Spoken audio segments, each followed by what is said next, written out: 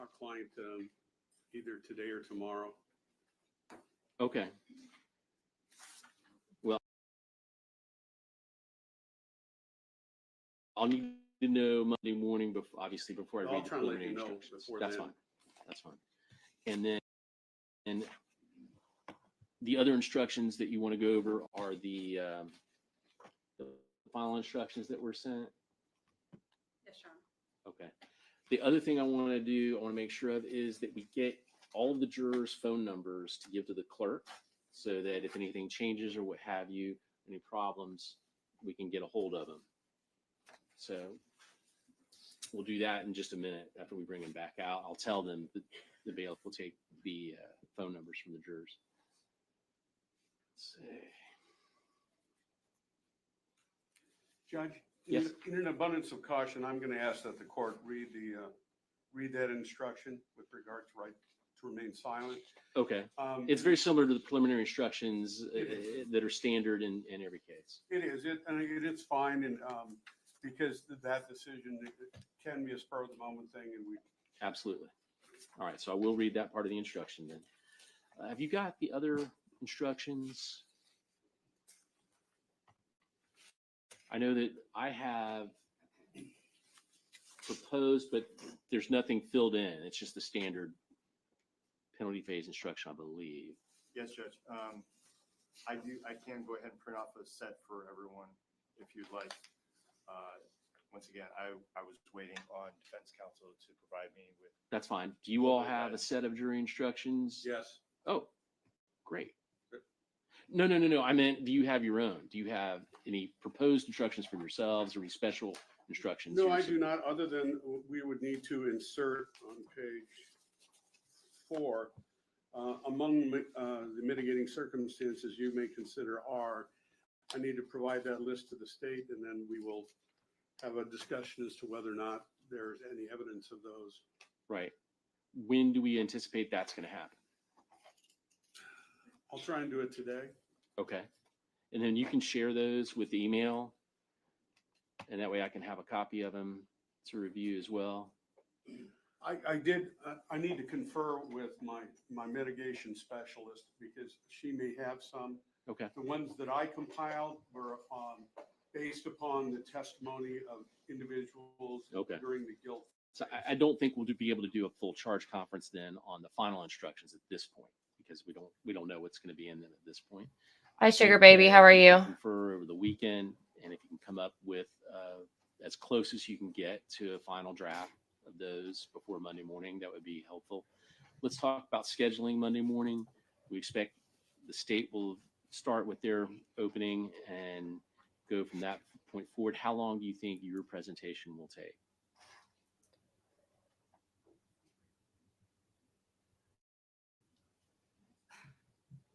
Yeah, as far as the state's portion goes, Judge, I wouldn't anticipate that to take any longer. I mean, as far as evidentiary wise.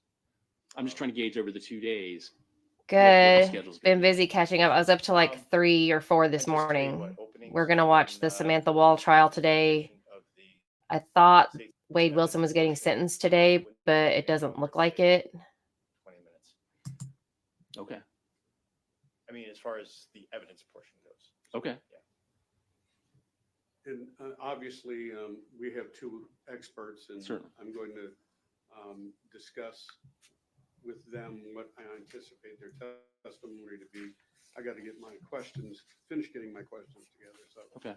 I mean, a couple of hours I anticipate. I'm not pinning you down as to how much exact time you're going to use. I just wanted to get a ballpark just for the jurors' purposes and the courts. So, do we believe it's possible to have all of the evidence for this portion to be completed on Monday? Yes. Okay. I think that my thought is that they would be done potentially by lunch Okay. with their experts unless it goes longer than anticipated. Yeah, I'm not really sure what's happening with this sentencing. It It is You might be able to close Monday 8:22 afternoon. in the morning here. Okay. I'll be ready to close whenever. Right. But, We can't close till everybody rests. So I just wanted, that's really what I'm asking is no, but I don't anticipate. It's raining here too, actually. that That's it's gonna weird. take all day Monday. It rained here all day yesterday. all right. Okay. And then So I don't know if you've heard about the Is there any Samantha other Wall issues or any other case, things that but needs to that's what address? we're watching today when it starts. are there any other issues? We feel like No. the guy on trial is the wrong All guy right, on I'll trial. bring the jurors You back can, out. I'll let um, them know the bailiff's going to get their phone numbers for the clerk to have so that if she needs to contact them for any reason, she can. so this guy's then- sentencing is not going to happen today, We'll apparently. release them to come back Monday morning at 9 a.m. Okay. Agreed? Yes. Okay. Okay, so this guy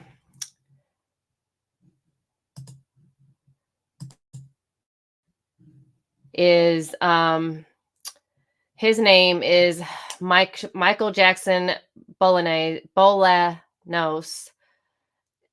and this is his 8th day of trial. He is being accused of first-degree murder, even though the woman's ex-boyfriend, hi Jenny, confessed to killing her, everything. But the ex-boyfriend is on the stand right now with the defense questioning him. How it went from the ex-boyfriend to this guy is kind of very convenient. So I feel like this guy is getting a raw deal because he does have a criminal background, but not murder. And I find it very ironic that why you guys are in different time zones on the same side of the we're in one Eastern, Central, Mountain, Pacific. We're in 4 different time zones here. And we fall back and spring forward here. It's really weird, but I think we're supposed to stop doing that next year.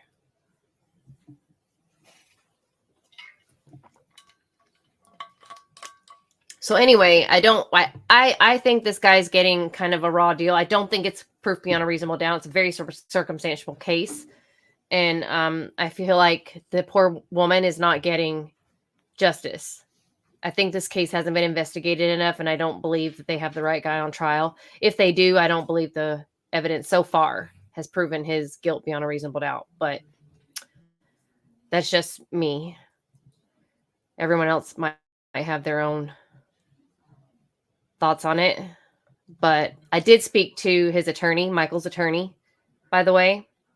And I'm waiting to hear if on Friday he will be calling me back tomorrow to let me know if he'll be on this show. So he's going to talk to Michael and find out if he will join the alternate point of view and tell us about his client and how all of this kind of came about. Because Jenny, I don't know if you were able to catch up on it, but I was up till 4 this morning catching up on this, and then I got wrapped up in another old crime case.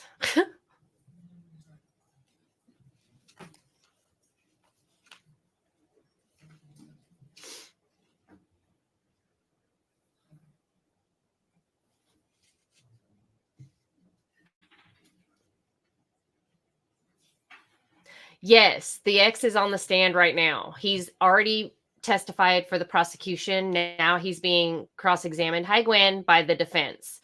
So I stayed up catching up on this. And then I got my boyfriend hooked on the Hulu series about Sherry Papini. If you've never heard of her, she was the original Gone Girl, I guess, or kind of the real life Gone Girl in California back in 2015, 2016. Anyway, she was supposedly kidnapped and she set it up herself. So they did a documentary and I watched all 3 shows last night. Yeah. And my boyfriend got hooked on it and he never gets hooked on that kind of stuff. We were up till, oh my gosh, wee hours of the morning. Yeah. And he had to be at work at 8:00 this morning. So,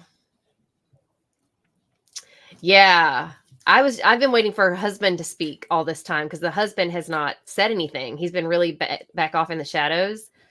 So he talks on this documentary.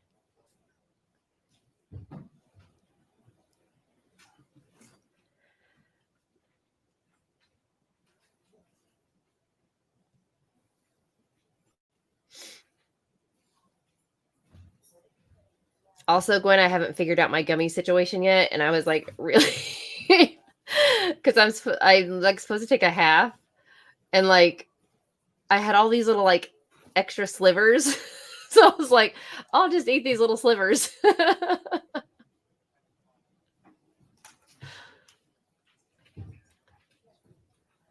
Oh, Brian did.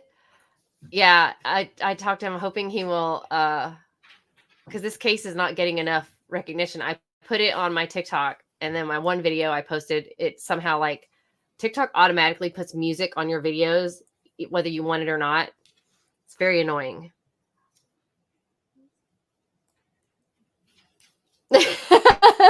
Yeah. Yeah, it was not. That was not, so I was up all night. It was not smart. I think my dog played the guitar. I don't know. It's pretty bad.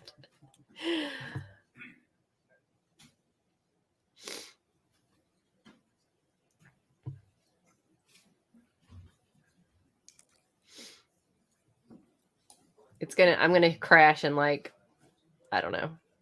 By lunch, I'm probably gonna hit the ground.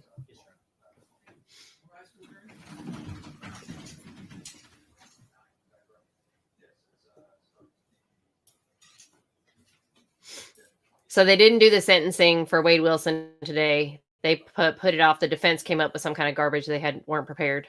So the jury came in today for sentencing for nothing. I don't know why this couldn't have been an email.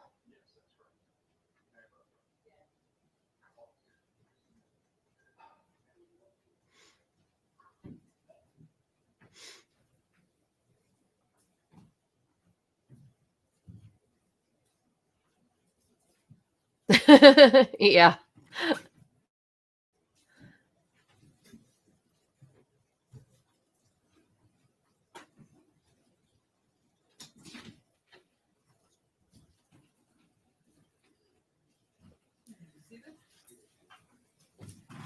Case number 4000535, People versus Michael Manuel Jackson Bolanos on the docket today for jury trial in progress. Appearances, please. Good morning, Your Honor. Ryan Elson.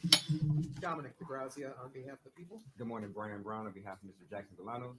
Good morning. Co-counsel on behalf of Mr. Jackson Bolanos, who's present tonight. I know for the record, Mr. Jackson Bolanos is present. Our all counsel are present, and our 15 jurors have returned this morning. Good morning, ladies and gentlemen. Good morning. And we are ready to continue. Thank you, Your Honor. Just some people call Caitlin Hahn, Detroit Police Department.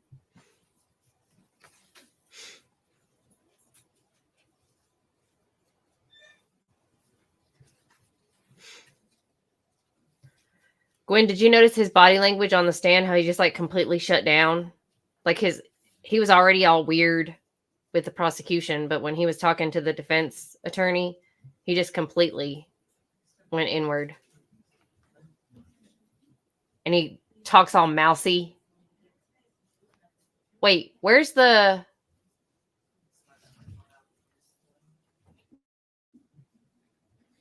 boyfriend at? State your name and spell it for the record. Caitlin Hom, Katelyn, last name HOM, H-O-M. N as in Mary. Thank you, Your Honor. Ma'am, could you please tell the jury what you do for a living? Sure, I'm a forensic technician with the Detroit Police Department. And how long have you been a forensic technician? A little over 3.5 years. And just what are your sort of basic duties as a forensic technician? Sure, so as a forensic technician, I'm responsible for responding to crime scenes and investigations and documenting the location. As part of your duties, do you sometimes help assist with processing scenes that have been searched pursuant to a search warrant? Yes, And as part of your duties, did you assist with processing the scene associated with the search warrant back on November 8th of 2023? yes. And where was that scene located on that day? 603 West Grand Boulevard. And just in general, what is at that location? It's a 2-story residential dwelling. Where is he at? I thought he was finishing his testimony Based on today, your Gwen. processing of the scene, did you find any proof of residence of who is associated with that particular dwelling? Yeah, so inside the residence, we found mail for Jeffrey Erbsman. And can you just describe your basic sort of role involved with processing that scene on that day? Yeah, so we were requested there. The nature was a search warrant. That day, I was working with a partner, forensic technician William Creer. So we worked together to process that scene. So for this instance, I was responsible for taking notes and producing a final report. And he was responsible for photographing the scene. Okay. And in terms of your role on the scene, was there any physical evidence that was collected by you and your partner? Yes, so while on the scene, we were directed by the homicide investigators to certain items of interest that they wanted us to collect. And what were those items of interest that were ultimately collected? There was a folding knife, a key, a black jacket, and a jar and bag of mushrooms. Okay. And beyond those 4 items, was there anything else that you were directed to collect? Not to collect. Was there anything else of, I guess, possible evidentiary value that you observed inside the home when you helped search the scene?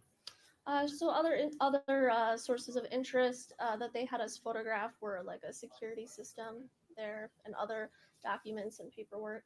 Okay. And you mentioned there were some photos taken at the scene, correct? Yes. And before your testimony, did I send you sort of a selection of those photos to review? Yes. And in terms of that selection, does that selection of photos fairly and accurately depict what you actually observed when you were at the scene on November 8th, 2023? It does. And I'm holding what's been marked as proposed exhibit 30. Is it your understanding that the photos are on this disc? Yes. Your Honor, I move to admit proposed exhibit 30. Any objection? No objection. It was 30 will be admitted. You may publish. Thank you, Your Honor. And I'm going to ask you to turn around and take a look at the screen behind you, which will pop up in a moment. Just looking at the first page of Exhibit 30 again, what are we looking at here? So this is the photo card. So this is the first photo that's taken at any location of the crime scene. So it just has the general information such as the date, the location, who requested us there, report number, and our names. Okay, and how about page 2? What does that show? So this is the front of the residence at 603 West Grand Boulevard. And how about page 4? What does that show? So this is near the front door. It's a mount for a security camera. And page 5, is there anything, I guess, relevant in page 5? So you can see 603, which is obviously the address, and then towards the bottom right of the page, you see a chair, and there's a security camera on the chair. And so the camera was sitting on the chair at the time that you photographed it. Correct.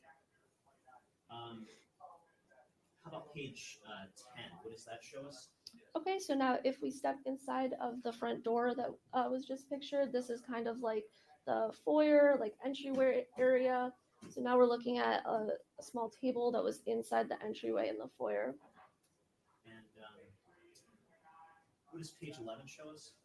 This is a black folding knife that was on that table. And again, where was that table located?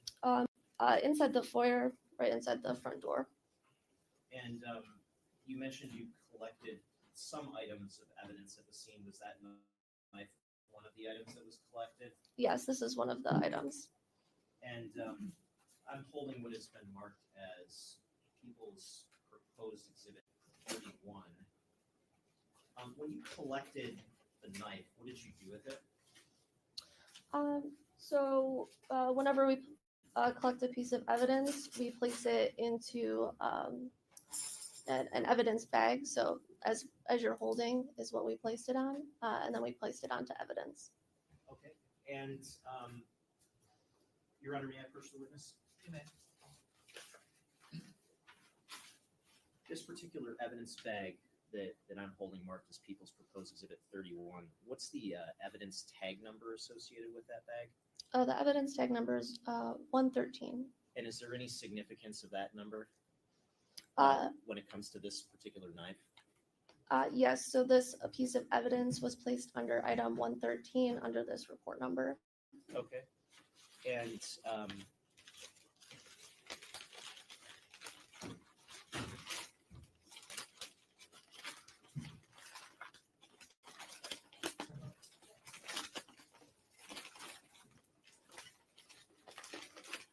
this item, does that item look familiar to you? Yes, this is the black folding knife that we observed on the scene. Okay, and does that appear to be in substantially the same condition it was in when you collected it? Yes, Okay, and again, what was the item number associated with that? 113.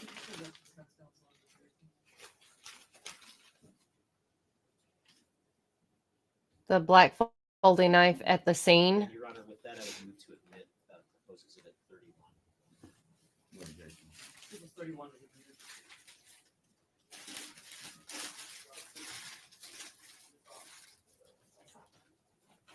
And just briefly, I want to show you a report that's already been admitted as exhibit 34. And did we take a look at this report before your testimony today? Yes. And under the evidence received section on the top of page 2 of the report, Which exhibit is this? 34, Your Honor. Can you indicate what item is indicated as being in container number 35? Yeah, so in container 35, it says a sealed envelope, item 113. Okay, would that number 113 correspond to the item number of the knife that you recovered at 603 West Grand? It does. Okay, and then just scrolling to the bottom where it indicates number 35, folding knife with black handle on page 3. Do you see that? Yes. And can you just read, I guess, the bottom portion where my cursor is right now? Did not indicate the presence of blood. Okay. Going back to the photos, if we look at photo 29, what room of the home are we looking at now? This is the dining room, so we're looking at the dining room table. Okay, and looking at 32, page 32, and again, this is just for the record, exhibit 30. Again, we're looking at, Why even bring it up if there's no blood on it? Photo that's depicted here located. This was a photograph that was located on top of the dining room table. Okay, and how about 33? This is another photograph that was on top of the dining room table. And looking at page 45, what room are we in here? That's kind of an obvious question, but The kitchen. And page 57, what room is this? This is a bathroom on the second floor. And page 61, This is a bedroom on the second floor. It appeared to be used as storage. and what was sort of the general condition of this home when you processed the scene? Was it tidy? Was it unkempt? I mean, other than general clutter, our residence is rather welcome. Okay. Looking at page 70, what room are we looking at now? This is a bedroom on the second floor. Okay, and looking at Yeah, I feel like nightstand, was there uh, anything notable on the nightstand? whoever I did believe there it were medications. ditched the knife. Were there other? It was a very bloody medications scene. found So other than those? Yes. And would you say were there a lot of medications, few medications? I believe there were multiple prescription bottles. Okay. Looking at page 79 and 80, what are we looking at here? So this Look, is people have been inside the bedroom prosecuted on of lists. the security So camera system. And 81, does that show the other side of the system? Yes. 84, what part of the house are we looking at now? This is an office on the second floor. And how about 91? This is on the first floor. It's kind of like a living room or general room. And 92, is that the same table that was depicted in 91? Yes, this is in the living room. Some photographs that were on the coffee table. Okay. And how about 101? What does that show? This is located off of the kitchen. You can see the rear door to the dwelling, kind of like a bench and coat rack. And you mentioned a jacket was one of the items that was collected from the scene. Is that correct? Yes, so a black North Face jacket was collected from this area. And is that one of the jackets that was shown here on this photo, page 101? Yes. Looking at page 103, what does that depict? This is another security camera that we observed. It was on the bench. Okay, and what door is this bench by? Next to the rear door. Okay, and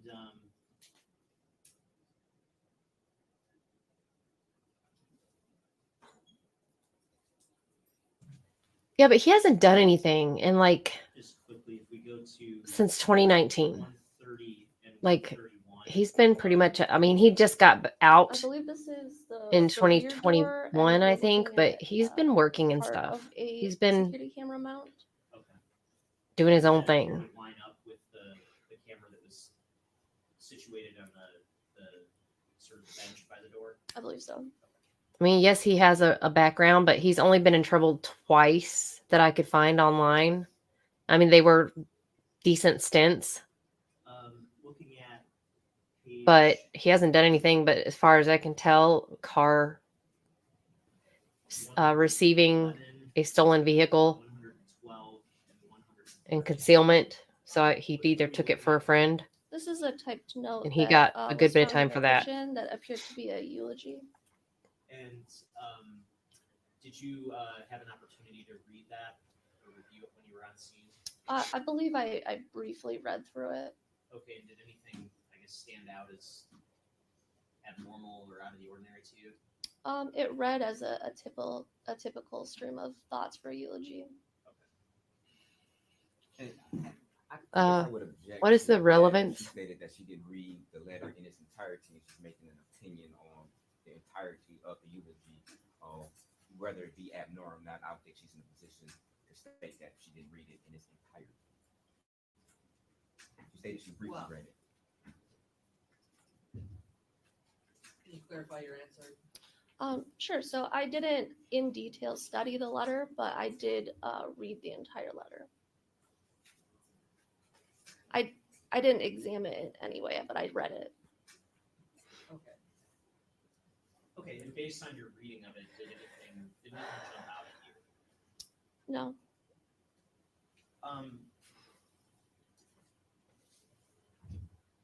Was there anything else you observed on the scene of potential evidentiary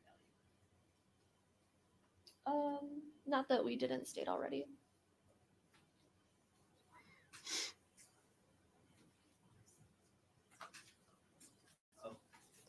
You mentioned there were Oh, mushrooms. I also looked up the Yes. medication the ex-boyfriend is on. kitchen. So the first medication is actually for depression. The second medication is One a was in sealed schizophrenia mason drug. jar. It doesn't say it's Not used for one, but, depression. some of the mushrooms So, were in a sealed that mason guy's jar, cuckoo. and there were additional mushrooms in a plastic bag. Okay. And I really would like to hear what the exact dates are that he started changing medication, if that is true, because we're just going off of his Do you word. remember what part of the kitchen they were in? Yes, they were along the north side of the kitchen in some cabinets. I have So, questions. yes. So we're looking at page 3 on the left side of the stove. Is that the mushrooms depicted there? Yes. Okay. And where were those originally located before they were placed in the counter? I believe they're originally located in the kitchen cabinet directly above the counter that they're seated on. Okay, thank you. No further questions. Good morning. Good morning.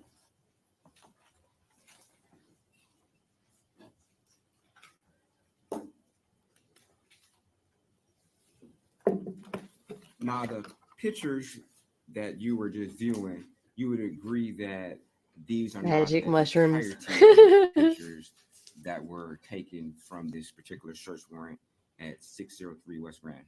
Correct. Okay.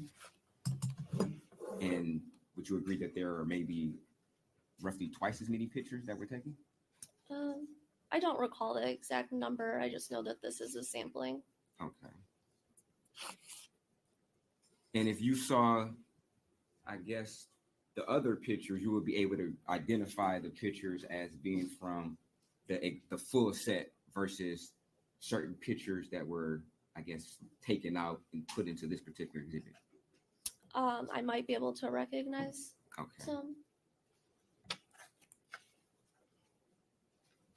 If I could have that. And we would like to show defense proposed exhibit 2. Any objection to that?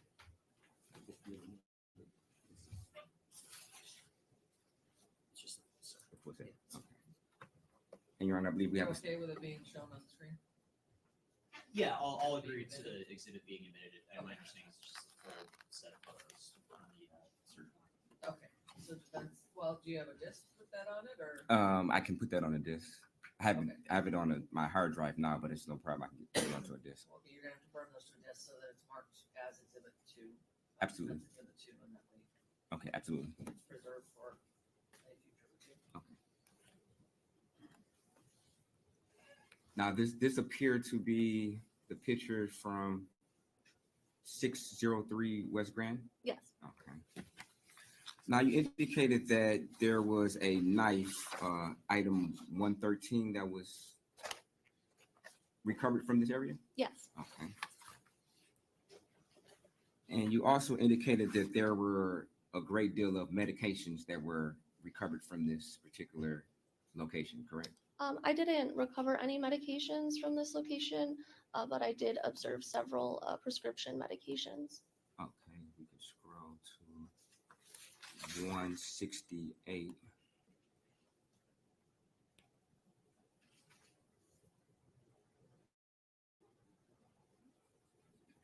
Would you agree that this is some of the meds that were photographed? Yes. Okay, and I'm moving to 169. Would this be another picture of some of the medication that was photographed? Yes. And 173, is this a layout of the medication that was recovered? I was like, that looks like my medicine so cabinet. Recovered, I'm sorry, that photograph. Observed, yes. Okay. Oh, also Now, she this had white Ambien in her bag system. that my cursor's over. Was that ever recovered? Well, in the process Butrin, to, I guess, which is just a ascertain what type of long-term substance it was? No, it wasn't. medication like Prozac or Zoloft. But And you she would also had agree that this THC is or not CBD. any type of prescription bottle, correct?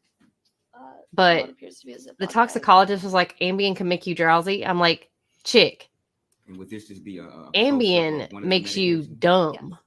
Like, And would this she had a be half-eaten inside banana of on her sofa. I know what Ambien one of does the to you. medications? I wake up with Yes. empty bowls of cereal by my bed. And would Holy this just be moly. another These are close-up of one of the antipsychotics medications? Yes. and antidepressants, anti-anxieties. It's a lot This of would be different the inside of one of medications the this guy is medications, correct? on. Correct. He was like a zombie on the stand. Whoa. And you would agree that this is just another close-up of another medication, correct? Yes. Okay. And this will be the inside of another one of the medications, correct?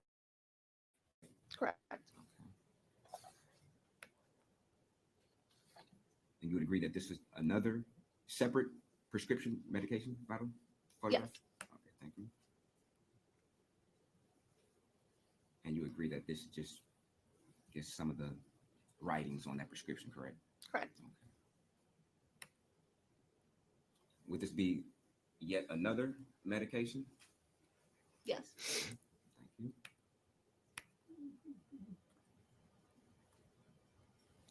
And I will go to slide 222. You indicated that you did recover some mushrooms. Yes. Okay. And this would be a picture of the mushrooms.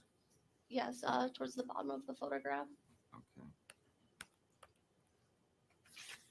Would this be a close-up of the Ziploc bag with the mushrooms? I don't like mushrooms. I mean, in general, I don't like mushrooms. And would this be Ugh. a I close-up don't like the of texture. a mason jar with those same mushrooms? Yes, it is. Okay. And these didn't appear to be like cooking mushrooms, correct? From your observation. To me, I'm not really an expert in mushrooms. They just appear to be like dried mushrooms to me. Okay. So you don't know whether or not these are psychedelic mushrooms that are used for. Personally, I don't. We were just requested to collect these. Okay. And in fact, you did recover those, correct? I did, yes. Okay. Did you also recover some keys, or at least a key from the location? Yes. And that key was labeled Alicia Gate Key? Yes. Okay. We can go to slide 64.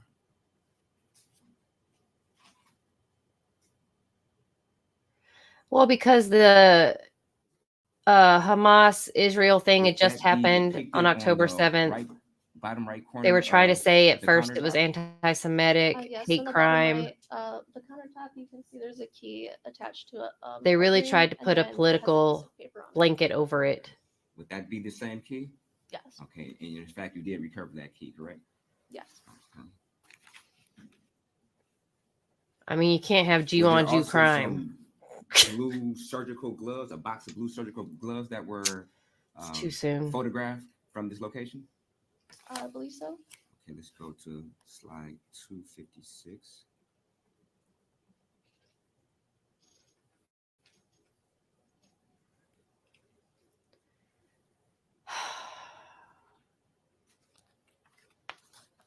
Oops, I'm sorry. I don't know who his doctor is, but he's got some explaining to do. You can't be messing with somebody's medication like that. And would that be these particular gloves?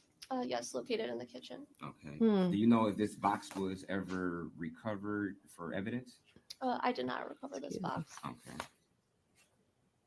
And you were instructed of what to recover at the scene, correct? That's correct. Okay, so it wasn't your discretion of what was recovered or what was not recovered, correct? Correct. Okay. Did you take some pictures of the exterior of the house? I believe my partner photographed the exterior of the house. Okay. If we're looking at slide number 253. Would this be a picture from the outside? Yes, the garage. And would this also be another picture from the outside? Yes. Okay. Were you ever instructed to take any photographs of a fire pit? No. Okay. Did you notice a fire pit? I don't recall a fire pit. Okay. Did you go into the rear of the yard? Hey, I sis. believe at some point I This was is a in, good one. the side / the rear of the yard. We think the wrong man's on trial. Okay. So the officer, who was the officer in charge at this particular search? The person directing us to different items was I talked to his Sergeant attorney yesterday. I'm hoping he's going to be on the show. And did Sergeant Beasley ever direct you or your partner to photograph a fire pit? Not that I recall. Oh yeah, and isn't it weird? He had like a bonfire at his house. Did you see You the indicated that you read this gay letter, friend on the stand? that was on That guy was super chatty Cathy with the table detectives. or counter? What? Yes, it was on the kitchen countertop. How embarrassing Now, to have did that you friend thoroughly read it, or did you scan left through it? after you die. I read through the letter. Okay. I just don't recall by memory. I've come the back and letter. haunt him. Okay. Did you recover the letter? No.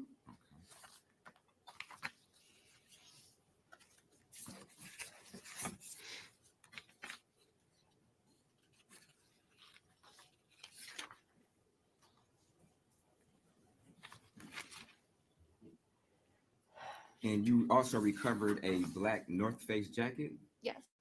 Okay. And is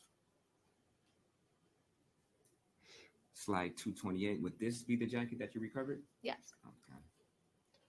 And this would just be another close-up of it, slide 229? Okay. Well, it wasn't the gay one because he was all And after you recover chops. this jacket, do you know what if anything happens? Was it dusted for Yes. fingerprints? Was it analyzed for DNA? Do you know what if anything happened? I'm not part of the process of deciding what happens to it afterwards, and I don't have any knowledge of that. Okay. It looks like it's got navy in it. It's got some lighter areas.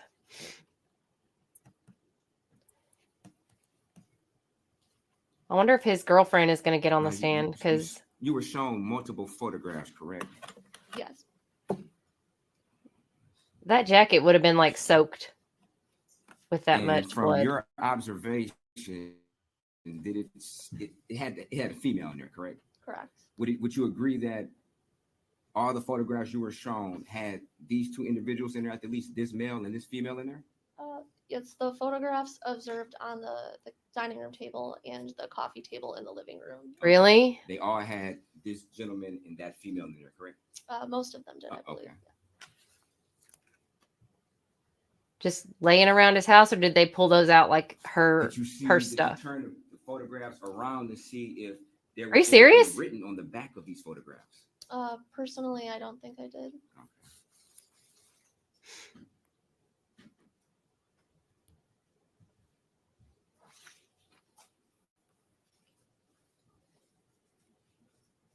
Were they though, or did they pull all these out of somewhere? Because you know how they did at her house. Just laid stuff out. Thank you.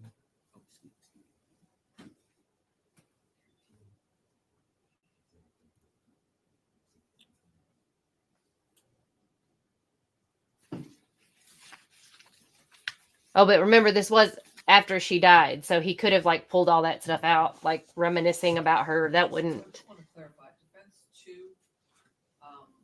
was the full set of all pictures taken by this evidence. Yes. And yours was just partial, so everything that was on yours is in there, but there's more in yours. Correct, John. And yours was exhibit number 30. 30, okay. It wouldn't be That's 30 for jury. too weird. If we can go to, now I we're guess. looking at exhibit 34. If we can go to page 3 of exhibit 34.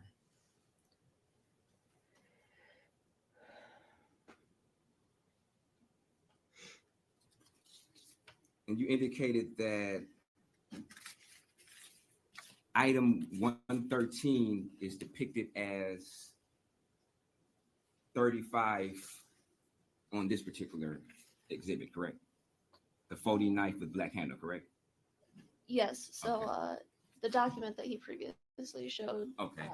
said that bin 35. Okay. If you could read right under hair screening, what does it state? Apparent hairs, fibers collected but not examined. Additional apparent hairs, fibers observed but not collected or examined. Okay. And as part of your job, is it your job to maybe detect certain hairs or fibers and I guess analyze those or collect those separately from the knife? No. Okay.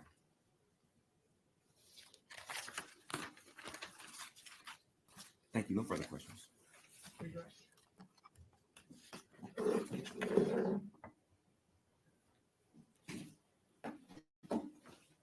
Nothing further, Your Honor. Thank you. Questions for the jury? I don't see any. Thank you, Mr. Finn. It's, you know what I also noticed in this trial is first of all, the witnesses are totally exposed. Second of all, they haven't offered a single one of them water. And most of the guys that get up there like getting these coughing fits. It's really bad.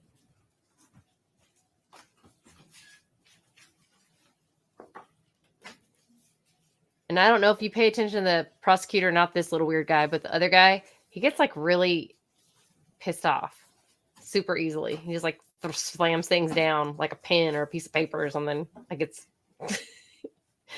he gets mad at himself. I mean, Jenny, they said he took it like really hard. He went through a weird bonfire at his house.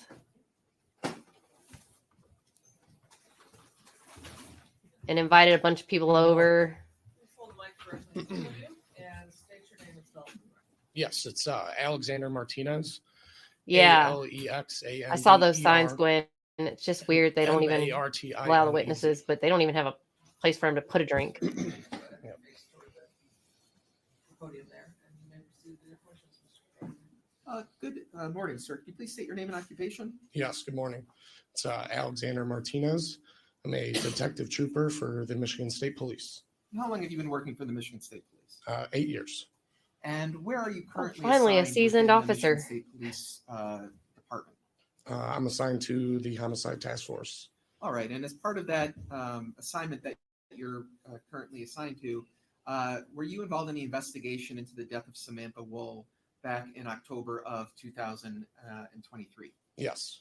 And at that time, did you have an occasion to go to 1366 Joliet Place on October 21st of 2023? Yes, I did. And how did you come to go to that location?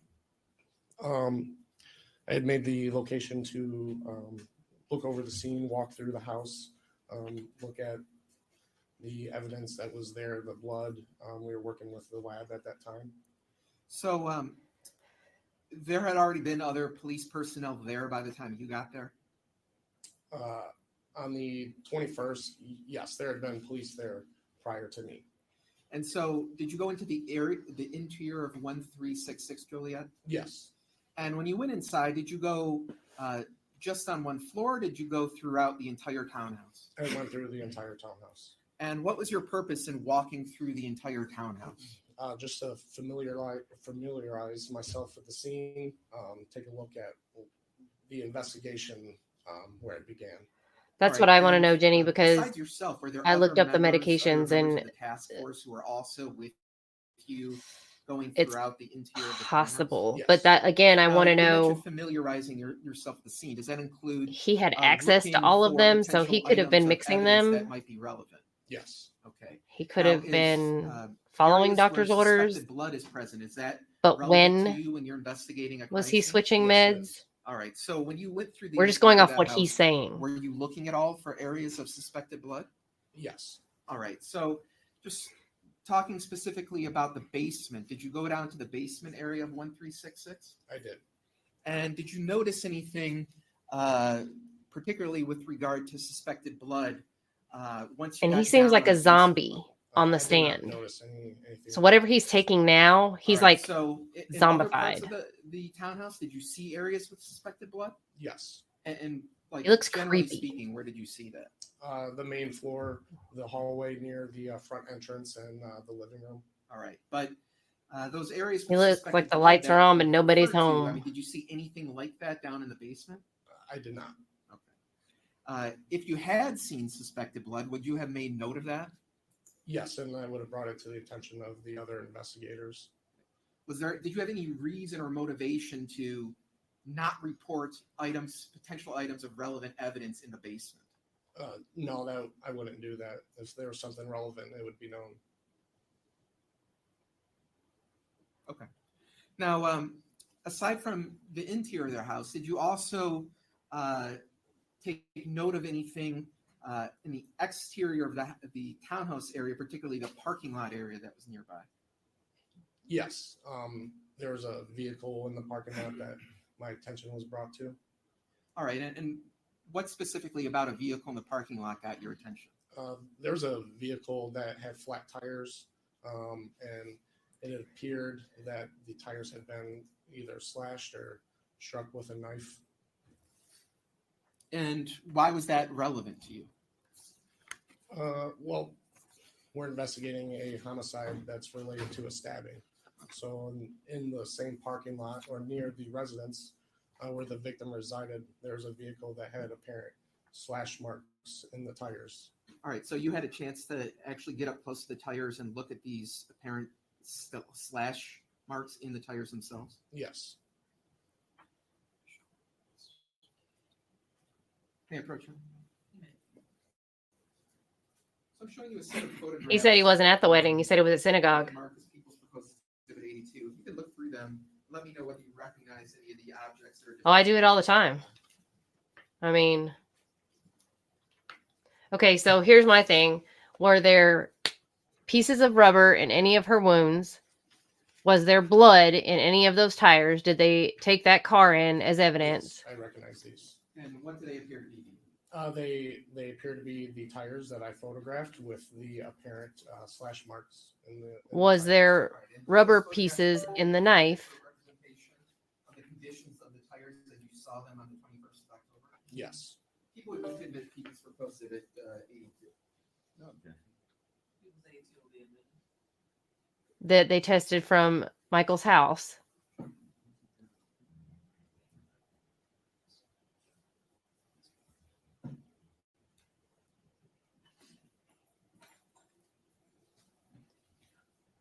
Do they have video of Michael slashing those tires?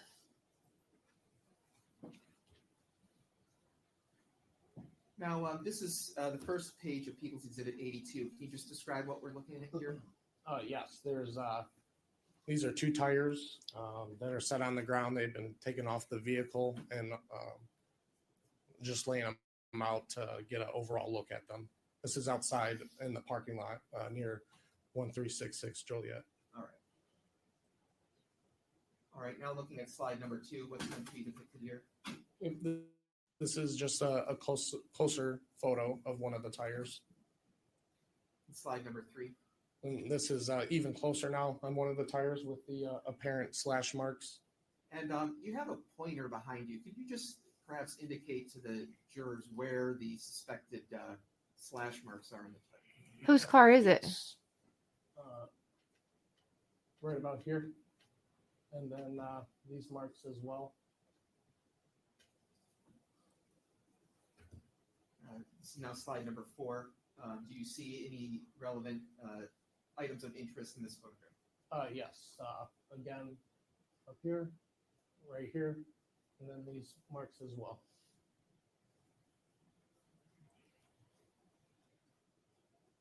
And this is slide number 5. What's this photograph of? This is going to be another tire, just an overall photo of it. And slide number 6. Is there a reason you took this photograph?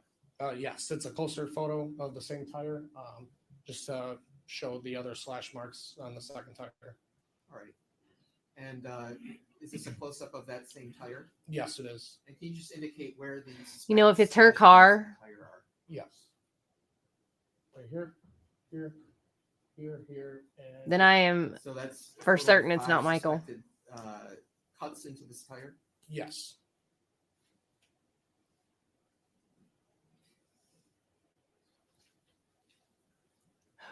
Where is it?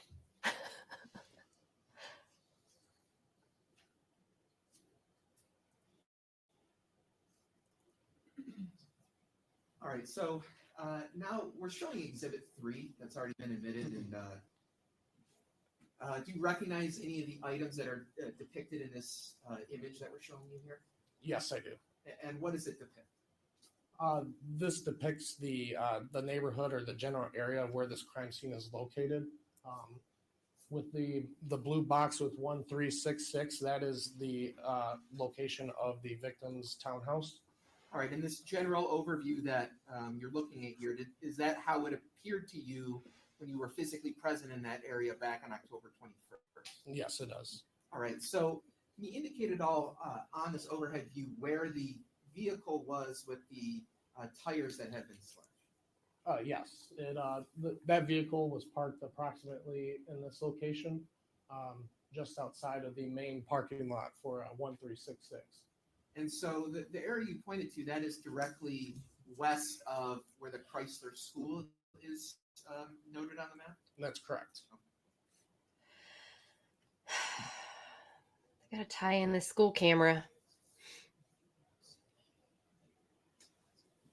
So now we're going to pull up Exhibit 8. It's already been admitted. And we're stopped here at 22 minutes and 18 seconds. Now from this still image, do you see the vehicle that had the tires that had been damaged? Yes, I do. Could you also point to the jurors where that vehicle is here?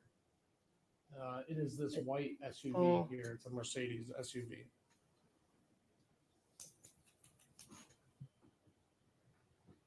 Is this So- where they're gonna have camera? The cursor now, we have not played Oh. the video, but we're fast forwarding in time. Can you see any movement in that vehicle as time is passing? Yes, it appears there's some movement. And can you just describe the movement that you see there? It just looks like a up and down motion.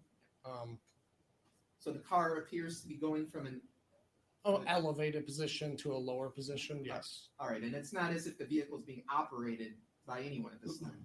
No, it appears not. And what we're seeing here, where it appears to be a parking lot, is that the same parking lot that you just referred to to the jurors? Yes, that's correct.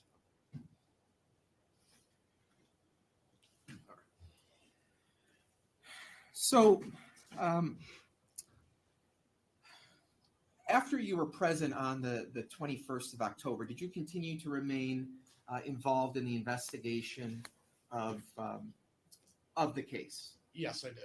And as part of your job responsibilities, did you author several search warrants for phone records? Yes.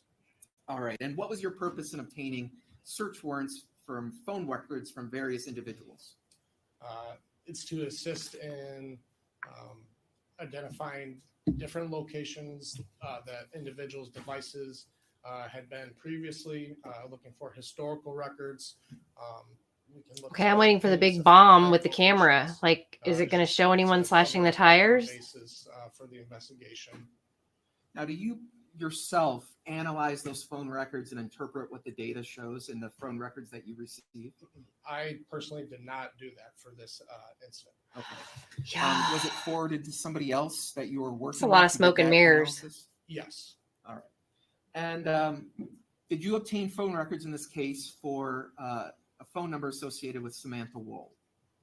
Yes. Did you also obtain phone records for a number of individuals by the names of Robert Becker, Jeffrey Herbstman, Aaron Pergament, Benjamin Safran, Josh Goldberg, David Wilkinson? Yes. All right. And did you also, in this case, obtain phone records for an international mobile subscriber identity of 310-2600-699-10170? Yes. All right. So all these phone records, you mentioned that you gave them to somebody else? That's correct. And what was that person's name? That's Special Agent Brian Tolzitz with the FBI. So that's another witness that you have to call. Now, on November 8th of 2023, did you have an occasion to go to 603 West Grand Boulevard in the city of Detroit? Yes, I did. And what was your purpose for being there on that day? My purpose was to be present for the execution of a search warrant at that residence of 603 West Grand. The purpose was to look for evidence and process the house. All right. And so as part of your investigation, when you were physically present, did you notice any cameras that may have been mounted on the exterior of that home? Yes, I did. And so did you have any involvement with those cameras while you were executing the search warrant? Yes, sir. And what was your involvement with those? I removed the front camera from the front of the residence. And why did you do that? Just standard at search warrants, something that I do, take it down to remove it, prevent it from recording any of our conversation about the investigation, and take it down as well as our safety, or so other people aren't watching what we're doing. Okay. And within your job as a police officer, do you occasionally wear a body camera? Yes. And are you familiar with other police officers who wear body cameras? Yes, I am. And do you have the ability to review body camera footage from other police officers? Yes. Now, in this case, did you review some body camera footage that was taken back on November 8th of 2023? Yes, I did. And did you see yourself on any of the body camera footage that you reviewed? Yes, sir. And the footage that you reviewed, was it a fair and accurate representation of the things that you personally experienced or were present for over the course of the execution of that search warrant? Yes. Aaron, at this point, I move to admit People's Proposed Exhibit 120.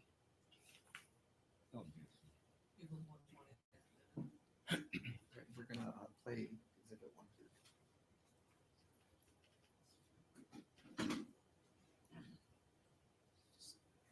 For the record, Your Honor, I'm going to publish. There's 3 files. I'm going to publish the first file on Exhibit 120.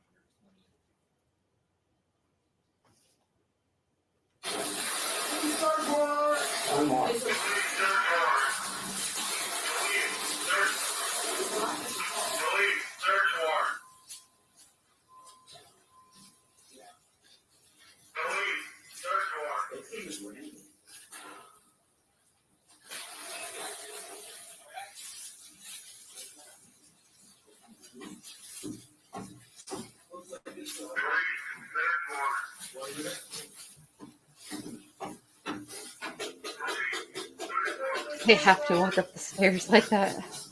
Police, search warrant, come to the door.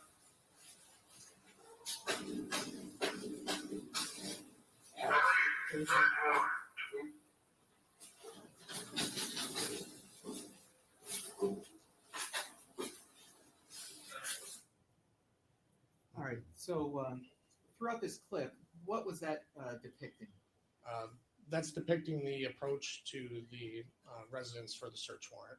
All right. Were you present in that video? Yes, I was. Now, at the time before you entered, did you know if anyone was inside the residence? It was at the time.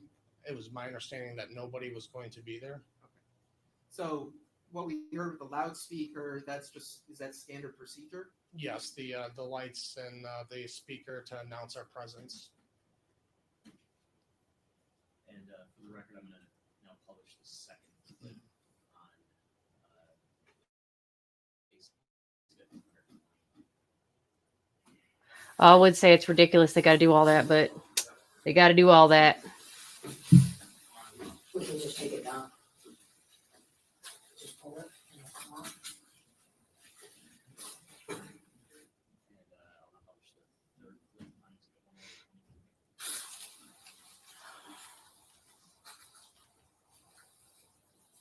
120. Can you see any cameras right here? Oh, you got one right there. Arlo.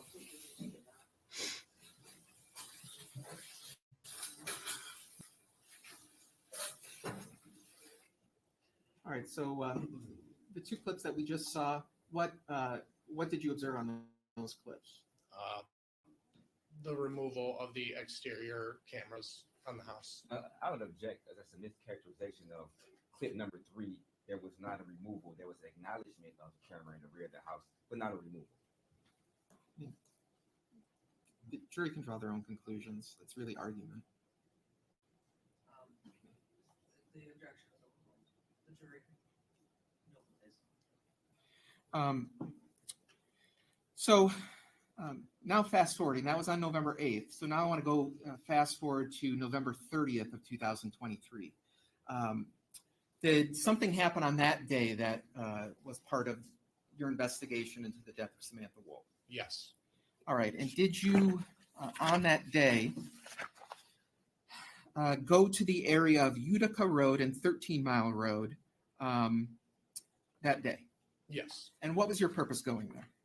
I was a part of and assisted in a mobile surveillance operation of the suspects. All right. So you mentioned a suspect. Yes. Now, this person that you were engaging in mobile surveillance with, do you see that person in court today? I do. Do you point to that person, describe what they're wearing? Yes. To my right, it's a brown suit and blue tie. For the record, the witness has identified the defendant. I guess, how many people are standing where you pointed or sitting where you pointed? I apologize. He's the person in the middle of the three people to my right. At the table to your right. Yes. For the record, I'd note that the witness identified the defendant, Michael Jackson Bolanos. So noted for the record. So generally speaking, back on November 30th, what led you to the point where you were doing mobile surveillance on the defendant?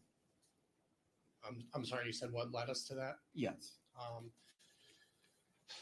It was a process of going through evidence, process of going through phone records, process of reviewing and collecting and watching video throughout the area near where the crime scene was, and just a whole collection of all the evidence and what brought us there.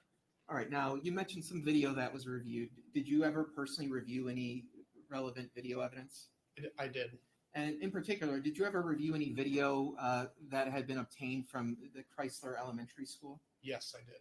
And was that video from the overnight hours from October 20th to October 21st? Yes. And did you personally make any observations while you watched that video that got your attention? Yes. Just describe what you saw. I was reviewing the camera that faces to the west from the Chrysler Elementary School. I had a view of Lafayette and I had a view of Joliet. I was reviewing the camera view from Lafayette, and I observed what appeared to be an individual or a person walking across Lafayette towards where the crime scene is, also towards the parking lot where that vehicle had the apparent slashed tires. This person temporarily went out of view as the area has trees. I continued to watch the Joliet view, which captures the parking lot outside of the victim's townhouse. What appeared to me is the same person that I previously saw walking on Lafayette entering the parking lot. That individual was observed on camera in the area for a little bit of time. I continued to observe that individual. What I believe is the individual pulling on a door handle in the parking lot where the victim's townhouse is at. It looked like entry was gained inside and possibly a bag was being carried at some point after. So if I can just stop you here, this person Yes. that you saw, at least when you first saw them on the video, did you know who that person was? No, I did not know the person on the video. Okay, so this person got your attention. Why did he get your attention specifically? I was watching hours of video and there was not many people walking around in the area at that time. So it was a person walking towards the crime scene, and that's what got my attention. And so, obviously, well, not obviously, but did you report this to other police officers? Yes, I did. And was there an effort to obtain more and more surveillance video from around the surrounding areas? Yes, sir. Okay. Now, did you personally pull every video clip from every building throughout town, or did other police officers work on that project as well? It was a collaborative effort. There's numerous police officers that helped with that. All right. So to go back now to November 30th of 2023, When you say you're doing mobile surveillance, like what exactly does that mean? What are you doing? Myself and several other detectives are in our unmarked police vehicles. We were following and observing and communicating with each other of the suspect that we are following. All right. Now, this person that you've identified as the defendant, Yes. when you were following him, you said you were in a car. Yes, I was. So was the defendant in a car? Yes. And can you describe what kind of car he was in? It was a older black Dodge Charger. The license plate was ESU, I believe it was 5393. All right. And were you able to personally observe the defendant driving that vehicle? Yes. All right. So describe what happened as you're engaging in surveillance on the vehicle. We monitored that vehicle and the defendant. We followed him. And then we had a uniform and marked Michigan State Police sergeant conduct a traffic stop and make contact. Now, why would you have a uniformed police officer make a stop as opposed to you in the surveillance vehicle? The police presence and authority of a uniformed officer to make the stop, and they have actual lights to conduct that traffic stop. All right. And so do you know if the lights or sirens were used in order to get the defendant's vehicle to pull over? Yes. All right. And did you get out of your car once the vehicle was pulled over? Eventually, yes. All right. And did you make any observations of the defendant during this traffic stop? Yes. Just describe what you saw. I observed the state police sergeant making contact with him, speaking with him. The defendant was standing in front of the sergeant's patrol vehicle. The sergeant ultimately placed the defendant under arrest in handcuffs and transported him from that location. And do you know what was done with the vehicle that he was driving? Yes. So describe what happened to that vehicle. So that vehicle remained there at the traffic stop location. A Detroit police sergeant responded, and we placed another uniform car there to supervise that vehicle. As well as myself, I sat in the area with that vehicle and supervised it to make sure nobody entered it or removed anything from the vehicle. All right. So as you're there observing the vehicle, did anyone put anything in the vehicle or take anything out of the vehicle? No, sir. Now, did you ever see any cellular devices in and around that vehicle when you were able to approach the vehicle? Yes. So describe what you saw. It was a red Apple iPhone. It was sitting on the driver's seat. Okay. It was sitting on the driver's seat of the Charger that you referred to? Yes, sir. All right. And when did you first see it there? As soon as I walked up to the vehicle, and I observed it in plain view sitting on the seat. All right. And about how long after you'd seen the defendant interact with the trooper who pulled him over, did you have an occasion to go and actually look in the interior of the vehicle and see the phone?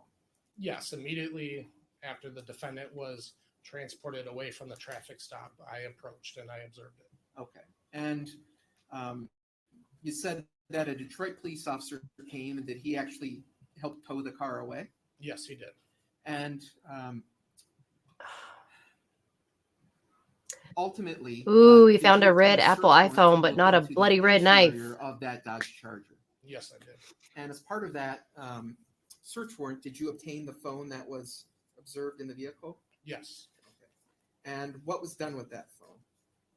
I immediately transported that cell phone to the Detroit Public Safety Headquarters, where it was turned over to Detective Sarah Markle for a forensic download. Okay. And I placed the item on evidence as item 155. All right. Okay, I'm not hearing any bombs being dropped here. Did they follow the ex-boyfriend around like they followed this guy around? I'll show you what's been marked as People's Proposed Exhibit 39. Mask. I mean, he actually confessed. Yes, I do. And what is that? This is the Apple iPhone that I seized from that traffic stop from that Dodge Charger. Okay. And you said you put that on an evidence tag number? Yes. What number was that? 155. So the envelope I'm holding, does that have an evidence tag number printed on it? Yes, sir. And what's the number on this envelope? The evidence tag number is 155. People would move to that. People's proposed it at 39. No objection. Equals 39 is the number. So you said that once you placed it on evidence, it was forwarded to another police officer? That's correct. All right. So did you yourself personally use a computer to look at any of the data contained within the cellular device? I did not.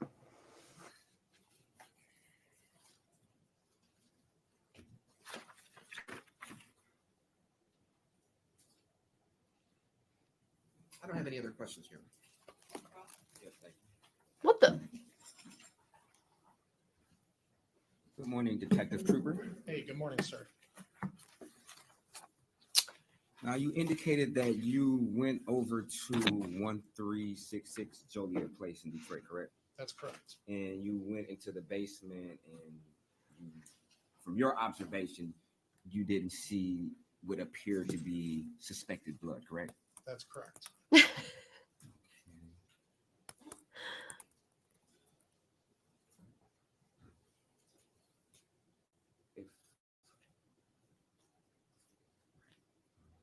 I'm sorry, you can HDMI cord.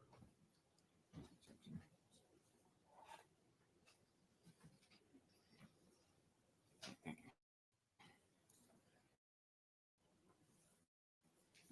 If I could direct your attention to People's Exhibit number 10, slide 304.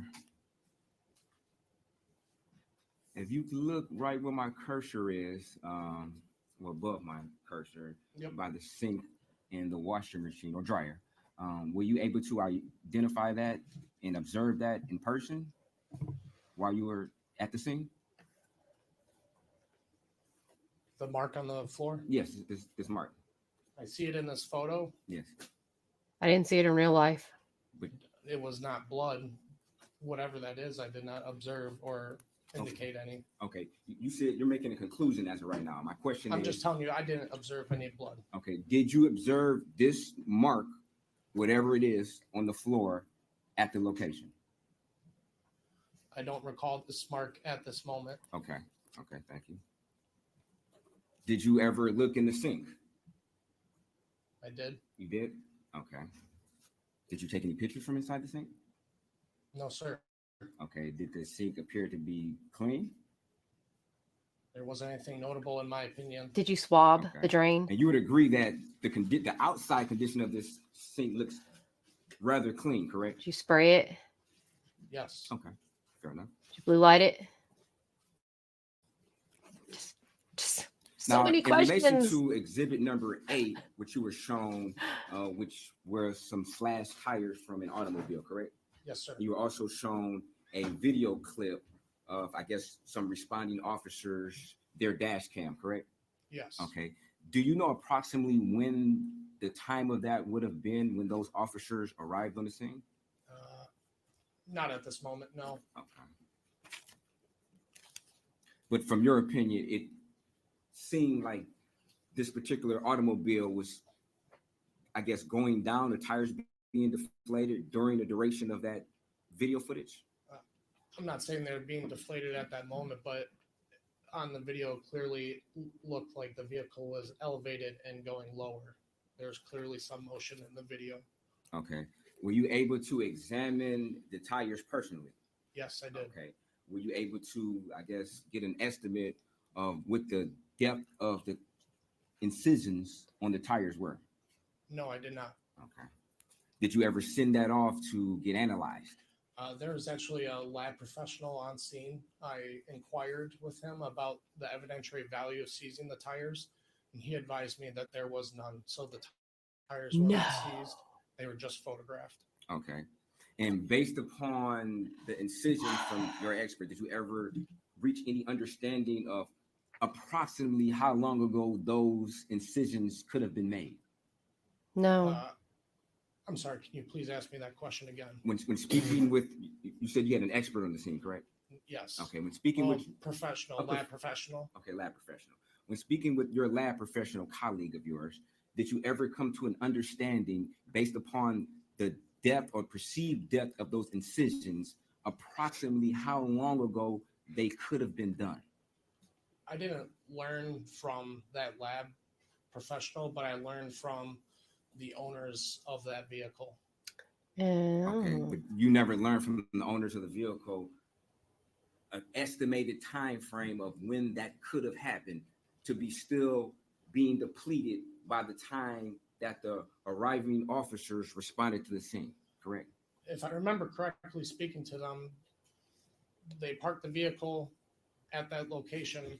The tires were inflated, and when they came out the next day, the tires were deflated. Okay. So just to be clear, you couldn't give an estimate of when in the night you could assume or estimate that this could have happened, correct? No, sir, I don't know. Okay. So there's no Now, camera? you also indicated that you went to 603 West Grand, correct? Yes, sir. Okay. And you indicated that clip number 3 in exhibit 120, from your observation, you stated that it depicted the removal of the rear camera? Yes, it did, especially when you relate it to the clip 2. It's the same two people, just different views. Okay. But you would agree that the pic that you saw, the clip number 3, didn't actually depict the cameras being removed. You would agree to that, correct? In a reasonable view of the video, I believe that the camera was removed, especially when you reference it from video number 2. Okay. Now, did you have an opportunity to review or debate, the garage of this location? The garage? Yes, the garage. Yes. Okay. And did you notice a bike inside the garage? Yes, I did. Okay. Was that bicycle ever seized for possibly any evidentiary value? I don't believe it was seized. Okay. Was the bike analyzed to see if it was possibly used recently? No, I'm not sure how you could tell if a bike was used recently anyways. Okay. Did you analyze the tires to see if the tires had possibly dirt on there that could have been new? There is a didn't case analyze like the bike that. by any means other than physically looking at it myself. Okay. Did you look at the tires? I looked at the overall, the bike, so the Okay. tires would be part of it. Okay. Did you take any photographs of that? No, sir, I was not the evidence tech for the Okay. search warrant. During There are this some people that just time take frame, pictures. Were you the officer in charge? No, sir. Okay. But you did request multiple search warrants, correct? I authored numerous search warrants, yes. Okay. And as part of one of the search warrants, you requested the infotainment system from Jeff Herbstman's Volkswagen, correct? That's correct. Okay. And the reason why you requested that infotainment system because it had a GPS navigation in there, correct? That's from my understanding, yes. Okay. And it was your reasoning that particular infotainment system could have evidentiary value as to where this car could have recently been, correct? Yes. Okay. Did you ever get a download of this particular infotainment system? I authored the search warrant and I forwarded it to the correct people that are responsible for that. That is not my job. position, and I don't have the It's training not my to job. track that. Okay. But as part of your role in this Golly, investigation, how many trials it do we never came watch to your that we attention hear this? that there was any, I guess, download of this infotainment system from this Volkswagen, correct? Right? Sir, I'm not familiar if it was done or not. I'm sorry. That's not my So job. to be clear, it never came into your mind bank that this particular infotainment system was downloaded and information was extracted from it, as far as you know, correct? As far as I know. Okay, fair enough. You also requested a search warrant for Jeff Hersman's phone number or his cell phone, correct? Yes. Yeah, I'd be very Were interested. you to aware that Jeff Oh. Hersman had a Google Voice telephone number? No. Okay, so it'd be fair to say that Oh, you wow. never Wow. authored or requested a search warrant of a Google Voice phone number that was associated with Jeff Hersman's, correct? Correct. Okay. They did a great job investigating the confessed ex-boyfriend. You also requested a search warrant for an Aaron Pergament, correct? Yes. Okay.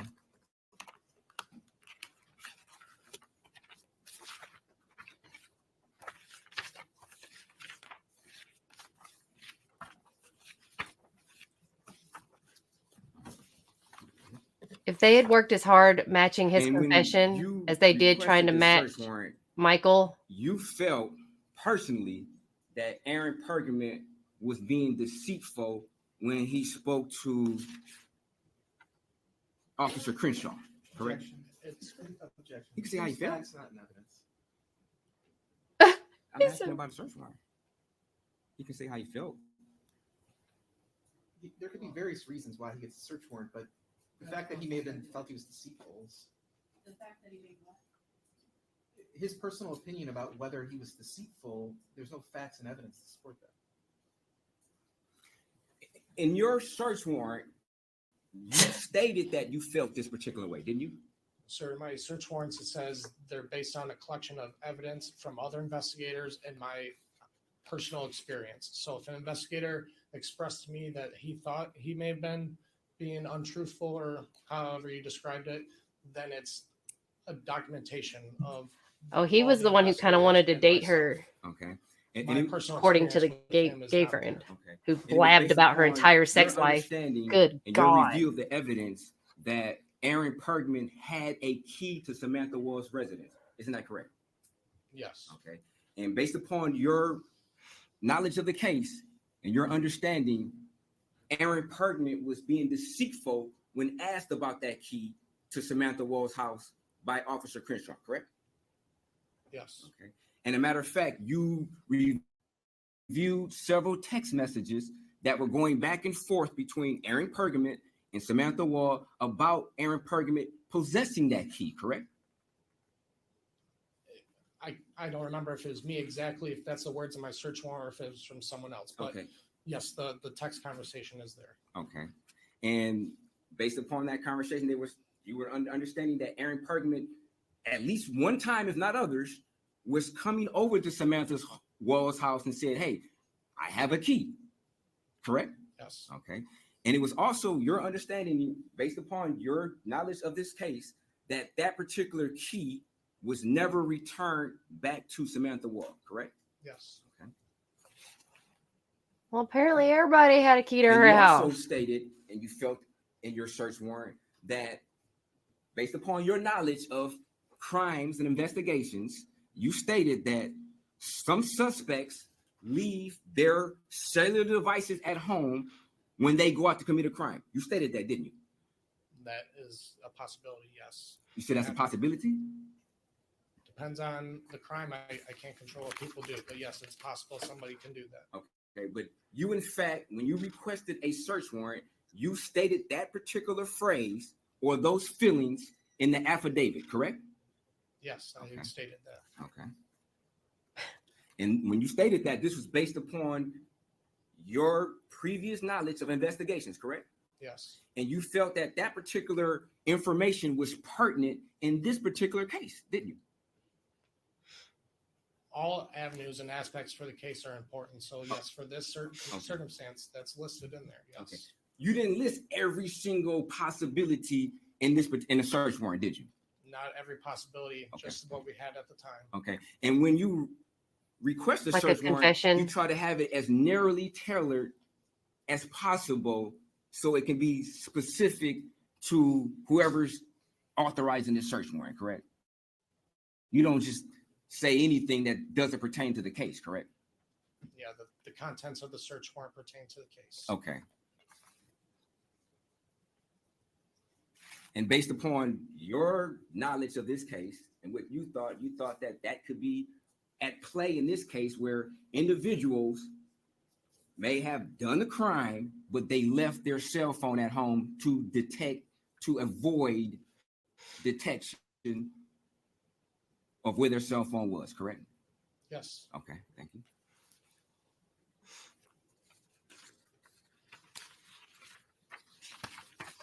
Now, when did your involvement in this case cease?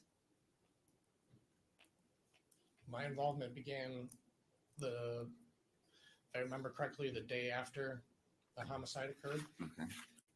Were you ever reassigned? I don't understand that question. Were you ever reassigned to that you're no longer investigating this case? Excuse me. That was not Okay. expressed to me by. No. Okay. But at some point in time, it was your understanding that Sergeant Stockmeyer then took over the case as far as authorizing warrants, No, sir. or not authorizing warrants, but requesting warrants. I'm sorry. Detective Trooper Stockmeyer is the officer in charge of the case while she was working with us. I authored search warrants, and as well as I did other things for the investigation.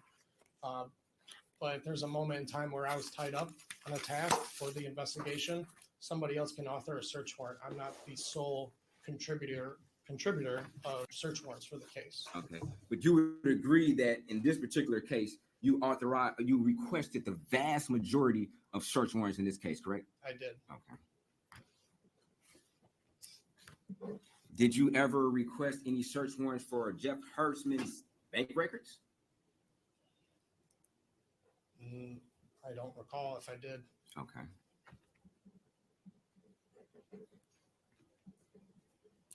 Did you check to see if possibly Jeff Hersman had access to Mogul, which is the bike sharing application or bike sharing service?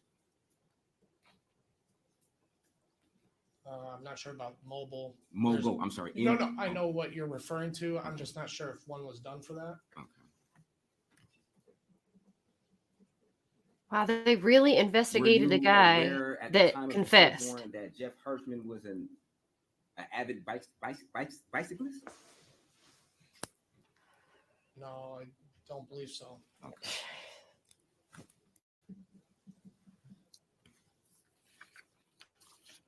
Had you known that, would you have possibly taken photographs of his bicycle that was located in his garage? Sir, I was not the evidence tech at the search warrant, so I didn't take any photographs at all. Okay, with that, you would agree that the evidence techs don't have 100% discretion of what photos they take. You would agree to that, correct? Sure, they take some pictures based on our direction. Okay. And was it your direction that was directing the evidence techs at this particular location at 603 West Grand? No. Maybe at some point inside. I can't tell you everywhere in the house where I asked them to take a picture. Okay. There's numerous investigators there. I did not ask for the bicycle. Okay. But you agree that you had the ability and the authority to direct that, Of correct? course, Okay. yes. All right, fair enough.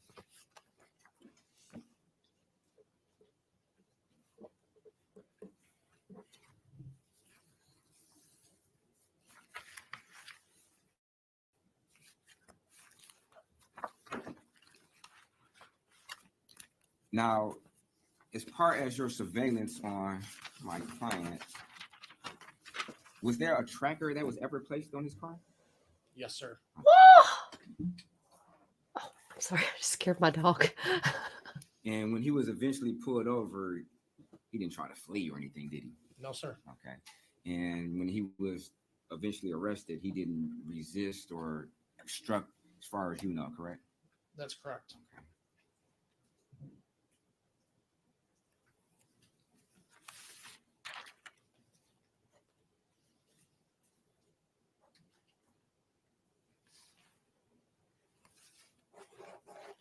Were you ever aware that after the death of Samantha Wolls, that Jeff Hersman had a bonfire at his residence? I don't recall knowing that fact. Okay. He was Did you on their ever radar. locate a fire pit that was located at Jeff Hersman's residence? I remember there being some burnt leftovers of what appeared to be a fire. Okay. I can't describe if it was a pit or in the ground or. Okay. Was that particular area ever analyzed to see if it had any remains of clothing?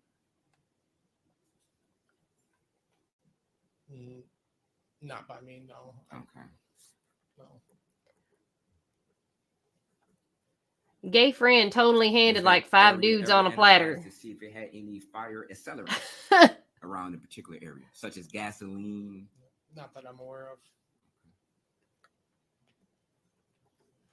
And you personally didn't instruct any evidence techs to photograph this fire pit, correct? No, I did not.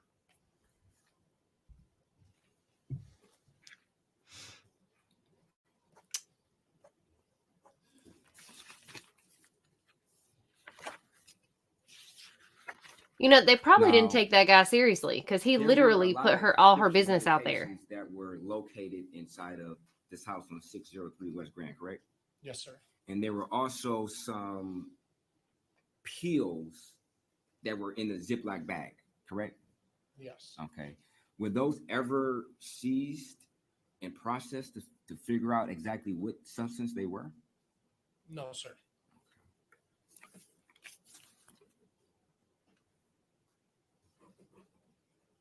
But there were some different containers, one being a mason jar and one being a Ziploc bag that had mushrooms in there.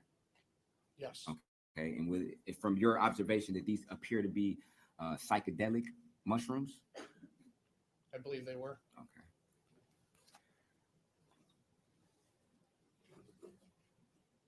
And you also saw multiple pictures inside of this residence, correct? Yes. And you would agree that there were multiple pictures in different locations of Jeff Herbstman in the picture with Samantha Wolls. I mean, Yes. okay. I hope at the very least they come back with a hung jury because Now, then, I there was want also I a want knife them that was to recovered from this location, correct? Yes. see through this. Do you know whether or not, if you know, this particular knife was, I guess, processed for? But a hung hair jury samples? means they can still try him, I don't know. You don't know. and that Jeff guy is gonna be not looked at. You I were just aware worry about that this Samantha case is gonna Wolls turn out was like John stabbed at O'Keefe's, least and 2 they're not times gonna in ever her look at it scalp, correct? again. I'm aware of that. Okay.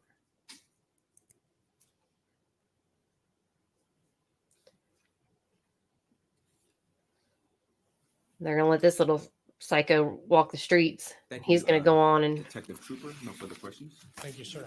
You were asked whether or not you ever obtained a search warrant for, I guess, a bike sharing service for Jeffrey Herbstman. Yes. All right. Did you ever, regarding Jeffrey Herbstman, did you ever attempt to obtain a search warrant for Uber records belonging to Jeff Herbstman? Yes. Did you ever obtain via search warrant Lyft records for Jeffrey Herbstman? Yes. Did you ever obtain via search warrant records from the Lime scooter business for Jeffrey Herbstman? Yes. Did you ever obtain via search warrant records for Jeffrey Herbstman for the Bird scooter service? Yes.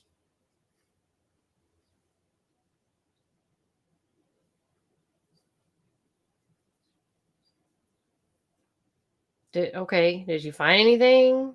I mean,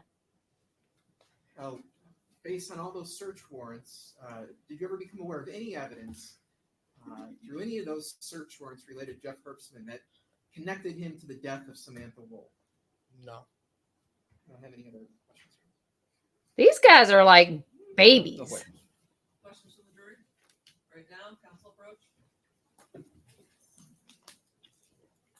They just like slam their hands on, do you, and this and that. They just like, it's like taking my toys and going home.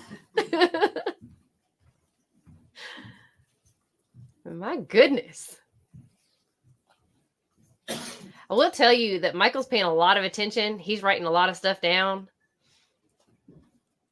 It's like he's getting to know Samantha during this trial and getting to know Jeff, getting to know like a lot, because he's like really writing stuff down, shaking his head a lot because he's like, oh, this is something. This is something. We should ask about this.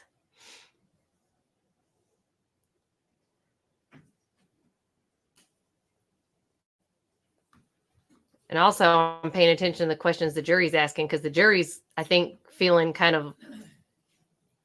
Is it standard police procedure to remove cameras or break cameras off a mount during the execution of a search warrant? See. Shown in People's 120? Yes. Why is that?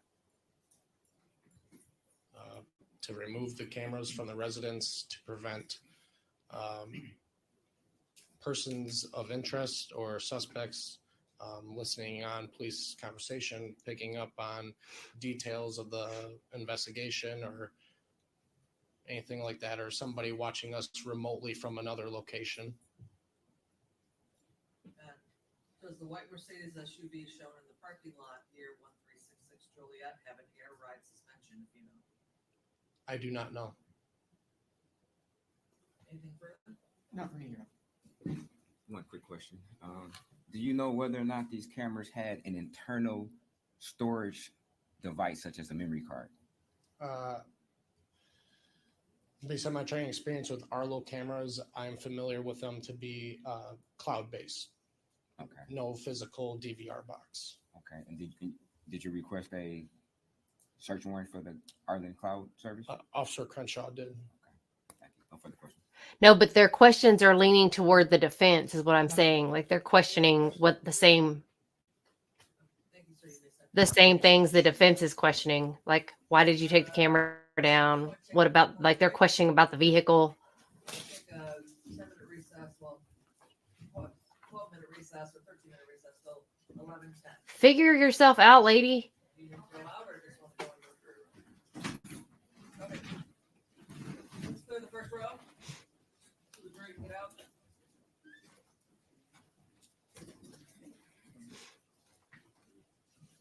I like that they can ask questions because I can tell that they're just as curious as we are. They're like, what is happening?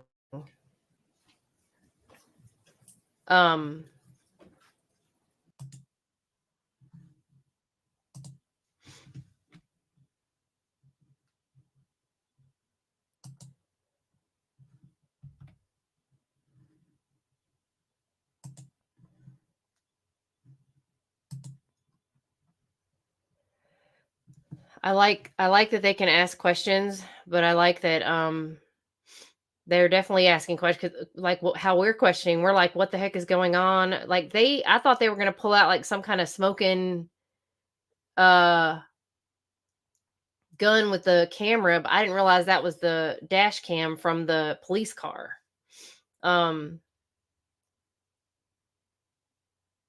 No, this case like literally just happened last fall. So to me, they spent a lot of time trying to piece together the fact that Michael was in the area. So they went back in time basically and pieced together the camera time footage with when he was there, and then pieced together when she was found, and then basically backtracked her time of death to make it convenient to when he was found on the camera. Instead of Jeff confessed, they didn't go back and try to piece anything together for his confession. And they didn't, like, he literally said, I came home from synagogue at 8:00. I was home at 8:00. I probably let my dog out. And then I was in bed by 10. I didn't touch my phone. He didn't talk to anyone between 8 and 10 p.m. on the phone. He literally didn't get on the computer. He listened to some records and was in bed by 10. So he didn't turn on any electronics, even though he's not an Orthodox Jew. He said he's not the kind that doesn't touch his phone for Shabbat, doesn't do the whole electronics thing. So he just didn't do any of those things. He was just listening to music on his record player until 10:00, and then he went to bed. So there's literally zero alibi. Like, he has no alibi. It's like a movie. Like in a movie, he would be completely looked at, and it would look like a railroad of the ex-boyfriend, because, I mean, right? Like he would be in a movie, he would be totally, it would be, this would be, it would look guilty. It'd be totally obvious. But in real life, he's just like on the stand, he looks like deer in the headlights, and he's just like, I was just listening to my records. He looks like some kind of weirdo. Like, I wouldn't want to be caught on a dark alley with him.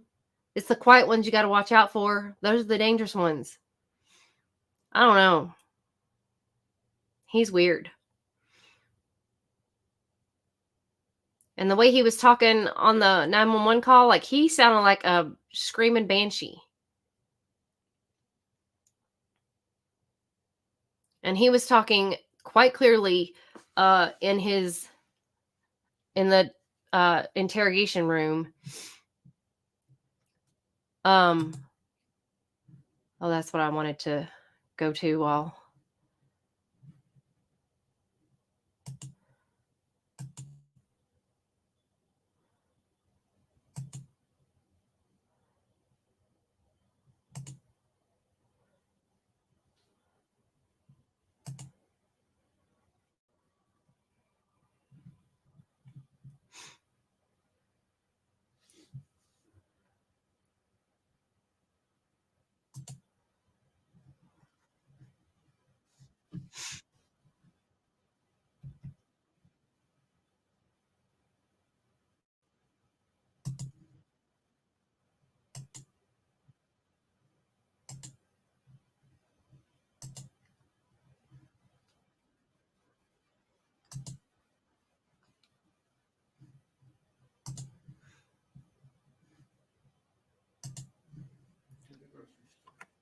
You will walk to the grocery store?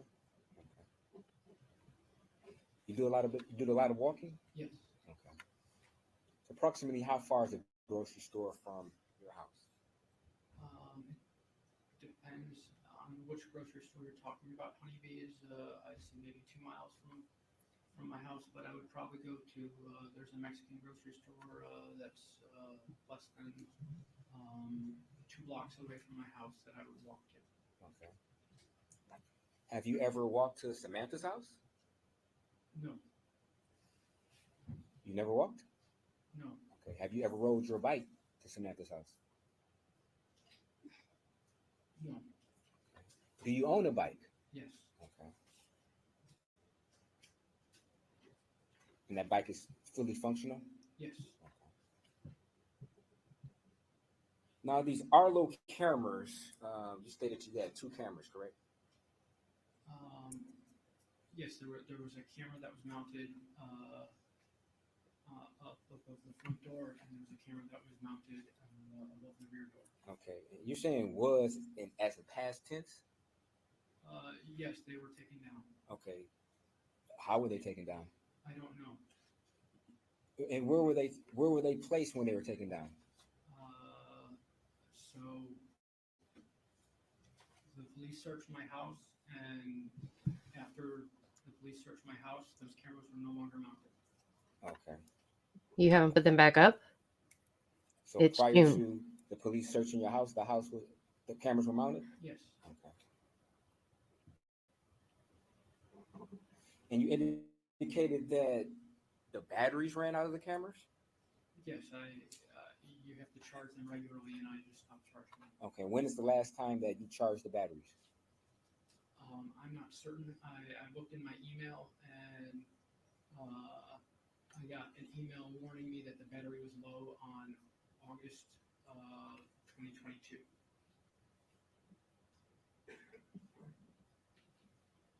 And you haven't changed the battery since then? No. Okay. Yeah, that's his goal, is to look like a scary You stated that little one of the purposes of you mousy installing those guy. cameras is to monitor your front porch, correct? Yes, that was the purpose. Yes. Okay.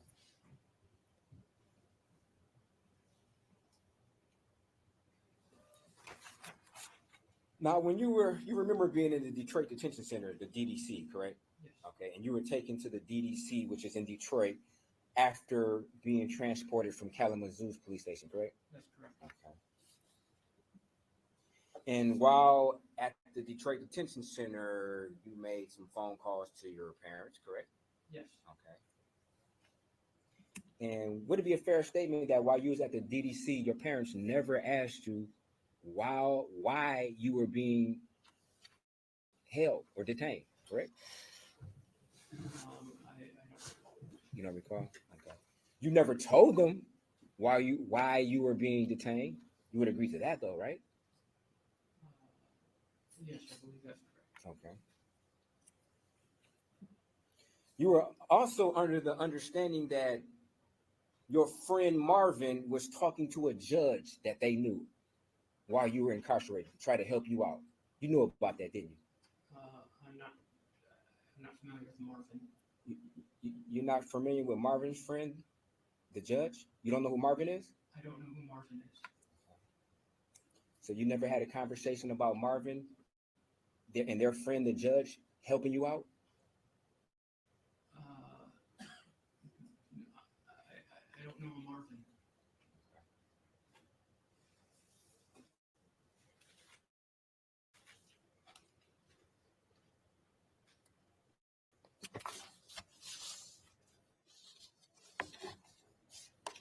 You may be referring to a Martin.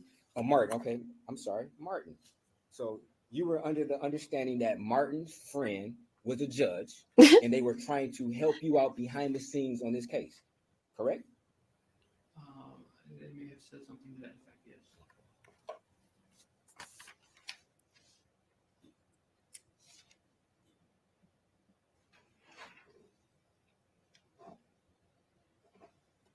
You also told your parents to contact your job, right? Yes. The job that you were scared about losing, correct? Yes. And you told your parents to tell your job that you had a nervous breakdown and you needed some time off, correct? Yes. Okay. And this is why you were incarcerated, correct? At the DDC. Because I told my parents to tell my job that I was having a nervous breakdown. No. He is.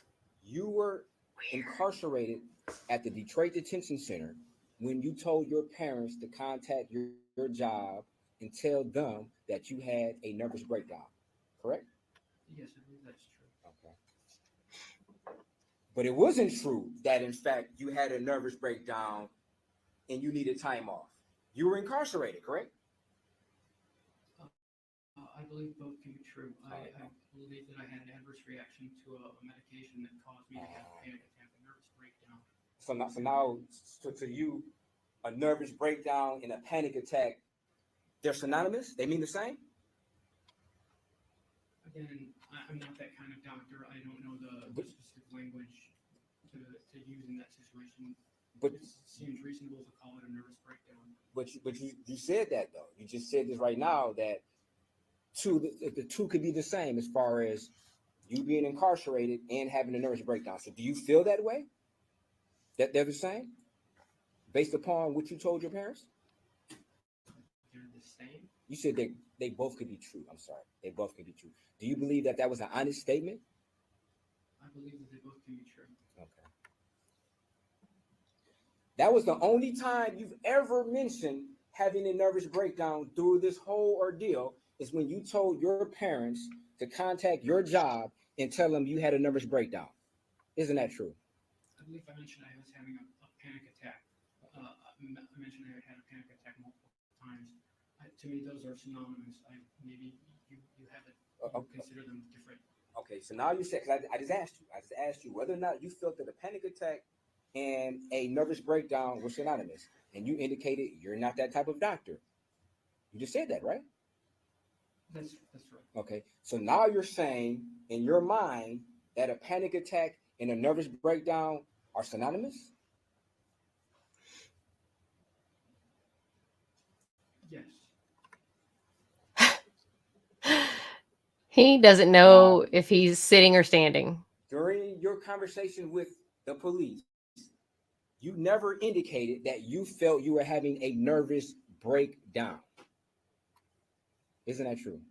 I believe I mentioned that I was having a panic attack several times. That's not my question, sir. Oh my gracious. Sorry, I may be a little bit confusing. My question is, you never told the police that you felt you were having a nervous breakdown.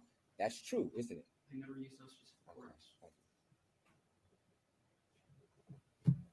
And when you told your parents, you never instructed your parents to contact your job and tell them, I'm having a panic attack and I need days off. Isn't that true? That's correct. I did not use those specific words. Okay. He's like looking for a lifesaver. Right?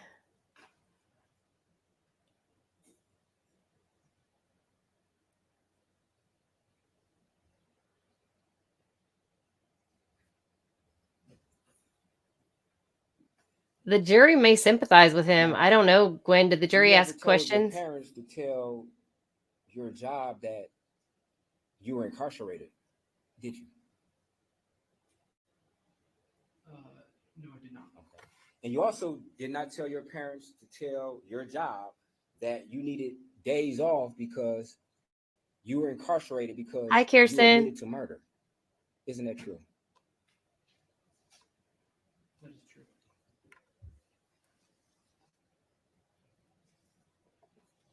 This is the trial we were talking about yesterday, the Samantha Wall trial that we Now- caught up on. Did you ever have a key to Samantha's place?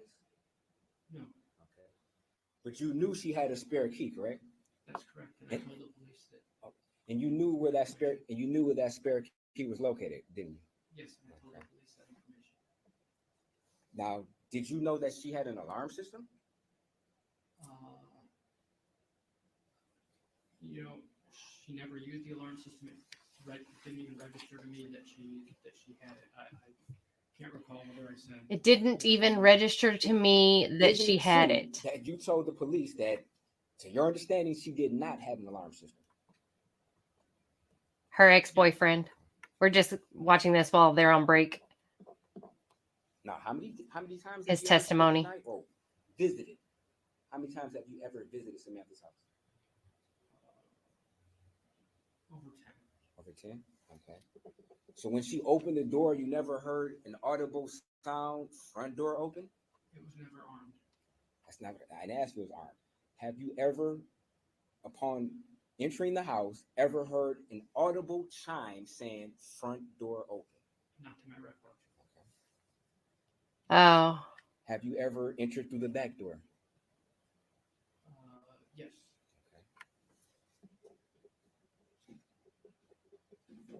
we think so, Kirsten. He confessed. Have you ever came over late at night? Yes. Have you ever came to the back door late at night? Only with Samantha. Have you ever came over her house to visit with Samantha and came to the back door at night?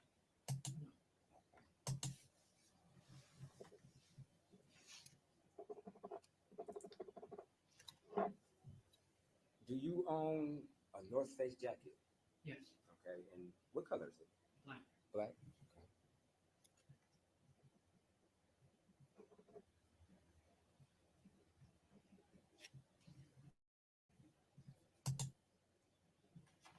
Now, of course, you understand what use immunity is, correct? That basically the prosecutor cannot use whatever you say while you're on the stand against you in any subsequent, if ever, subsequent proceedings, correct?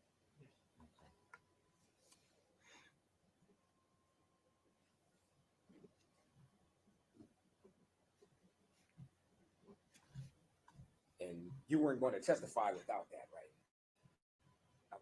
Without that immunity being in place, correct? I'm not a lawyer. I am following the advice of my counsel.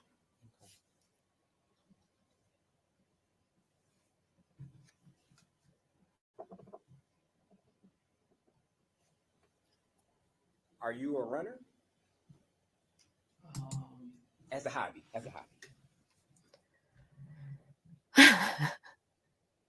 It's like, as a hobby.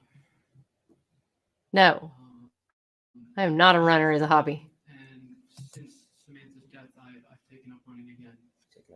No, this, for some reason, the volume for him is really low. But prior to her death, you were an avid walker. You would agree to that, right? That's correct. Okay. And you continue to walk, correct? Yes. So as of now, you are an avid walker and a runner. Would that be a fair statement? Yes. Okay. As well as a biker? Yes. A bicyclist? Yes. Okay. It's just a cyclist, Brian.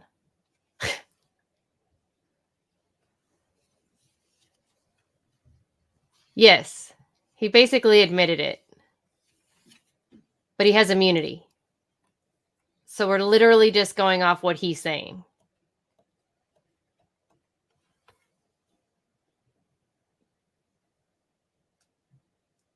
He's saying he had a medication change. He's saying he blacked out. He's saying his medication changed right at this time. He's saying he's made it all up. He's saying, so we're just going off what his story is. Yeah, it's all jacked up. So there's no way to corroborate Now, you his would story. agree that during your different interviews with the police, they treated you very kindly, didn't they? Of course they did. They were respectful, yes. Okay. And they offered you water, they offered you snacks multiple times per interview, correct? Yes. Okay. And even one detective to your understanding, made a comment to you about it's been a pleasure speaking with you. And this was while you was in Kalamazoo, correct? I don't recall that. But Wow. It was a pleasure speaking with you. You murdered your...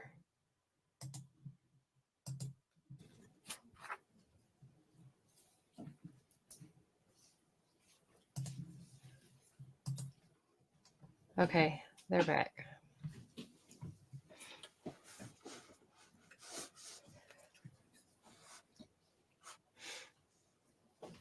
Yeah, it was a super, super horrific crime scene. So, I mean, I just don't see somebody getting out of there with that much blood. And he had all night and all weekend and apparently several weeks. No, they still pinned it on this other guy. He's still on trial for it. Neiman is Nieman. Good morning, sir. Where do you work? City of Detroit Police, 9th Precinct. How long have you been a police officer for? 25 years. And were you working as a police officer back on November 30th of 2023 at around 1:30 in the afternoon? I was. And were you directed to go to the area of 30283 Utica Road in the city of Roseville? Yes. And why were you called out to go to that location?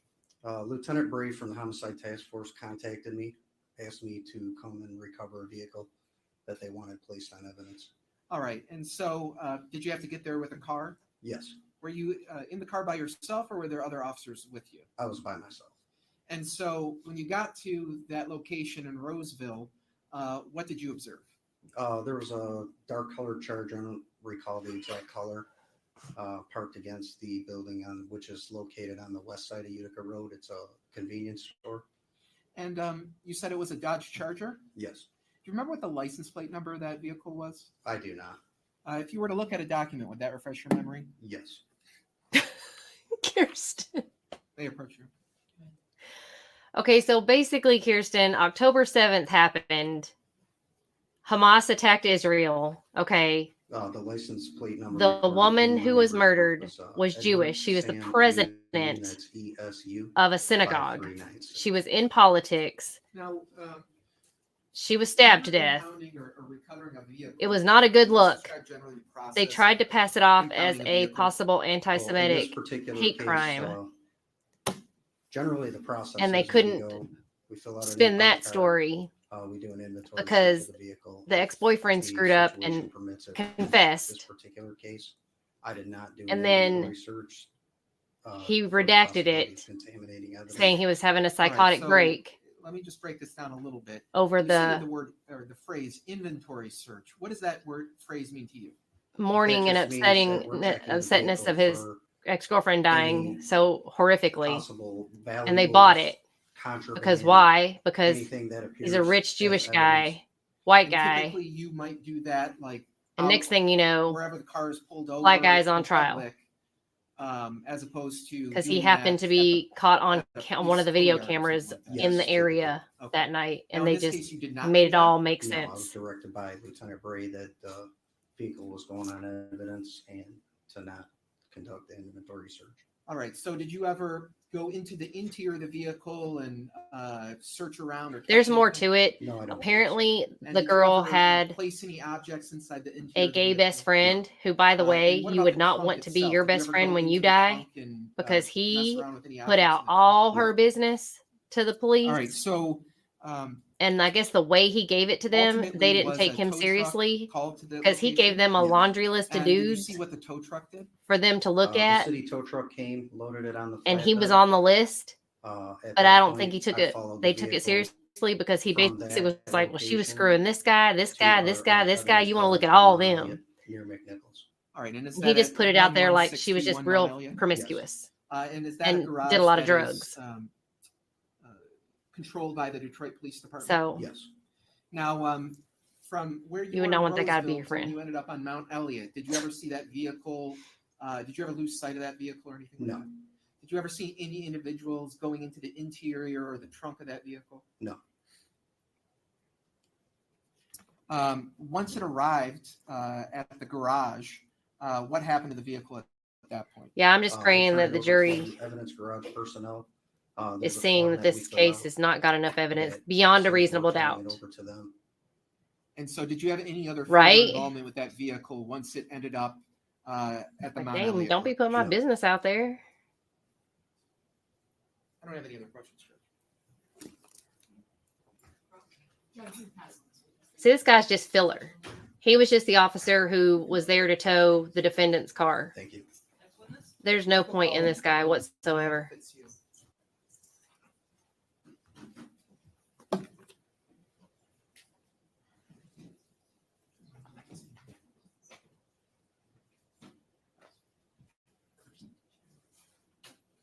Yeah.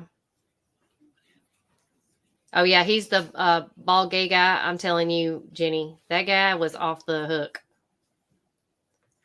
But he did not like the ex-boyfriend. Yeah, they were saying it was a crime of passion. Actually, in all the news, they were like crime of passion, crime of passion. Since it wasn't a hate, couldn't be passed off as a hate crime, anti-Semitic thing. They were like, it must be a crime of passion. And then, of course, they couldn't like find any loot because the boyfriend, ex-boyfriend, I don't know, they couldn't find anything. This didn't do well enough. And now they've decided it's a burglary gone wrong, yet nothing was stolen. And it was a horrifically bloody crime scene. I don't know. That friend seemed kind of jealous because, like, the way he talked about her after she died. Good morning, Judge. But then he got on the stand and he was all like, she was my best friend. I knew everything about My name her. is Eugene Fitzhugh. First name is Eugene. The last name is F like Frank, Itzhugh. Good morning, sir. Where do you work? City of Detroit Police Department, And what type of work do you do for the police department? crime scene investigator. All right. And so, what type of work do you do as a crime scene I should investigator? say the title of the job is evidence technician. All right. And how long have you been in that role within the police department? 180 Since years. 98, I think. 1998. 1998? Correct. All right. Now, back on 2023, were you directed to go to the an evidence garage located at 11631 Mount Elliott in the city of Detroit? That's where I work, yes. And were you tasked with searching any vehicles at that time? Well, that's primarily what I do, but yes, on that particular day, I searched a Dodge Charger. And do you remember the license plate number of the Dodge Charger that you searched? I'd have to refer to my report. That would refresh your memory? Yes. Well, duh. I don't know my Jenny. You caught that? License plate on the vehicle is Edward Sam Union 5396.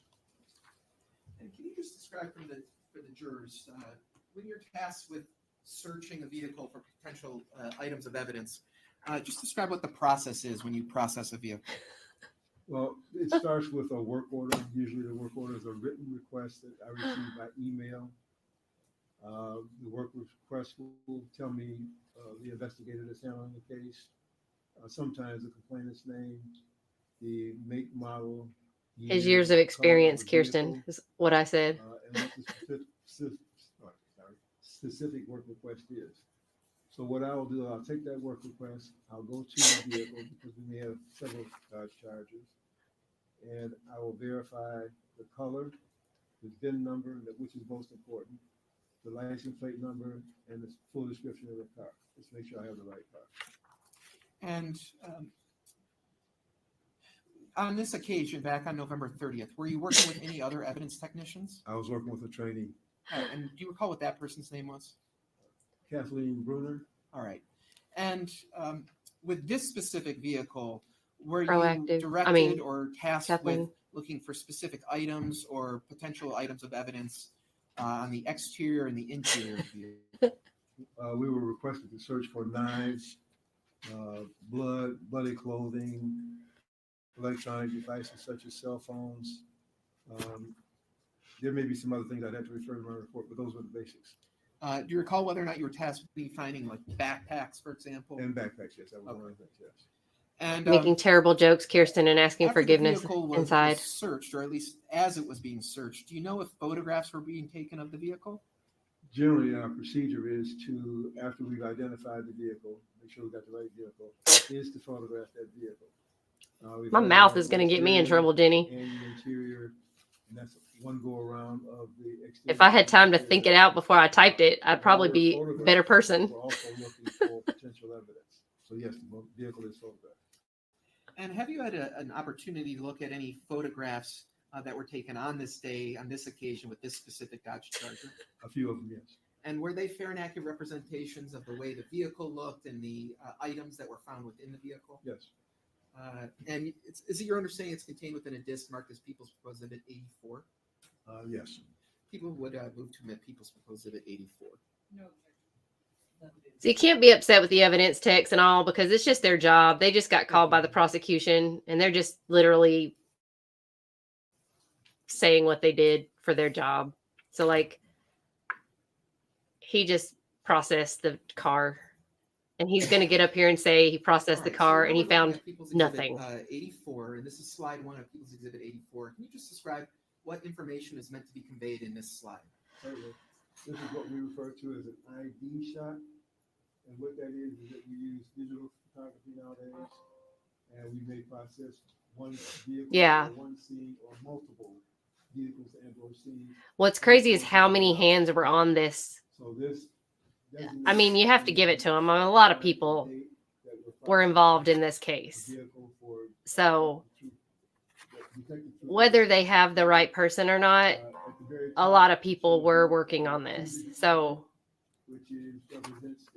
we have to give it to the department for actually working on trying to solve this.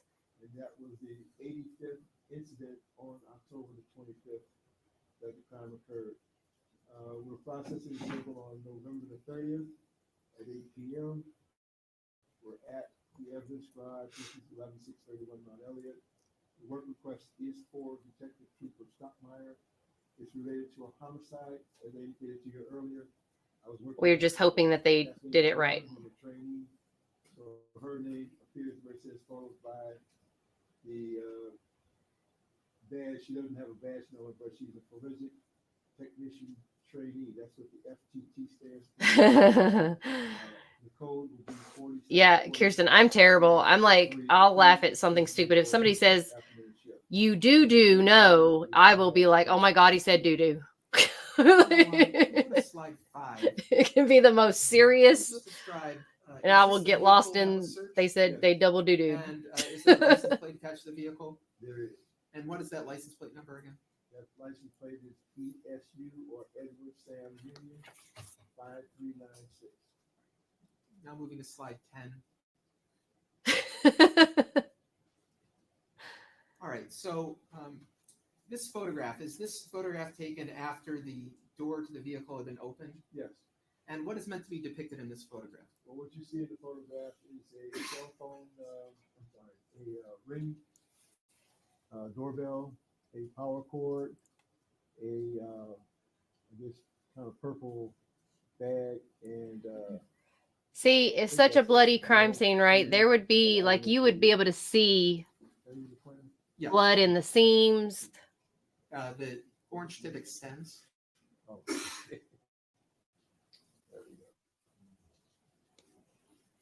Yeah, I think this here is that you use for your nails.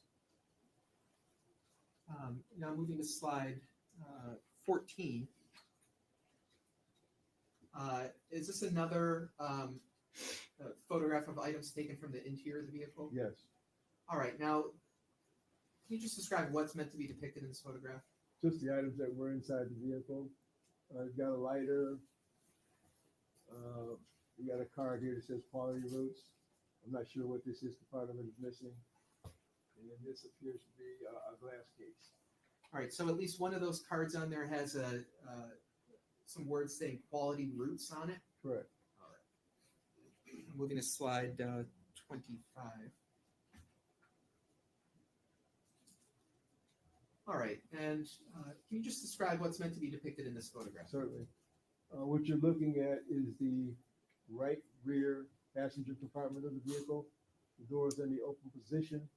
On the seat, you have a wood club or bat. On the floor, you've got like a hidden neck brace, or rest, if you will. Some papers that are on the floor, and you've got some sort of a card here on the seat. And the condition of these objects, or at least the location of them, is that where those items were located when the vehicle was first opened? Yes. All right, now moving on to 26. All right, is that this wooden object that was found in the vehicle? Yes. This is the wooden bat or club right here. Now slide number 36. All right, can you just describe what's meant to be depicted in this photograph? In this photograph, you see the trunk of the vehicle with the trunk lid open. You've got a tote bag here with some clothing items in it, some clothing items over here. You've got a backpack here and another kind of a tote bag over here. And the items as they're depicted in this photograph, is that how they appeared when the Thank you, trunk was Kirsten. first opened? Yes. I love our little group Now, too. you mentioned a backpack. What color is that backpack? Black and gray. Okay. And the way it's depicted is how it initially appeared to you? That's how it was in the trunk, yes. Okay. Slide 41. All right, so what is this in this photograph? That is a document written to Michael Jackson Bolanos at an address of 19371 Trinity in the city of Detroit. And it is from Michigan First, which is located at 27,000 Evergreen. I think it has to do with his direct deposit account. Yeah, you can't read his stuff.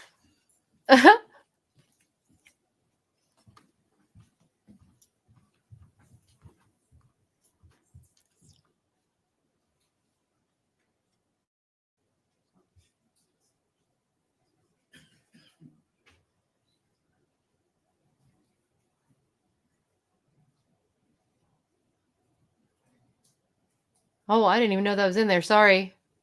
Totally forgot.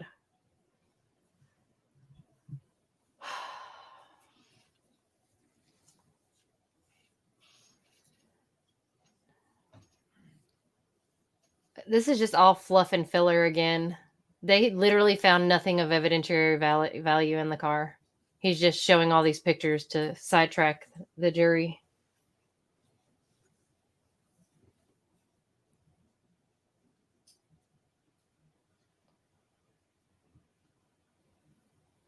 I just want Brian to get up there and be like, so how many pounds of blood did you find in the car?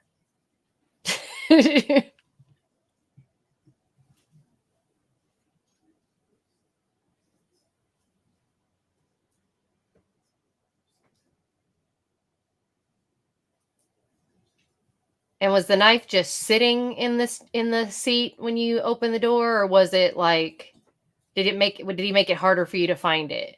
Was it in the glove box or cup holder? Like, where exactly was it? Did it sit there for the whole month?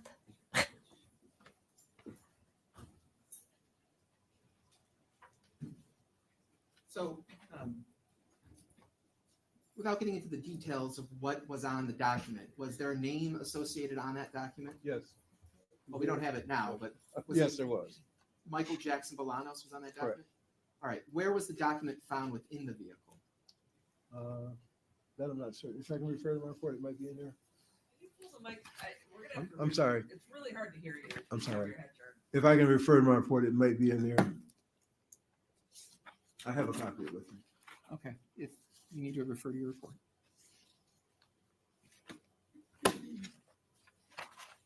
That judge can come across as either Mrs. Claus or Mrs. Grinch. It just completely depends on how you want to take her. I don't have information as to where directly it was found.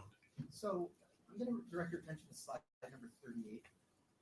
All right, now, are these different objects that were found within the vehicle? Yes.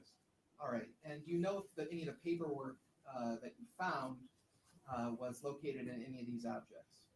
I'm sorry, repeat that, please. Do you know if any of the paperwork that was just shown was found in any of these objects that are displayed on the screen in slide number 38? What's the big deal about the paper? I think so. Slide number 39. That's a folder from Michigan First Credit Union. All right, is that where the documents were from? It could have been, yes. All right, and if we look at slide number 38. Oh, God, no. Okay. Yes, this is the folder right here from Michigan First.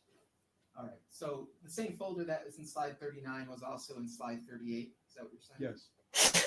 And that was again found in the interior of the vehicle? Yes. Yeah, he doesn't have a website or an email online. I just called him. And shockingly enough, he answered the phone. Slide 45, please. All right, slide 45.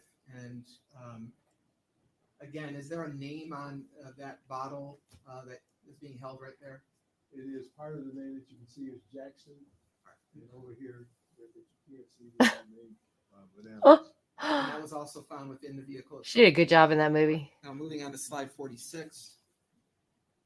What is being held in that object? What you're looking at is that gray and black backpack that was in the trunk of the vehicle. All right, slide 47. What is that photograph of? It's the same backpack. Hey, how are you? Welcome. Back of the backpack. And slide 48. Can you describe what's CT being Bad shown in Cop. that photograph? Yes. Where are you from? Backpack, gray and black in color, and it's in two pieces. Oh, it's in Now, two pieces. The backpack comes apart? So you said it's in two pieces. Is that the way it was found inside the trunk of the car? That's the way it was found inside the trunk of the vehicle. So it was already. We are watching the Samantha Wall trial. And are you holding both pieces of that backpack in your hand? I am. Okay. Now, was this backpack? I don't know if you're familiar with this trial, but It was. And we was are there on a any, sort of consensus evidence, that we tag feel number the that's prosecution has a associated highly with this circumstantial backpack? case. Yes. And do you recall what that number is? I'd have to refer to my report. If that'll refresh your memory. It will.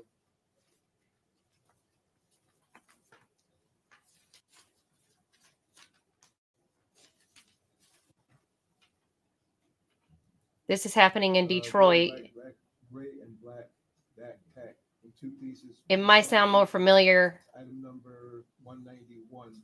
This was a Barcode Jewish 706 synagogue 49. president was killed, female, last October, right after the It's been marked as People's Proposed Exhibit 85. Hamas Recognize invaded the Israel, locations, on and they this tried to item. make it sound like a hate crime, anti-Semitism crime, and that didn't fly. It was national. Yeah, okay. It rings a bell now. Well, the ex-boyfriend confessed. Then he took it back, and now suddenly this black guy, Michael Jackson Bolanos, is on trial. Two pieces from the trunk of the 2007 Charger. The property tag number, which is the barcode 706419, which I indicated. And the ex-boyfriend got And it was seized with immunity, red evidence taken. All right, so conditional that's the immunity, same, if he container that testified on the backpack stand, was, placed into, Yes. Yes. which he did. and that People's Proposed Exhibit, No, not a hate crime. It's an ex-boyfriend crime, or that's what I think. But honestly, I don't know. I don't think this guy Now, did it.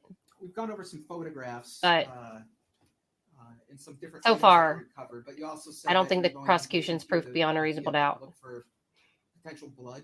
Yes. When you went through the interior of the vehicle, did you see any suspected blood inside the vehicle? I did that. And did you ever go back after you processed it initially to go back and look at any other suspicious stains or anything like that inside the vehicle? I did. Okay. Yeah, And that too, Jenny. were Jealous you friend. directed to any stains, or did you see it yourself? I was directed. And when you were directed to go look in a specific area, what did you observe? I got a subsequent work request, I think the next day. I'm sorry. I got a subsequent work request, I think the next day, to go back to the vehicle, look at the driver's door, window regulator area, and there was a stain. I was asked to collect that stain. I attempted to collect the stain. In fact, I did swab it. However, after I swabbed it, the stain remained. Yeah, welcome. We're glad you found us. Usually if it's blood, it'll come up. So I figured, in fact, I put it in my report that it was probable ink or some other similar material. All right. And so, just to break that down a little bit, when you say So still no blood. what like exactly do you mean by swabbing it? When we swab for suspected blood and or DNA, we use basically a Q-tip. There's 2 in a pack, and we swab it with both Q-tips. One we use, one we reserve in case a defense attorney wants to have his own independent analysis done. So I swabbed it with the 2 Q-tips, placed them on evidence.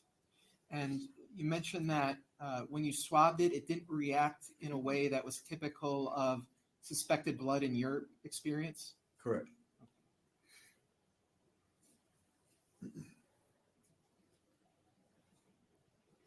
This poor old man's like, I'm never going to get this hour of my life back.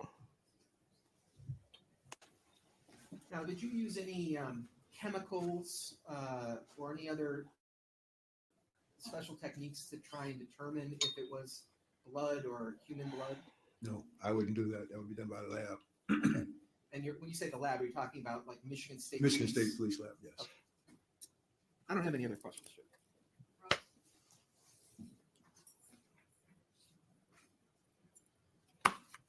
Hello, Hello, ma'am. how are you? I'm fine. So, can we go back to slide 10, please? I am Tracy Lee. I am the So, hostess yeah, if you take a look at slide of this 10, channel, and I'm in Austin. it'd be safe to say that that blue handled object is a screwdriver, correct? It could be.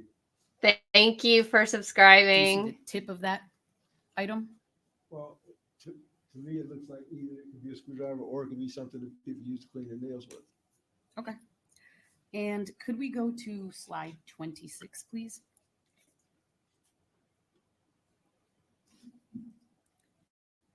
Sir, you indicated that this was a club or a bat, correct? Right. That Thank could you, be used for Connecticut. sports, correct? I don't know what sport it would be used for. It could be though, right? That's a possibility, I suppose. Okay. And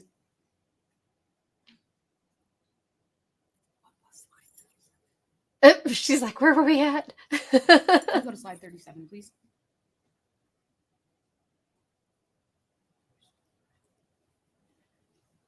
Sir, do you see the white paperwork right there? I do. Now, in slide 38, if you could go to that as well, you see white paperwork in this photograph as well, correct? If you're referring to the folder, yes. Okay, so safe to say that that paperwork came from that red bag, correct? Correct. And that red bag came from the trunk of that vehicle, is that correct? Correct. Okay. Now, if we could go to slide 45, please. Sir, based on the angle of this photograph, the only name that you're able to see based on this photograph would be the name Jackson. Is that correct?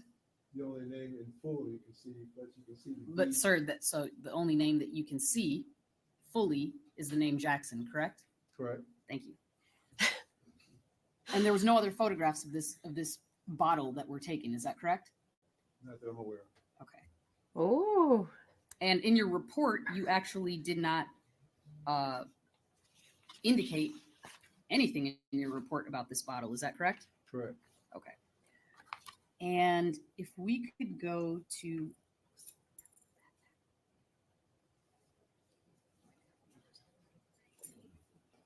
slide 48, please. Sir, you indicated that this gray bag was cut, correct? I indicated it was in the trunk of the vehicle and it was in two pieces. You indicated it was in two pieces.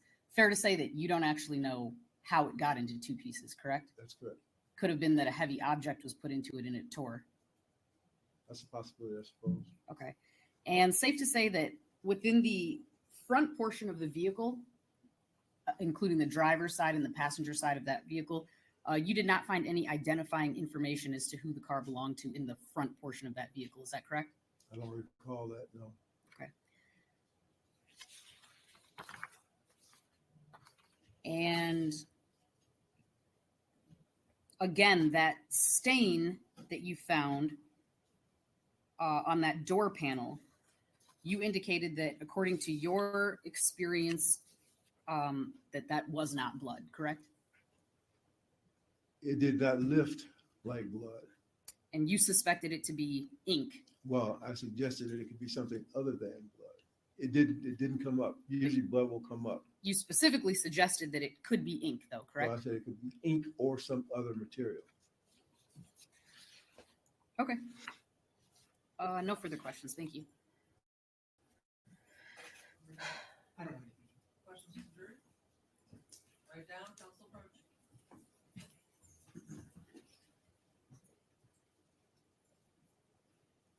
So are they going to have some evidence come from this car? They're just like lining people up. Anybody who like took a picture is going on the stand. Like, I wrote down the time on this day. Thank you. Anyone have any questions? No. Okay, next. I was there standing in the background right there. Okay, thank you. I held the evidence tape. Yeah. That's exactly like they're just putting people up there. I don't recall if there was anything inside. My partner photographed it simply because it was in a vehicle and it had a name on it. Any further questions based on that? No, Your Honor. Just briefly, and so there was nothing in your report that would indicate where that bottle was found, correct? I'm not sure where it was found, no. Nothing for the thing. It was inside the vehicle. That's what you're referring to.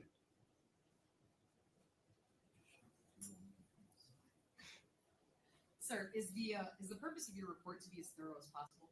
It is, That way you would know where each individual item that you recovered, where it came from, correct? but we didn't recover it. Each individual item that you photographed, correct? And again, it was photographed because it had a name on it. It was not collected. But it was photographed, It correct? was photographed, yes, ma'am. And it was observed, obviously, since it was photographed, correct? Correct. Nothing further. Thank you. Briefly, now going back to slide. Oh my 38, gracious day. Sir, do you see this blue pill bottle in this photograph? I do. All right, and are these objects that were taken from inside the red duffel bag that was inside the trunk? They were. Okay. I don't have any more questions. Any further? No, Judge. Any further questions from the jury? Write down, counsel approach. Can they just not confirm that the car is registered to him or something? I mean, they're just trying to identify that the car belongs to him based on a couple of items found in the vehicle and that he was driving the vehicle.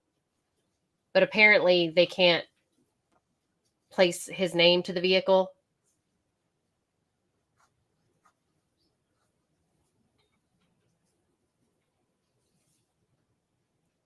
She's like, this is a funny one. This must be a good question.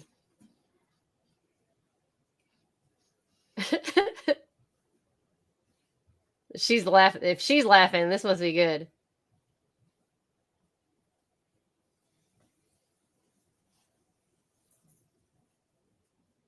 She's like, he's just thinking, do we want to let them ask this one?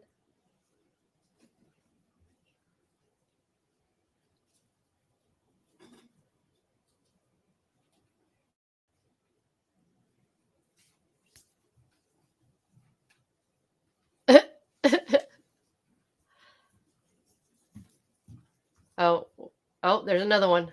Uh-oh. Ask it differently. I feel like Karen Reed. Ask it differently.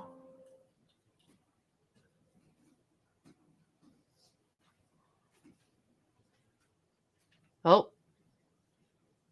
Man, they got some questions.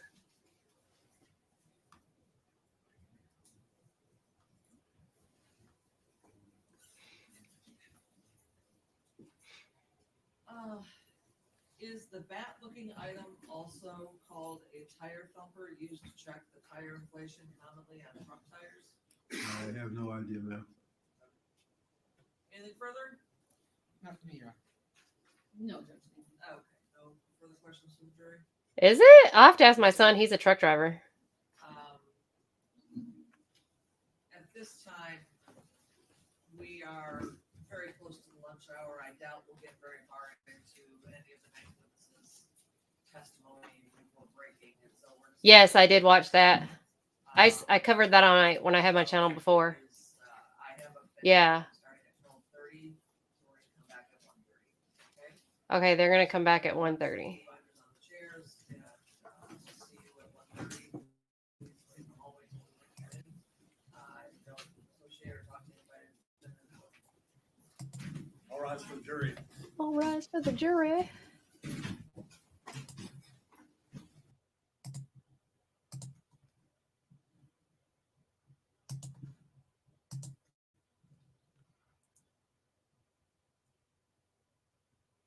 No, when did he do that?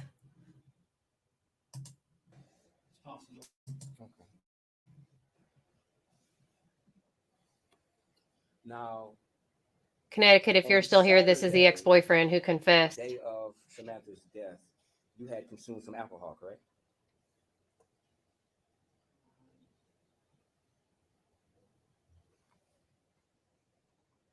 Or you told the officers you consumed some alcohol? On Saturday, October the 21st. The 22nd, I'm sorry, the 22nd. This is the cross-examination with the defense attorney. So just by the way, Connecticut, I talked to the defense attorney, Brian Brown, the one that's cross-examining. You left synagogue. He is going to get back to me tomorrow after he talks to Michael and let me know if he's going to be on this channel. So fingers crossed. Does this ring a bell? Because I want to get to know how this all came about. The day Penn State was playing, which they're college, so I would assume that How they end up putting this on Michael. Yeah, I'm sorry. You're going to have to restate the question. Okay. Yeah, I talked to him yesterday. The day that you found out that Samantha had died. So I'll let you guys know. Been the next day, which has been October. And I posted this on my TikTok because I really feel like this is a possible innocent man on trial here. Between October the 20th to October 22nd. I went so I went that Friday night, and then I did go Saturday afterwards, after to meet with friends. Yes, sir. Thank you. Okay. So you did go that Saturday. Yes. Okay. Thank you. And after you left some synagogue on that Saturday, you went back home and you watched the football game, Penn State, correct? No, that happened before. That was a noon game. Oh, that was a noon game? Okay. But after you left synagogue, you eventually went home and you had some alcohol, correct? Yes, I believe that's correct. Okay.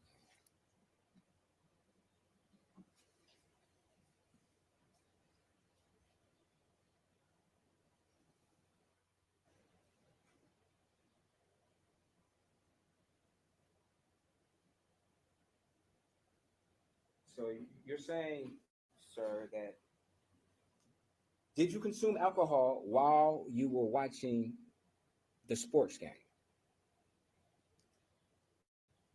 The football game? Yes. In the afternoon? at any time during that day?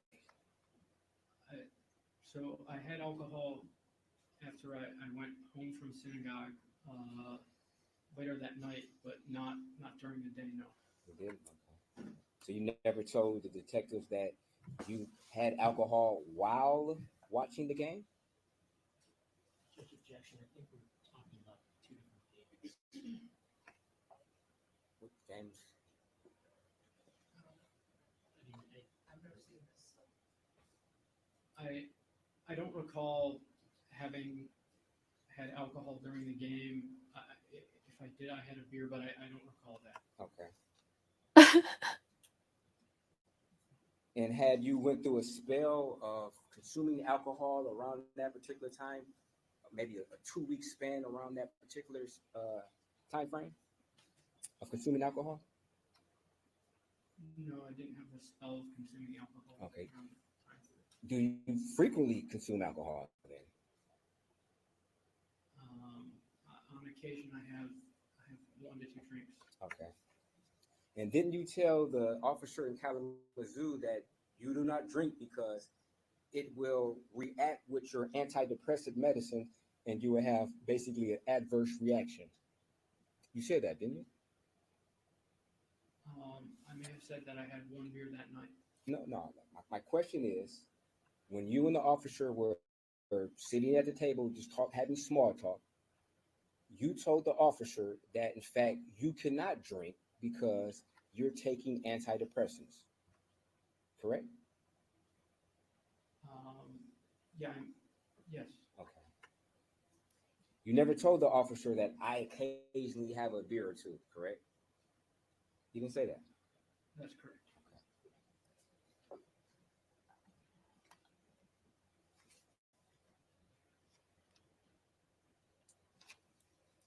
He's a weird guy, y'all. I don't know. He's scary to me.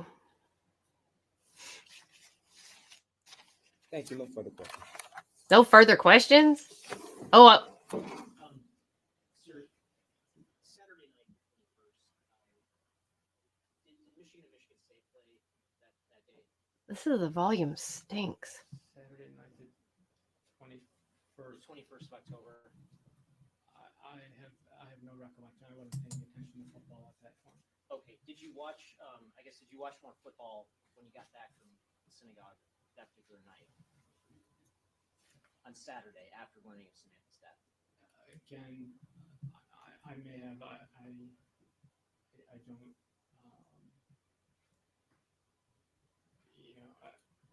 if anything, I was trying to take my mind off of the events of the day. I'm sorry, I don't really recall.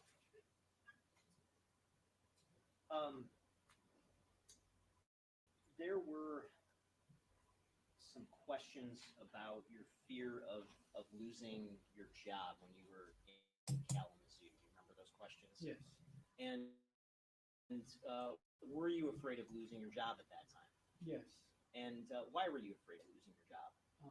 Because I was at the police station and being arrested doesn't look good for a job. Did you want your employer to know that you were at the police station? No. Why not? Again, it doesn't look good to be detained. For confessing killing my ex-girlfriend. Smile? Yes. Good morning, Rob. Yeah, oh, it's a good morning now, isn't it? Yeah, and finally, Portugal is coming. Oh. I was waiting for Portugal. What the It's heck? one of my 2 favorite with friends, and they have Cristiano.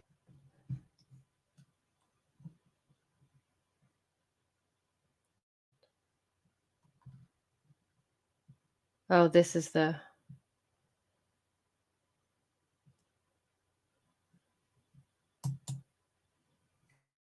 There are, like, really not anyone talking about this trial. Jeffrey Herbstman. Thank you. Sir, before we broke yesterday, we discussed a 911. Oh, this is the good one. You guys have to watch this weird. The sound is terrible, you guys. I can't do anything about the sound. Around that time So I'll just be quiet. Did you have a cell phone? Yes. And did you have more than one cell phone that you actively used, or just one phone? Just one what type of phone was that? It's an iPhone. And without telling the jury the full phone number, could you indicate what the area code of your phone number was and the last 4 digits of the number? The area code is 847, and the last 4 digits were 3845. Okay. And did you use any other numbers at around that time, No. October and November 2023? No. In the call that was played yesterday, there was some reference that you made of something to the effect of you were a danger to others. Do you remember hearing that? Yes.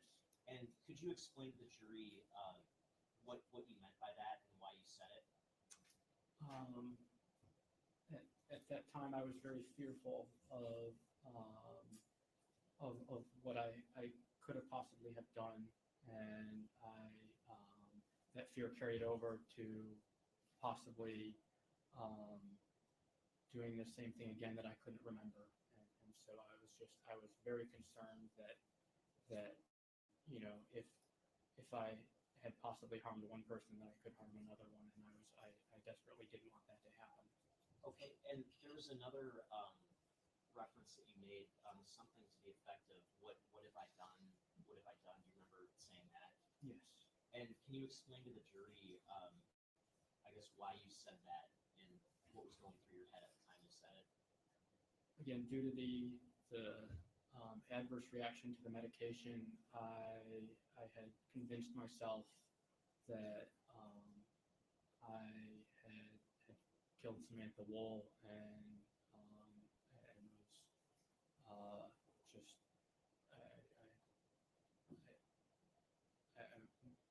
that's what I was referring to at that time. Okay, and after you placed the 911 call, while you were in the Sheraton parking lot, did you eventually have some interaction with some police officers? Yes. And have you had an opportunity to review some body-worn camera footage of that interaction? Yes. And the footage that you reviewed, to the best of your recollection, does that fairly and accurately depict the interaction that you had with those officers in Kalamazoo? Yes. And that was back on November 7th, 2023, is that correct? That's correct. And would that have been after you made the 911 call? Yes. Okay, and I'm holding what's been marked as proposed exhibit 28. Is it your understanding that the footage of that interaction that you had with police on November 7th, 2023 is contained on this disc that I'm holding that's been marked as proposed exhibit 28? Yes. Your Honor, with that, I move to admit proposed exhibit 28. No objection. Thank you, Your Honor.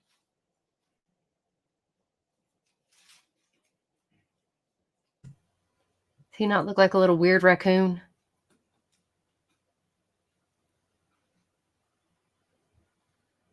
Rat. Okay, watch this. And for the record, publish names. Okay.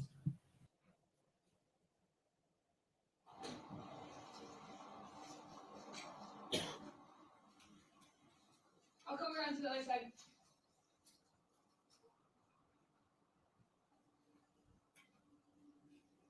Hi, can you open the door? Can you open the door for me? I know I'm in trouble. No, you're okay. What's going on? You can stay in the car if you want. No. What's going on? Wait, he likes to enter. Turn on your body cam, please. Yeah. It's recorded. What's going on, sir? What's your name? I don't remember. I don't remember anything. What's your name? Jeffrey Herbston. Jeffrey, are you from Kalamazoo? I'm from Detroit. Okay. What brings you over to Kalamazoo tonight? I work at Stryker. Oh, okay. What do you do at Stryker? I'm a data scientist. So what's going on tonight? You're not in any trouble. I just want to make sure you're okay. What prompted you to call tonight? Do you have any weapons or anything on you? No. Okay. No, there's a knife in the car. Okay. Like a pocket knife or what's your name? Okay. No weapons on you or any knives or anything on you right now? No. Okay. You want to fight check real quick? Just put that down real quick. Okay. I appreciate it. Like I said, you're not in trouble. I just want to make sure that we're all safe, you know? All right. I'm going to shut your car door here. So what's going on tonight? What are you, what's going through your mind right now? Okay. I may have murdered my girlfriend and I don't remember it. Where does your girlfriend stay at? She lives in Detroit. Okay. What makes you think that you killed her? Because I had the motive and I had the opportunity. I may be trying to outsmart people. Can I get one more, please? He's making claims that he may have killed his girl. I'm going to stop the video at 2 minutes and 30 seconds. And Mr. Herbstman, there's a couple of things I want to ask you about. There was some reference to a knife in your vehicle. Did you have a knife in your vehicle at that time? Yes. And what type of knife was that? It was a knife that is designed to be left in a car. It has a sharp end to break glass in case of emergencies. It has a hidden a slot to cut a seatbelt if you need to cut a seatbelt. Okay. And did you regularly keep that in your car, or was this just something that happened to be in your car on this particular day? Yes, I always kept it in my car. And how long have you had that knife? I believe I purchased it in 2015. Have you ever used that knife as a weapon personally? No. There was also some reference that you made to having motive and opportunity. What did you mean when you said that?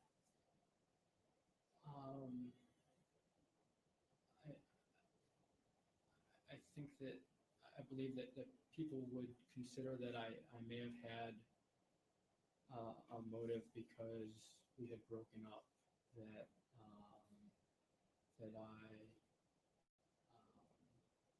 that that might be considered a motive for hurting Sam, and I was convinced that that could have been the case. And what did you mean by saying that you had opportunity?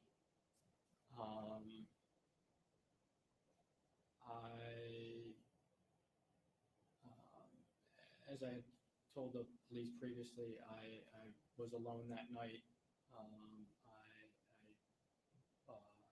didn't have anybody else to corroborate the fact that I was by myself in my house at that time that she was killed. Okay. And there was also a reference to something about potentially outsmarting people. Do you remember saying that? Yes. And what did you mean when you said that? I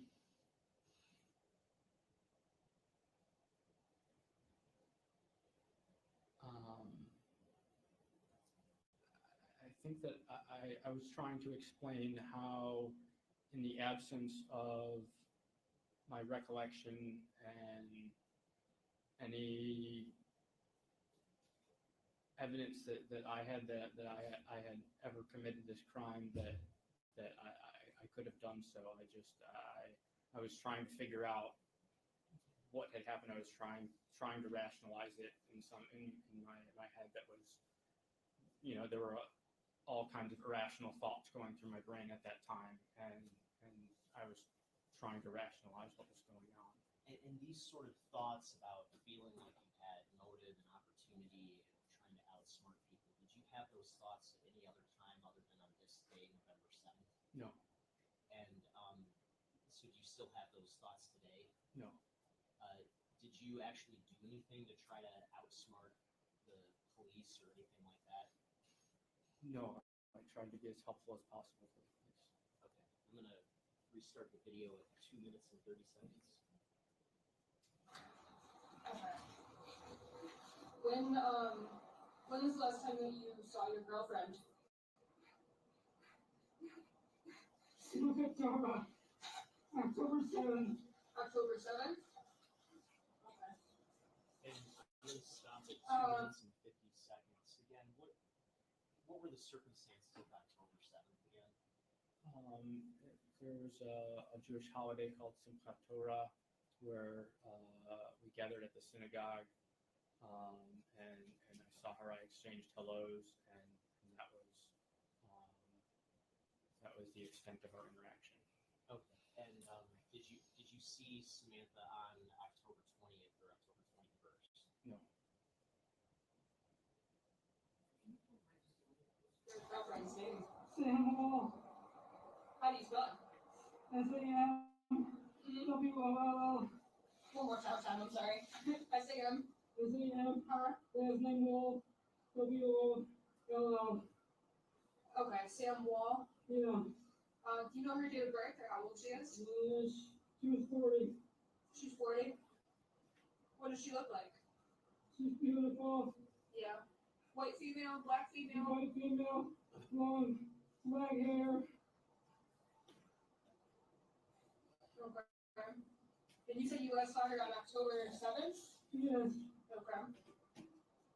How do you remember?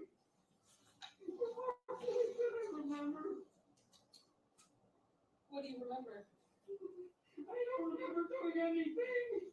Okay. Do you have a phone number for Sam? It's in my phone. Okay.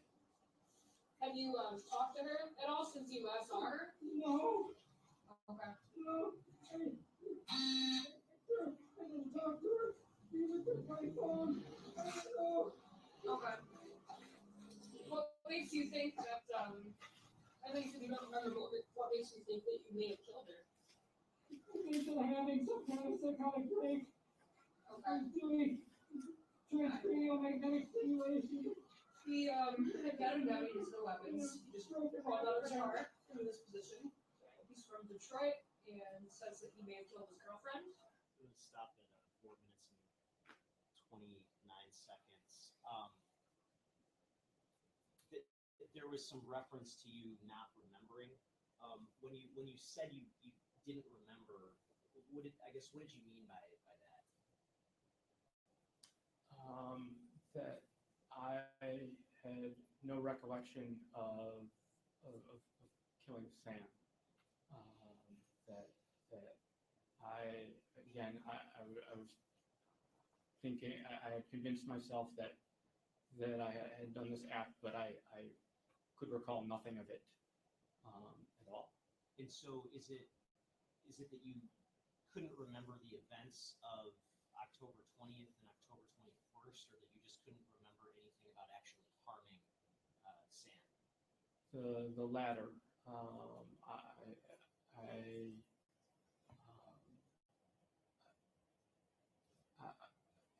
As I told the police on October, I believe October 22nd, I had full recollection of what I was doing that night. In that case, but it just on November 7th, I couldn't remember killing Sam, and so I was. That's what my statement meant.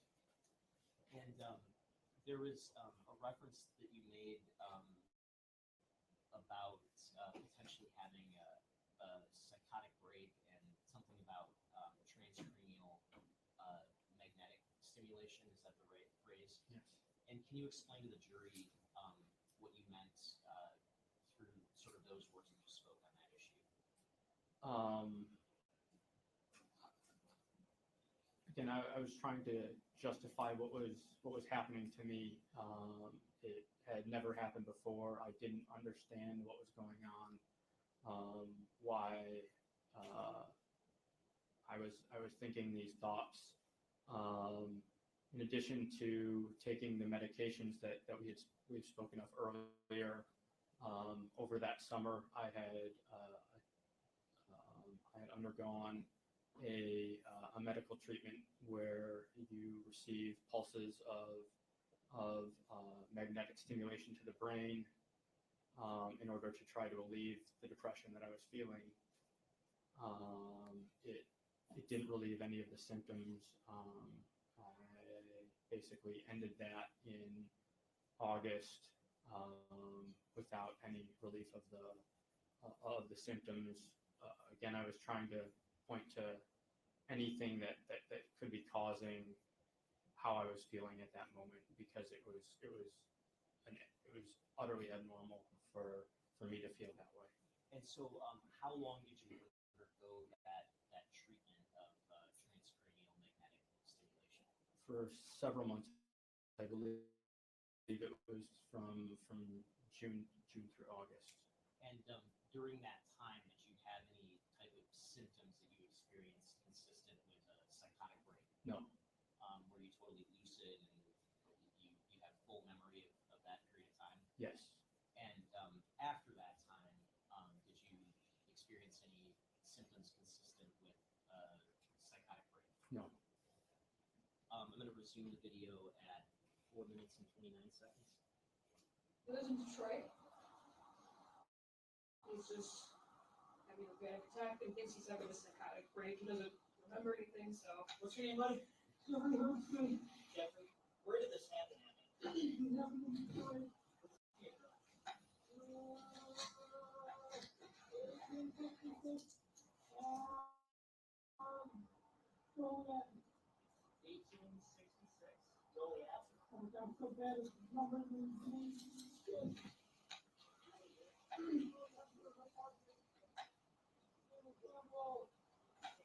Yeah, I got it. It's Sam Wall. She's 40, white female. He hasn't heard of birth, but he said that her phone number is in his phone.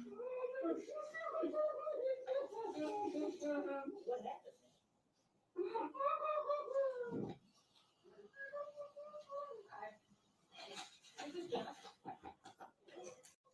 From Detroit. Called because he's having a panic attack because he may have killed his girlfriend in Detroit, but he does not remember. So that's where we're at. Is he being talking all the time? He might be. I just been around everything. Jeff, I shot him down too. He's got no weapons.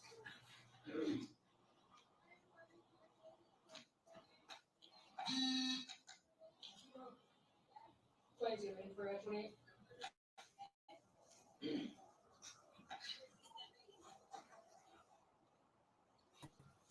Is he in handcuffs? Does anyone know?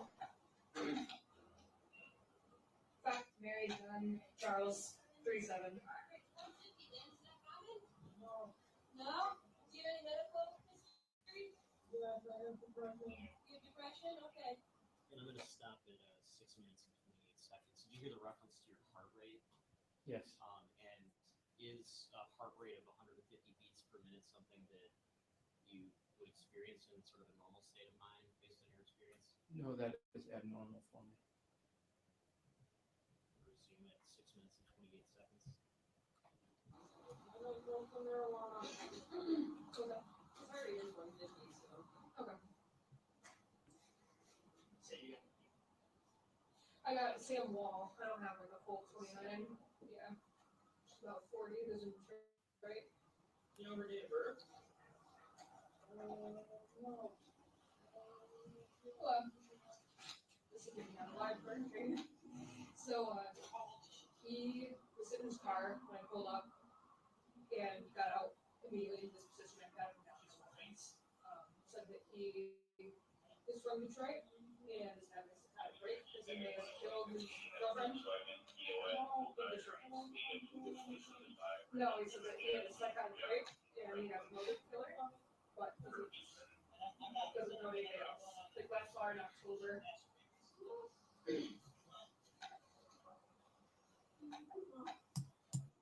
Yeah, that violet place. I'm on murder.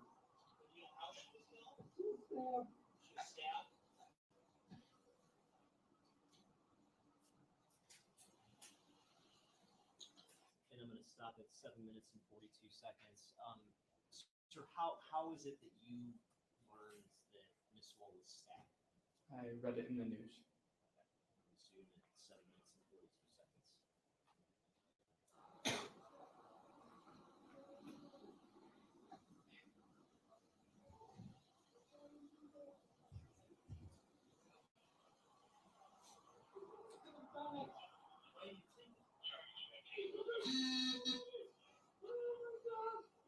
Where's her body? I didn't, Where's it buried? in the cemetery. Does he already have feet on all that? Yeah. Hey, Jeffrey, what's your name, Brandon? Yeah, that's what I was gonna do too, yeah. What's your name, Brandon? What do you call that? What do you do? You wanna go to Bronson or Boulder today? What do you recommend? Probably Bronson's closest. Okay. You wanna go there? And Jeffrey, what's your last name, man? Okay. Steve? Okay. P-R-E-S-T-I-N.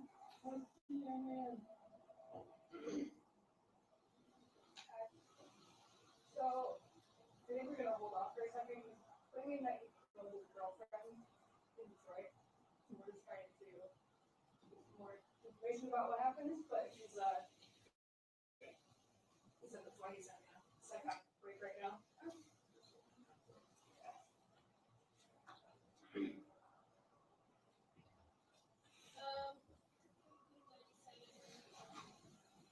Hey Jeff, are you feeling a little more at ease? Are you feeling okay right now?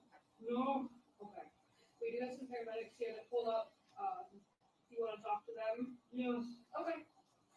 I guess he's willing to talk to you guys right now. I pat him down. He doesn't have any weapons or anything. Hey Jeff. Are you into?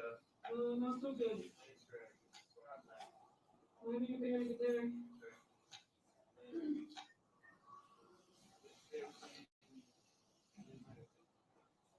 I'm afraid that I did. I don't remember. You don't remember. You say. I'm afraid I might hurt somebody else like that. I don't want to do it.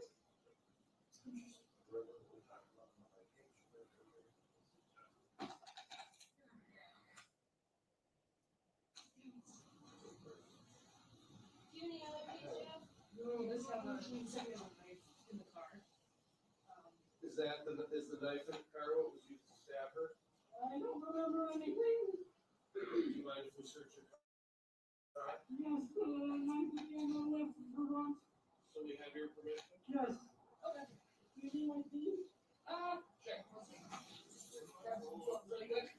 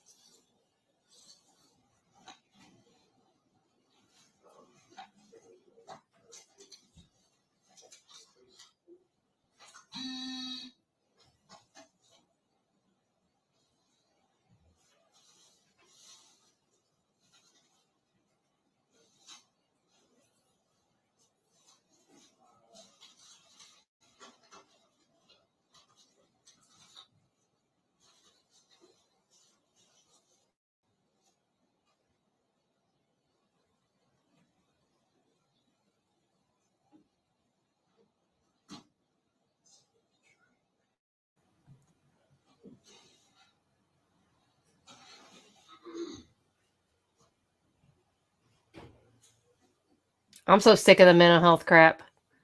I'm sorry. First of all, I'm just going to say this.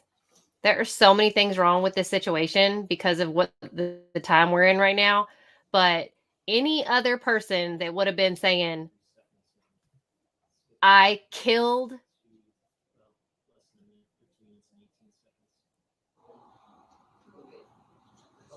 someone and I don't want to kill anyone else would be in handcuffs right away. There wouldn't be none of this. I pat him down. He's fine. Año.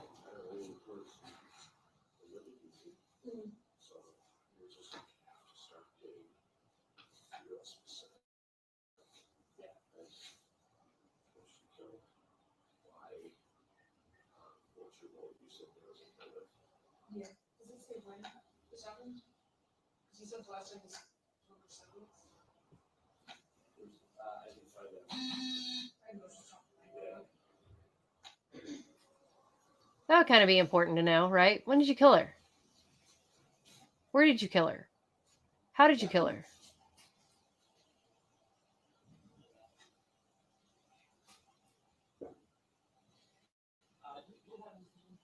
Yeah. It should be the dispatch. I ran his plate. Actually. Yeah. I guess he is the RO. Stop at 14 minutes and 32 seconds and skip ahead.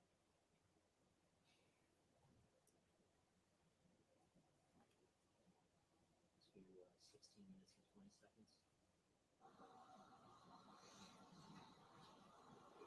So he says that he's here because he works for Stryker. Mm-hmm. He's a remote worker, but he came in town to do some stuff. He smoked some pot earlier today after dinner, which led him to have a panic attack here. At this point, he doesn't remember anything, but thinks that he could have done it.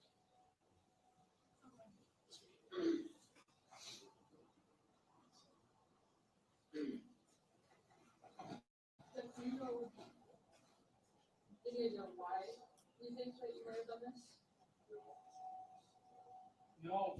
There's probably a lot going through your mind right now, but and then I know you mentioned that you had a motive earlier. I had motive and opportunity, and I don't know what the third one is, but I probably had that one too. Okay. What do you think the motive Means motive opportunity. I was upset with her for breaking up with me. Okay. When did she break up with you? Do you remember? Of this year? Yes. Okay. How long have you guys dated for? Almost a year. Okay. Have you guys had any issues up until then? We had communication issues. It wasn't working great. Up with me a couple times before that. Yeah.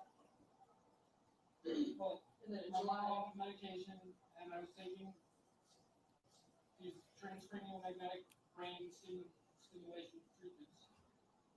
Okay. And I'm concerned that somehow that combination made me do some kind of psychotic break where I don't remember anything. I don't remember anything. I swear I don't remember anything. Are you still taking those medications?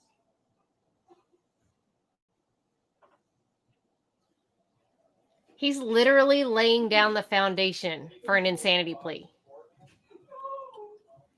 You've never experienced episodes where you don't remember anything? Or... No.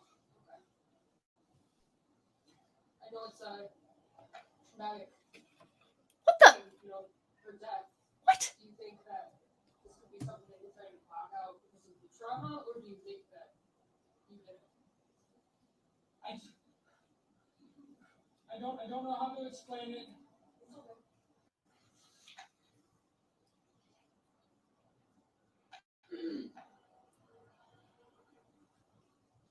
When did it happen?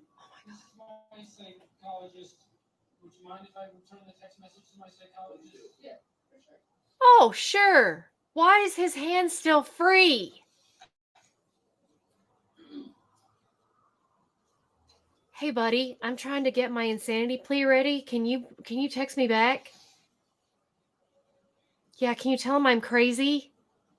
I'm taking like 40 different meds. What the bleepity bleep bleep bleep?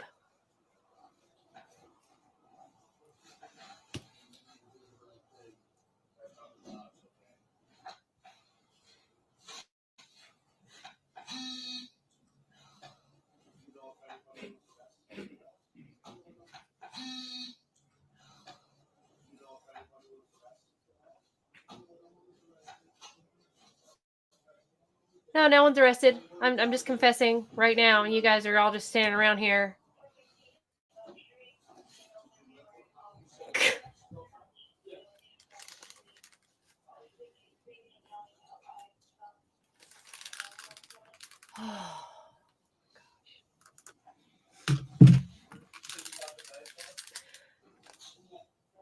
Okay, you guys. First of all, the medication he's on does not interact with Trilexa, the original medication he was weaning off of. There's no interaction between the two drugs. That's why the doctor changed and said he could wean off the other and take the new drug. There's no interaction between those two drugs.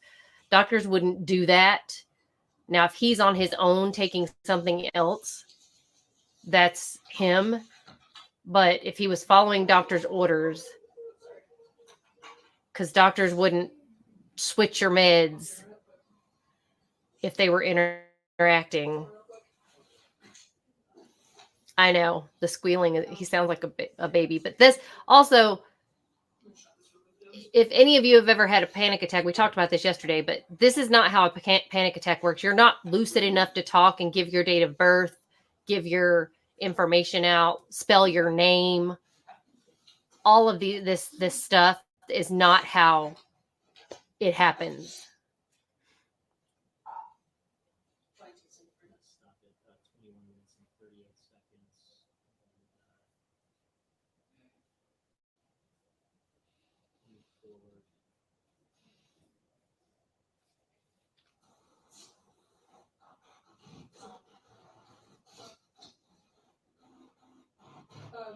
Sick? Like you said, kind of indicates Like you're not able to contact people. Like that's not how a panic attack works. It's like you just want to get away. You feel like you're having a heart attack. You feel like an elephant sitting on your chest.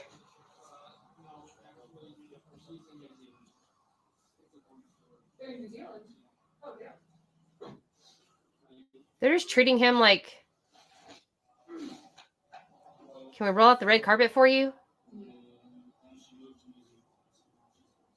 Oh, wow. Yeah. Well, that's awesome. So, communicates with you.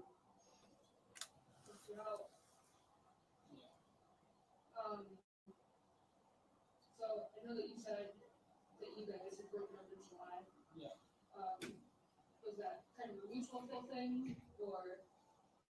No, she broke up with me, but she wanted to get back together.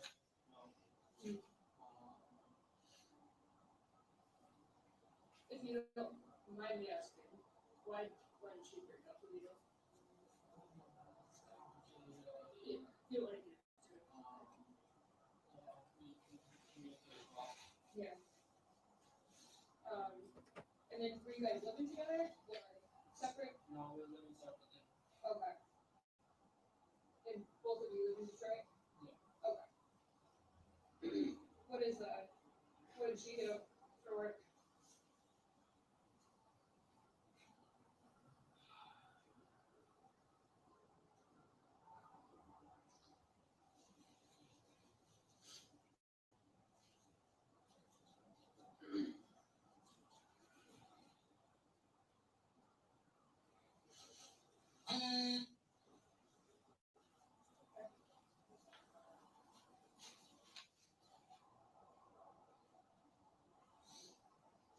So you staying at the 4 Points Hotel? Yeah. What's your name again? Jeffrey Hepstein. You spell your last name? H-E-R-B. R-B? S-T-M-A-N. S-T-M-A-N? Yeah.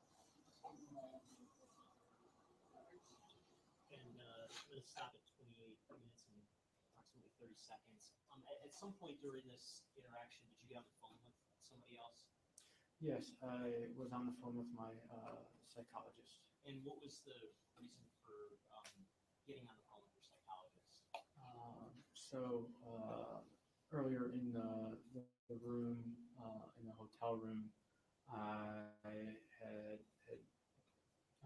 texted her saying that I was freaking out, and she was in session with somebody, so she wasn't available to speak with me, but said that she would call me back when she was available. Okay, and did she call you back when you were out there with the police? That's correct. Okay. And during this sort of latter part of the video, again, approximately the 28-minute mark into Exhibit 28, is your frame of mind changed at all compared to how it was originally when you placed the 911 call? I believe that some of the feelings of panic had lessened. They had eased somewhat. My guess is that my heart rate had gone down a little bit. And I can say it. I know exactly what a panic attack is. That is not a panic attack. possibly responsible for Samantha's death? Yes, I was still feeling that delusion. Yes. Okay. And That's a dude that felt boxed in and was like, "Holy crap! I gotta think of something." Objection to the characterization of delusion. when did that feeling that you had some sort of responsibility for her death, when did that pass? It took several days.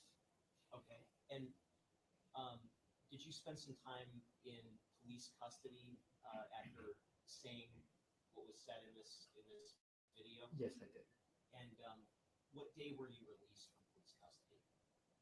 After my family paid off the judge. I don't know. I'm sorry. It was that Friday afterwards.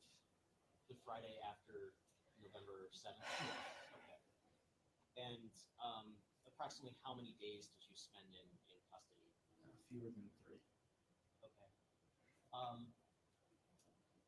What was, I guess, going through your mind once you said these things that we saw in the video?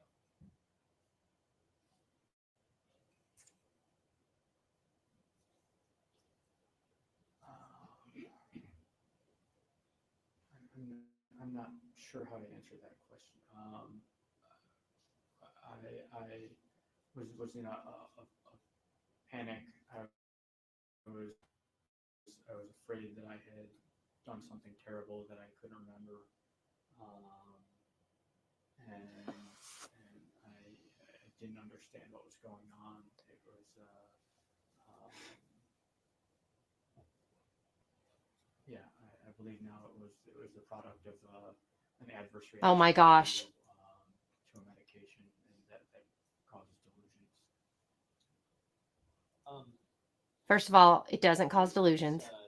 I asked you previously about the knife that was in your car. Where was that knife stored in your car? There was a small, not a container, but like a glove compartment that was below the left side of the steering wheel, and it was stored right there with an ID as well. And did you have any other pocket knives that you owned? Yes, I had one pocket knife in my house. And what was the purpose of having or owning that pocket knife that you had in your house? I used it for camping and for opening packages that came to the door. I left it by the doorway so I could open the boxes. Did you ever carry that knife if you were just kind of walking around out and about? No. Did you ever use that knife to hurt anybody? No. You also mentioned that you had a dog. That's correct. And did you store any items sort of relating to your dog in your car? Yes, after I dropped her off at daycare before I left for Kalamazoo. You left your dog at daycare? And has your dog ever had any type of wounds that led to bleeding? Yes, she was attacked by a dog down the street that had gotten out of the house and was wounded on the side. Okay. And did in terms of your car, when you went grocery shopping, did you use your car or would you go on foot? I typically would use my car. And when you went grocery shopping, where would you store your groceries? In the trunk. Did you ever, you consume meat? Yes. And if you were to purchase meat, where would meat have been stored on the way from the grocery store to your home? In my trunk. At your home, did you have a camera system? I had a camera system that was non-operational. Okay, and what was the brand of that camera system? That was an Arlo camera system. When did you first obtain that camera system? Shortly after I purchased the house. And when was that? In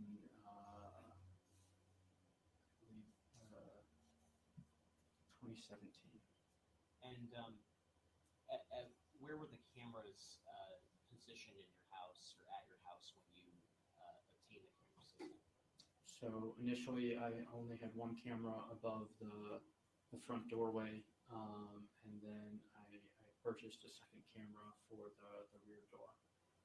And at what point did you stop using that system? I believe that I stopped using it in 2022 or 2021. They began to charge a service fee for monthly detection of people, and that was really what I was using it for, to detect if somebody was on the front porch and was ringing the doorbell or something. And I need money for shrooms.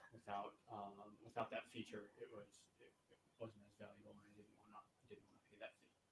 And so, in October of 2023, was that camera system operational? No, the batteries had run out of all the cameras. And so the cameras were they on at all during that month of October? No. When you went to Kalamazoo, do you, as far as you know, where were the cameras located in your home? They were still mounted, one above the front door and one above the back door. Did you personally ever take the cameras down? No. If you had seen that the cameras came down, do you know how that happened? No. At some point, after you initially spoke with the police, did you speak with a lawyer? Yes. And when did you first speak with a lawyer? A week before, find out my options. I believe it was sometime Oh, hell no, you don't want to go on trial here. the week after the 22nd. And what was Oh. the purpose for, without getting into? Because I knew I would get looked at. Yeah, a family friend had recommended that I speak with an attorney to help me navigate the situation. And so I reached out to Allison Krieger. I described to her what I had told the police, my involvement, and she said that Objection to whatever she said there. So. Yeah, without getting into, I guess, what she said, in that initial sort of conversation you had, did you engage her services? No. And eventually, did you engage her services? Yes. And was that before or after the sort of video that we saw? No, honestly, Gwen, if you look at almost every trial we watch, 9 out of 10 of them are mostly circumstantial. It's very hard to have like a smoking gun case. Parents hired her for you, would that be accurate? Yes. We're really relying on 12 individuals to put the pieces together and say, yes, you're guilty. No, you're not. At that time, I was in And there's no way in hell I'd do that. detention, and so they made the arrangements, yes. Okay. And if somebody said that you confessed killing Samantha Wolls, your parents, would that be accurate? I'm sorry, can you repeat that? If somebody said that you confessed to your parents that you killed Samantha Woll, would that be accurate? No. Did you have any discussions with your parents about what happened in Kalamazoo? Only after that there's event that night. Okay, and what was your sort of state of mind by that point that you discussed things with your parents? It was improving, but I was still I wasn't in great shape for several days after my panic attack. Thank you, sir. Nothing further. Okay, so I'm gonna find the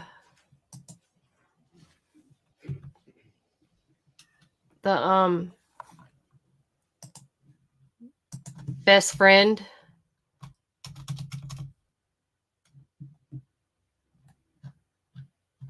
Guy, because he is a hoot. This guy. He is PAULSPURGEON. SPURGEON. GEON. This is the gay best friend who was like, Thank you, Your Honor. Sir, did you know someone by the name of Samantha Wolls? Yes. Sam and I went to college together. We met at the University of Michigan about just over 20 years ago. And what was sort of the nature of your relationship with Miss Wolls? We were close friends, dear friends, and until she died in October, we were very close. Kirsten, this is the one. If you got a friend like that, you don't need enemies. Were you close with her that entire time?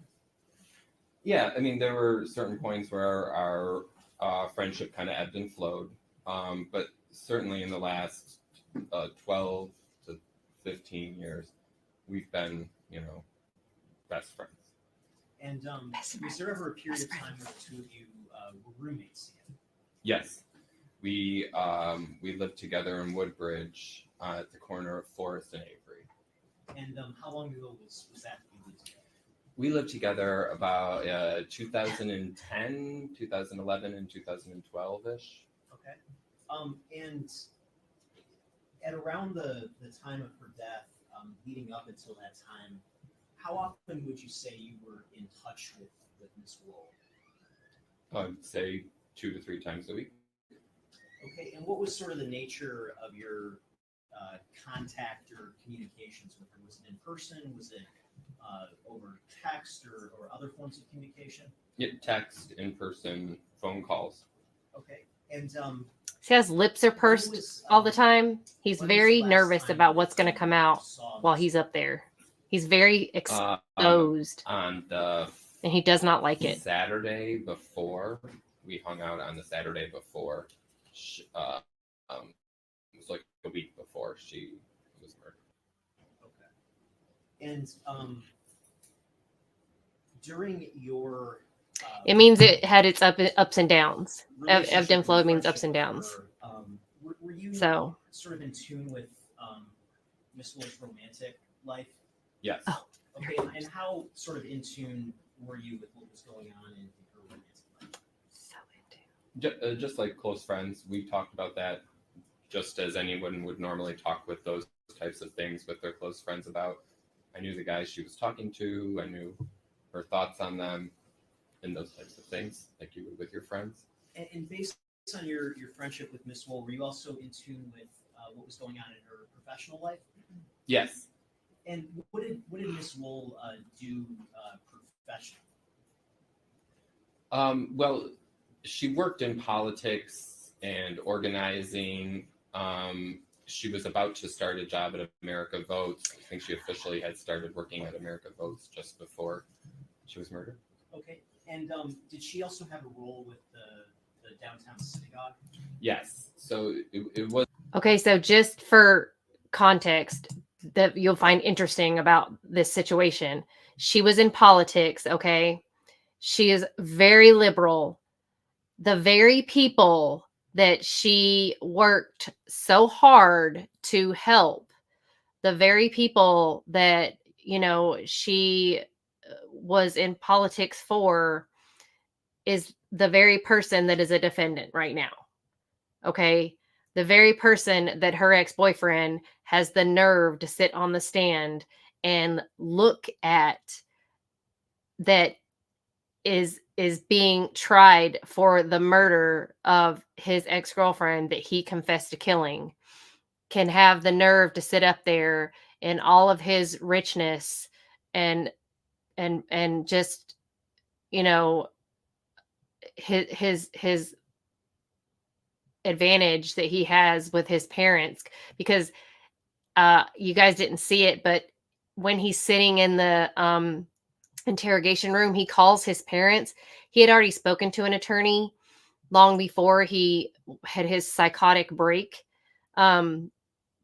He called his parents in the interrogation room and basically just said, "Hey, I'm in custody. Call that lawyer." His mom didn't ask, "What are you in custody for?" She didn't say, "Are you okay?" None of that. She just said, "Okay, done." Like, she didn't ask anything. No questions. They knew what he was in custody for. They knew what lawyer to call. They knew what they needed to call about. They knew all of that because they had already had a conversation about it. So they were ready to go. So he just said, "Call that lawyer." So they already knew the ins and outs of what was going to happen. So for someone to be able to sit there knowing how a type of person Samantha was, that she was a very open-minded, free-spirited person. She was very obviously liberal thinking. She would never in a million years, she would be one of us sitting here. Obviously, I'm very conservative, but I would never want someone unjustly targeted like Michael is being done to right now. Right. Yeah. Yeah. She was just like, okay. Yeah. Did not one time say, why are you at the police? Because he was like, "I'm at the police department in Kalamazoo." She didn't ask, what are you doing there? What happened? Nothing. Okay. Call that lawyer. Okay. Okay. So nothing. So that's what's very interesting. Also, if you noticed in his testimony on the stand, he said, when the attorney asked him, "What were you thinking at the time that you were talking to the officers at the scene?"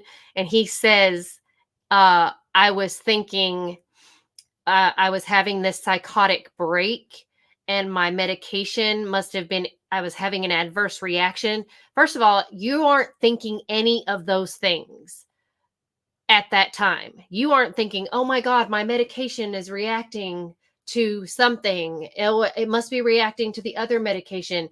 And now I'm having a breakdown and I must be having an anxiety attack." No, you're not. You're not thinking any of that crap because you're having a freaking anxiety attack. You're not thinking any of those things, trying to put all that together. He's literally putting his story together for an insanity plea. He's already talked this out with someone before this occurred. And somehow he got off, didn't even have to go through all the insanity stuff. They just didn't believe him. Because we're so worried about everybody. "Are you okay, honey? Are you doing all right? Do you mind if you would just move over for 1 second? Are you okay? Is that okay with you?" We're so all about that. They didn't even put him in dang handcuffs. So it's really sad and disappointing to see. But he gets off and Michael gets busted because why? Because he has a criminal background. But again, far-fetched from opening car doors to just suddenly stabbing someone 8 times. And I would love to see a crime scene reenactment of this entire situation. But this guy right here ain't no friend. And when he purses those lips, it's you can take it as he's concerned for himself because he blabbed on his best friend, and also he wants to keep stuff close to him because he's like the keeper of all things. Wasn't a paid position, but she was the president of the synagogue at the time she was murdered. Okay. And I'm holding what's been marked as People's Proposed Exhibit 26. May I approach, Your Honor? Who's depicted in the photo that's been marked as Proposed Exhibit 26? That's Sam. And does that fairly and accurately depict what she looked like before her passing? It does, yes. Your Honor, I move to admit Proposed Exhibit 26. No objection. People's 26 is admitted, you may publish. Thank you, Your Honor. You can take the original.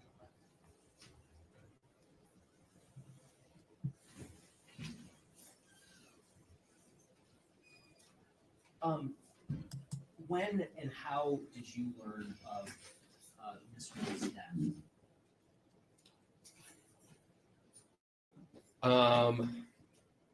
The place where she lives, or where she lived, because of the police activity that night, sent out an email very, very early in the morning, and a friend of a friend saw it and shared it with me. It wasn't explicit, the message that I received from the place where she lived. It just said something tragic had occurred and then it gave her apartment number. So, but there was a phone number on this notice. Yeah, I so saw I him called too. up the phone number and I said, "That's my friend's apartment. Which hospital is she at? Which hospital is she at?" And the woman said, "I'm so sorry. There's no hospital for you to go to." And this would have been the same day that the sort of news broke about her passing? Yeah, so that was early Saturday morning. That day, did you go to the Detroit Police Public Safety Headquarters? Yes. And when you were there, did you talk with some police officers? I did, yes. And when you spoke with those police officers, did you talk about some people that were in Miss Wolls' life? I did. And what was your purpose for talking about sort of those specific people with the police? From where I was sitting, I wanted the police to look at those people and rule them out. I didn't think any of the people the names I provided did any harm to Sam, but I wanted those people to just be, dealt with. Okay, and was one of the names that you discussed with the police Jeffrey Herbstman? Yes. And are you familiar with Mr. Herbstman personally? Yes. And who was Mr. Herbstman to Miss Woll?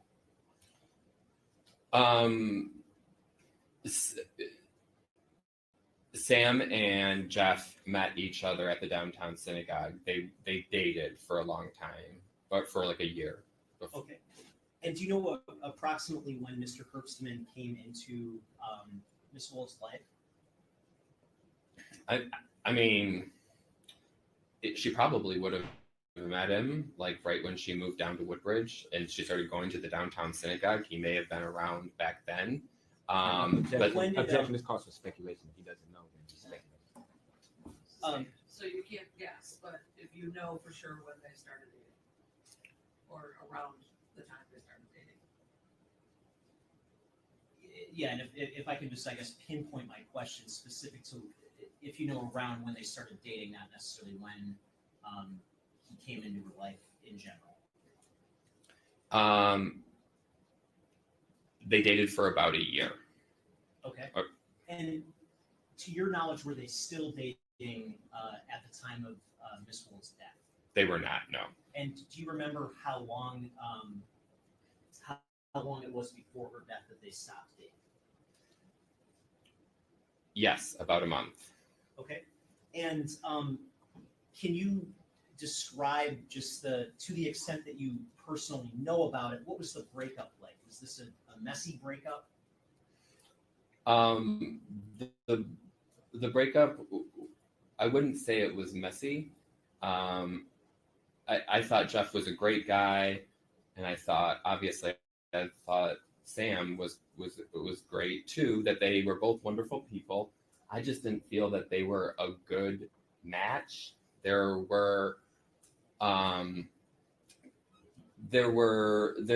I just couldn't help but think that there were better people for Sam out there. I thought Jeff deserved somebody that would match him better, and I thought Sam deserved somebody who would match her better.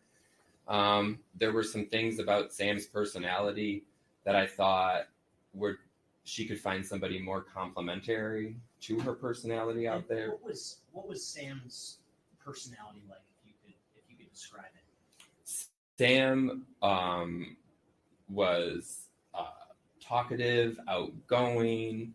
She liked to build community, bring more people in and together. Jeff was more reserved, very quiet.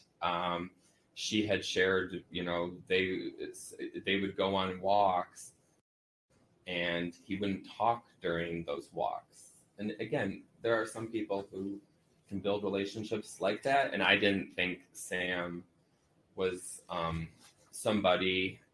I think she would be in a relationship with somebody that would just be chatty all the time like that. So they broke up, and the relationship wasn't going to work for these personality issues. And then, we'll go back to it. Late October 20th, 21st, and about a month before that, after we see him cross-examined, because when you me see that, you're gonna die. She tried to get back. Objection to whatever she said. That's hearsay. Okay, so you can't say what Sam said, or what Ms. Wolf said. So could you phrase it? Yeah, so based on your sort of relationship with Miss Wool, did you ever develop any understanding as to whether there were any attempts to reinitiate a relationship between Miss Wool and Mr. Herbstman? Yes, I came to understand that Sam was still open to maybe trying other avenues to make the relationship work. She wanted to try again, and he was not open to trying again. Okay. And so, to your knowledge, did they ever get back together before her death? No, they did not. Okay. And throughout your sort of interactions with Miss Wool, did you ever have any concerns about Jeff being violent toward her? No. My concerns had nothing to do with Sam ever being in harm for her physical safety. I just thought that she could find a relationship that would more complement her personality better. Okay, so did you ever have any concerns about Mr. Herbstman being threatening in any way towards Sam? No, he would never physically put his hands on her like in a disrespectful way. He was never a safety risk to her or anyone involved in her life. Okay, and did you eventually attend? Was there a funeral service held for Sam? Yes. And did you attend it? I did. And did you see Mr. Herbstman there? Yes, he was there. Was there anything abnormal about his behavior when you saw him? I mean, other than the fact that we were in shock about our friend having been murdered, no. Okay. And when was that funeral service held? Sunday. It was the Sunday after. So this happened in the early mornings of Saturday, and the funeral was Sunday. Okay. Now, when you spoke with the police, did you also speak about someone by the name of Aaron Pergament? Mm-hmm, I did. Yeah. And is Aaron Pergament somebody who you knew personally, like one-on-one? No, Aaron was not somebody I knew. Through your relationship with Sam, were you able to develop an understanding of who Aaron Pergament was to her? Yeah, I came to understand that this was somebody that would also was interested in maybe dating her. They had spoken a little bit, like, you know, and, you know, had conversations in that regard. And yeah, that's Okay. And how recent was this leading up to her death?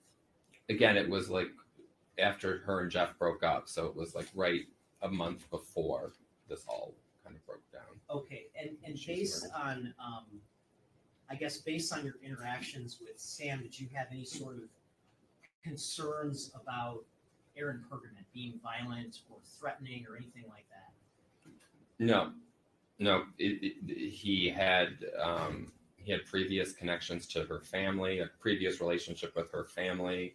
He would not have wanted to, you know, no, he was never violent. He had children of his own. He had other obligations where a violent history. Objection, I think he's speculating now on whether or not this guy would be violent.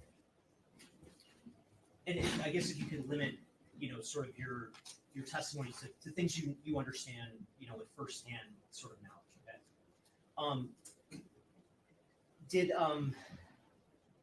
Did Sam ever express, you know, any concerns about Aaron Pergament toward you? She said that he was very aggressive in his communication with text messages and reaching out and phone calls. And she described that, or I came to understand that she saw that as part of him being in sales as his job. So that sort of behavior spilled over into his social life too, where he would be more aggressive and like trying to see, hey, how you doing? What's going on? You know, that kind of stuff. Okay, but no concerns about anything violent or anything of that sort? No. Okay. When you spoke with the police, was one of the names that you discussed a Robert Becker? Yes, but I didn't know him as that name. I knew him as Bob. As Bob Becker? Yes. Okay. And was Bob Becker somebody that you sort of knew firsthand or knew personally? Yes, Bob and I had hung out with Sam. Bob and I had hung out maybe once or twice, but that was back in like 2017 or 18. And based on your sort of interactions with Bob Becker and your relationships with Sam, did you have an understanding of whether or not they had any sort of relationship together? Yes, they did. And what was your understanding of what their relationship was? They had a collegial work relationship, but they were also friends on the outside. They would socialize outside of work. Okay, and to your knowledge, was there ever anything, I guess, romantic between the two of them? Yeah, they had that kind of relationship too. Okay, and at the time of Sam's death, to your knowledge, were they in any sort of active romantic relationship? No. Okay, and throughout your sort of relationship with Sam and knowing Mr. Becker, did you ever have any concerns about him being violent or threatening towards Sam? No. Was one of the names you also spoke with the police about someone named Brett Foreman? Yes. And did you know Mr. Foreman personally? Yes. And based on your knowledge of Mr. Foreman and your relationship with Samantha, where does Mr. Foreman fit into things in her life? He was another friend of Sam's. They met doing political work too. They never had a romantic or that kind of relationship, but they were just friends, and it just warranted me as someone that the police that might raise red flags. Sam could help a lot of people out, and she had a lot of people that relied on her for help and for various their journey in life. And so I just wanted to, the police to make sure that everybody was looked at, to make sure they knew where their location was. But I never thought Brett would be harmful or be violent or hurt anybody. Okay, so no concerns about him being violent or threatening toward Samantha? No. And why, I guess, what was the sort of impetus for you discussing his name with the police? I don't think everybody understands Brett when they interact with him, and so people might get creeped out or the wrong idea by him. So I just wanted to make sure that that name or that person didn't stall the police investigation any more than it needed to. Okay.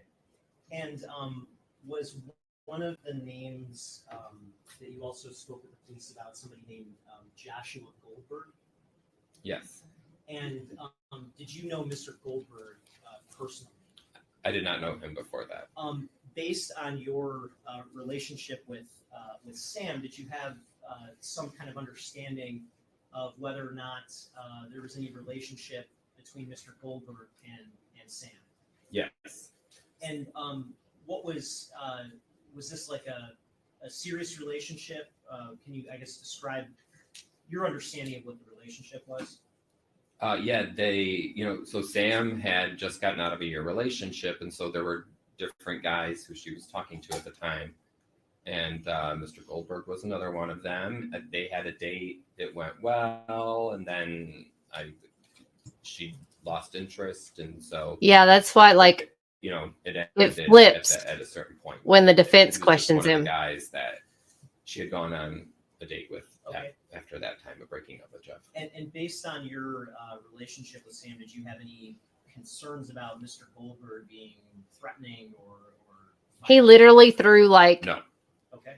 a dozen dudes under the bus to the When you spoke with cops, the police, did you also speak with along with her. them about someone named David Wilkinson? Ran him over. Yes. And is David Wilkinson somebody who you know personally? Yes. And can you describe for the jury what your, what sort of your relationship has been with Mr.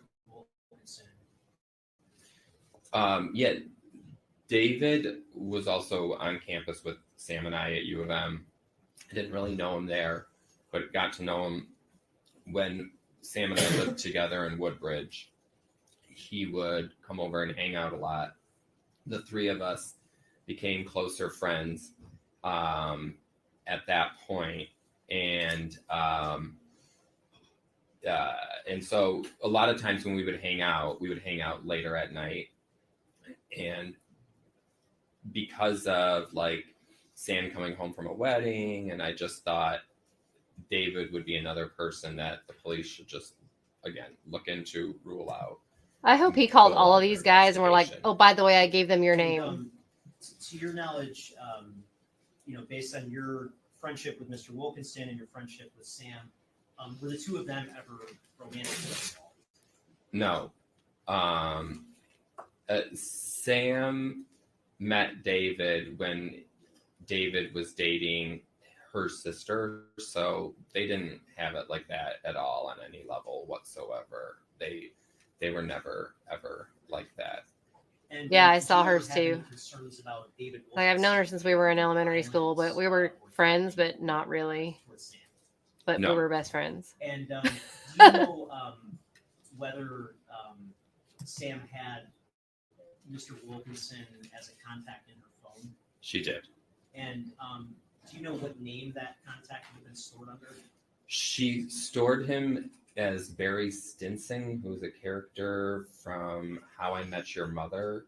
Neil Patrick Harris's character from How I Met Your Mother. She had him saved in her phone as the character's name. They both like that show. And so his contact would not be under his own name, Right. David Wilkinson. But and when you say Barry, are you sure it's Barry? Could it be Barney, that was it. I didn't watch How I Met Your Mother, but they did. And throughout your friendship with Miss Woll, did you ever sort of have an opportunity to have an understanding of what some of her sleeping habits might have been? Yeah. Sam used to always say sleep is sacred. She used to struggle with sleep at various points. She used to sleep in later in the morning, and she would at sometimes from time to time fall asleep on her couch. Okay, do you know whether she ever used any sort of sleep medication to aid with sleep? No, I don't. Okay.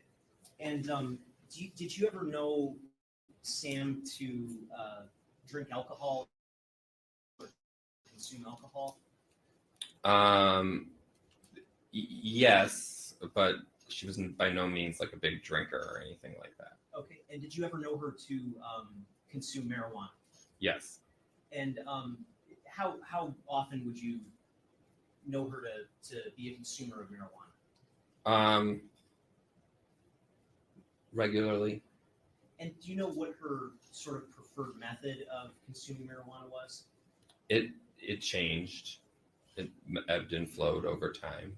Okay. Do you know whether she ever used like a vape pen to consume marijuana? She did, yes. Okay. And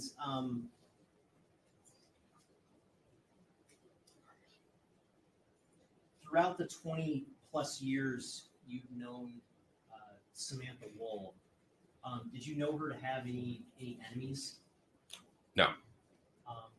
Throughout the 20 plus years that you knew Miss Wolls, did you ever know of anyone who would want to hurt her for any reason? No. Throughout the 20 plus years that you've known Miss Wolls, did you ever know her to associate with someone by the name of Michael Jackson Bolanos? No. Okay, thank you. Nothing further. Ross? Yes. Let's go, Brian. We've been waiting for this.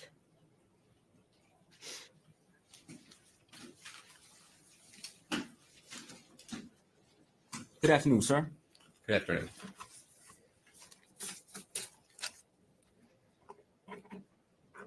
Now, a question was asked of you of what David Wilkinson contact information would have been under Samantha's phone, correct? Yes. Okay, and you indicated that it was an alias. Yes. Okay. Did you frequently look through her phone and her phone contacts? No. Okay. Did she ever share certain bookmarks from her phone, like or articles she might have saved? Yeah. Okay. Did she ever share with you the article that she bookmarked, "Why You Need to Date Someone Who Scares You"? Not that I recall. So you're not familiar with that particular article that was saved on her phone? Not that I recall. Okay. Has she ever spoke to you about dating someone or wanting to date someone who potentially scares her? No. Okay. You indicated to the police, or you felt this way, that Sam had her own mental issues like depression she was going through, correct? Yes. Okay. And you also indicated and felt that the people that she was attracted to or she associated with had some type of mental issues also, correct? You stated that, right? I'm sorry, what is the question? You felt that, just to be clear, you felt that Samantha had her own mental issues, correct? Yes. Okay. And that some of the individuals that she was attracted to, they would also have mental issues, sort of like a tie that binds or some type of connection on that particular front. That'd be fair? People in her life. Okay. And you also felt some of these people were self-loathing and depression, correct? You used those words, right? Some of the people in Sam's life? Yes. Oh, yeah. Okay. And you felt that they could possibly harm themselves, the people in her life? Yes. Okay. Yeah. Oh, okay, thank you. Now, Jeff Hirschman, you indicated that you're familiar with him on a personal level? Yes. Okay. And you were under the understanding that you and yourself and others were consistently telling Samantha to get rid of him. Your words, correct? Yes. Okay. And there was a period of time when she went to Utah, and it was your understanding the reason she went to Utah is to basically get Jeff Hirschman out of her system, right?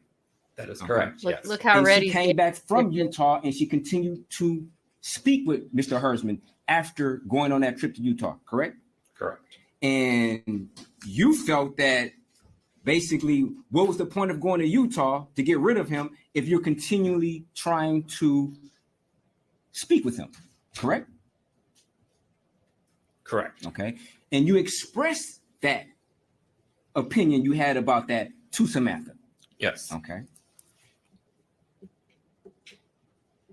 And you basically got, she's going to basically do what she wants to do, sort of speak, correct?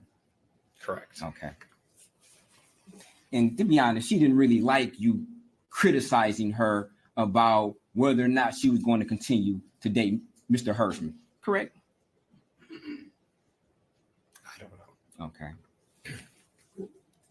And but you do know that Samantha had a particular, I guess, personality. If she could be potentially criticized, she may hide that information from people who may criticize her, correct? Hey, Jenny, welcome back. She was very frank with me about her relationship with Jeff, despite the fact that I wasn't a fan of it. Okay. To be clear, my question is, you knew Samantha had a type of personality where if she could seek potential criticism from somebody, she may hide that particular object of criticism from that person. Perhaps. Okay.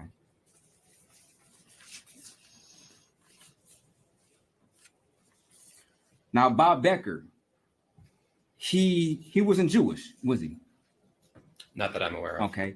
And Samantha never introduced Bob Becker to her parents because your understanding, he wasn't Jewish, correct? I don't think the relationship was in a part where anybody was going to be introducing anybody to people's parents at that point. You told the police, your words, that Bob is not Jewish and therefore he was never introduced to her parents. You said that statement, didn't you? I did, Okay, yes. okay. Thank you. And from your understanding, her and Bob had an ongoing sexual relationship, correct? Ongoing. They were intimate. Her and Bob, to your understanding, her and Bob had sex more than one time. Yes. Okay. And you also told the police you knew that at some time she would drive up to Lansing in order to be intimate with Bob Becker. Correct? One time. I only know of one time. You only know of one time that she actually drove up to Lansing. Correct. Okay.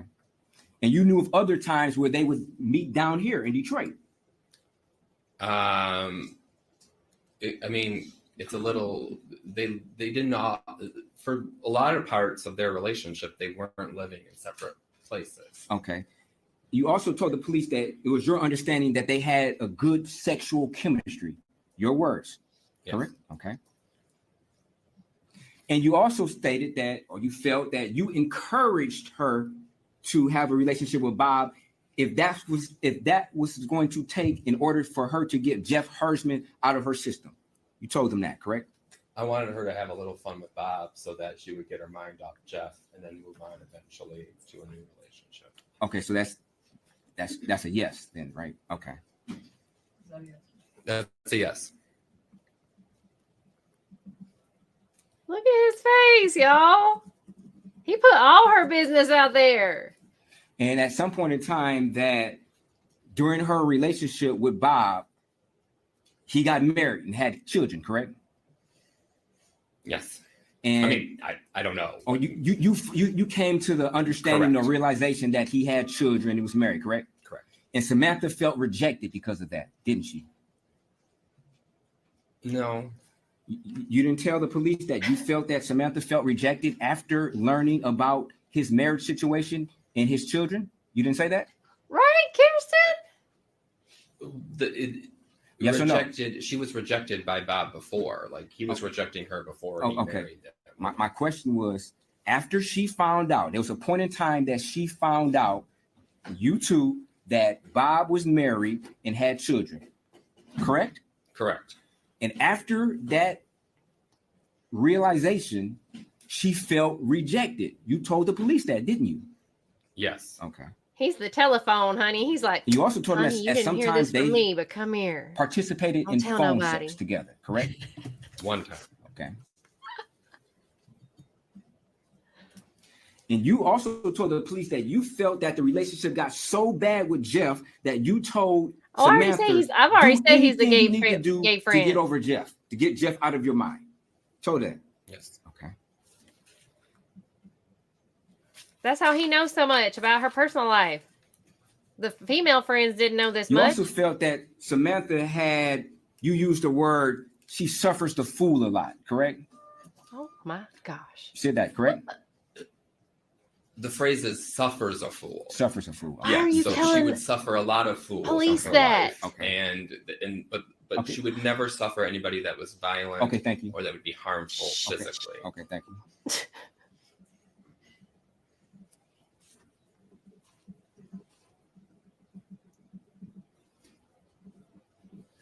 And you also indicated that she felt a little bit self-conscious about not having a job at a particular time, correct? Yeah. Okay. Honey, these days they can't get that right now picking out a dress. Have you seen how some of these guys dress right now? Now, when the prosecutor asked you about Aaron Pergament, you indicated that it was your understanding that they had certain conversations in that regard, correct? They had certain conversations between the two of them, right? Yes. Okay.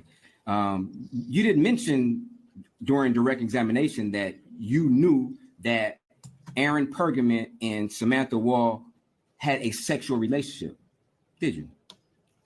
No. Okay. But in fact, you do know that Aaron Pergament and Samantha Wall had a sexual relationship, correct? Correct. And you felt that Aaron Pergament, Samantha Wall was out of his league. I did think that, yes. And he would call all the time, correct? Correct. Okay. And is your understanding they had sex more than once, correct? Correct. Okay.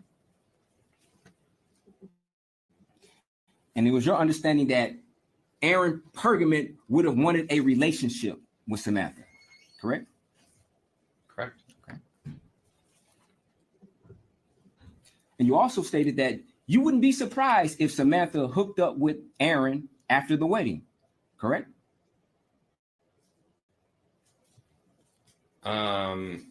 Which wedding? After the wedding that she went to on October the 20th. But she was murdered after that. Okay. So I would be very surprised if she was hooking up. Okay, so that's my question. My question is, isn't it true that you told the police that you would not be surprised if Samantha hooked up with Aaron after that wedding? You told them that, correct? Judge, I'm going to object. Just one, it calls for speculation. Two, we're talking about a prior statement. I'm not sure. Is this impeachment? What was? You can't just put in the entire prior statement. No. If you made that statement, if it was his, if he said this particular statement, he's saying he didn't, I can impeach him on that. Necessary. Well, then impeach him. Okay.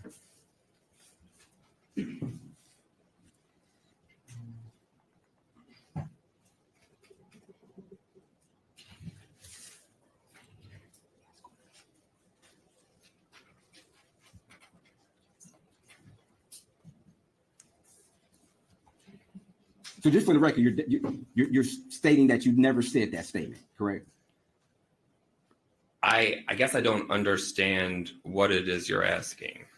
Whether or not you told the police that you would not be surprised if Samantha hooked up with Aaron or met Aaron after she left the wedding. I I could see myself saying that. Okay. Okay, thank you.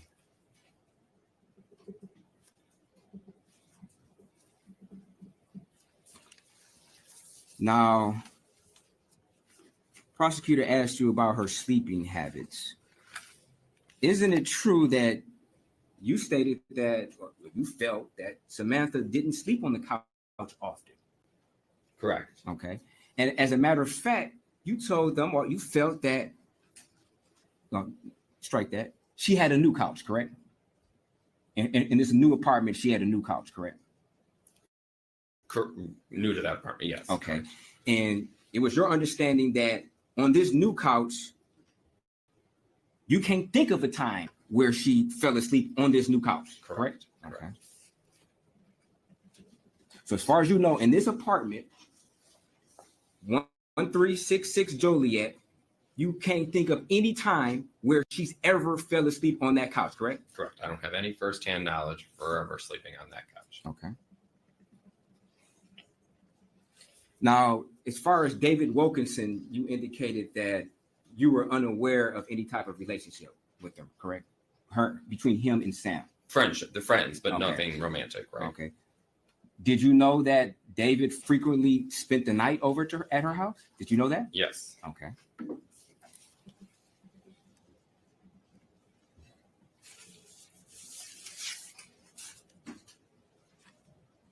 And you also knew that that particular night that she left the wedding at 1 o'clock in the morning, she texted a heart emoji to David Wilkinson, correct? You knew that, right?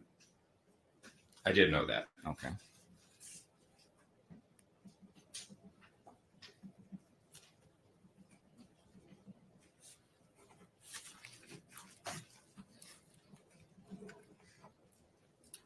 And in regards to Aaron Pergament, you knew that he went to Utah immediately after she went to Utah, correct? I don't have any firsthand knowledge of his Utah trip. Okay. Of Aaron's Utah. But it was your understanding that he went to Utah after her, correct? Yes. And you thought that was odd, didn't you? Yes. Okay.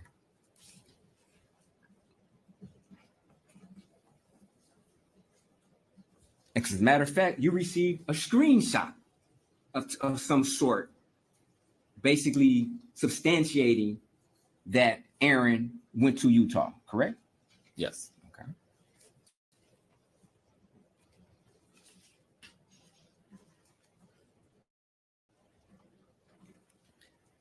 Now, you indicated that Samantha smoked a lot of marijuana, correct? Mm-hmm. Okay. And you Yes. Yes. And you felt that she was a varsity level smoker, correct? Yes. Okay, which means that you felt that she can smoke large amounts of marijuana, maybe more than yourself, and still be able to do certain things, correct? Yes. Okay. Do you know if she took any other like recreational drugs? I don't think so. No. Okay.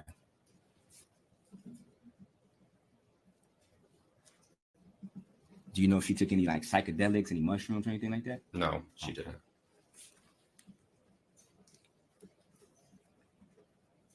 Now, Mr. Herbsman, have you and Mr. Herbsman ever hung out together? Yes, we have. Okay.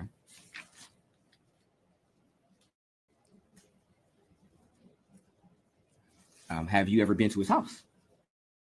Yes. Okay. Frequently? No. Okay. Have you ever participated in a bonfire at Mr. Herbsman's house? Yes. Okay. And it was called Kumbaya? I don't know if it had a name. Okay. And this bonfire would have been after the date of Samantha Wolls' death, correct? Correct. Okay. Do you know what was being burnt at that bonfire? I was not there. By the time I got there, the fire was already started. The fire's already started? Okay. And this is at Mr. Herbsman's residence, correct? Correct. Okay. Did he personally invite you? Yes, it was a mass text. Okay.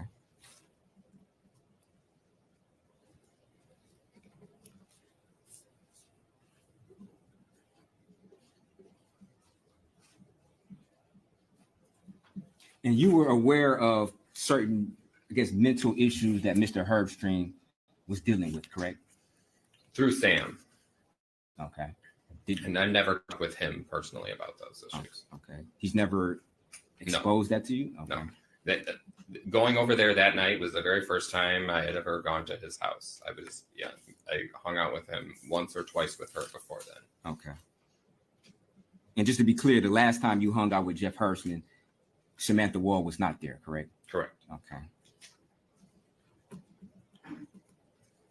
Have you and him talked about maybe today's court hearing at all? Not in specifics. Okay. How about in general? Yeah, just like good luck or whatever. Okay.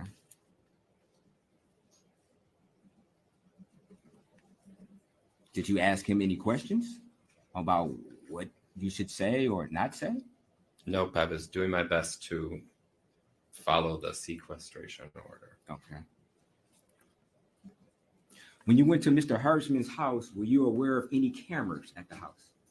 No.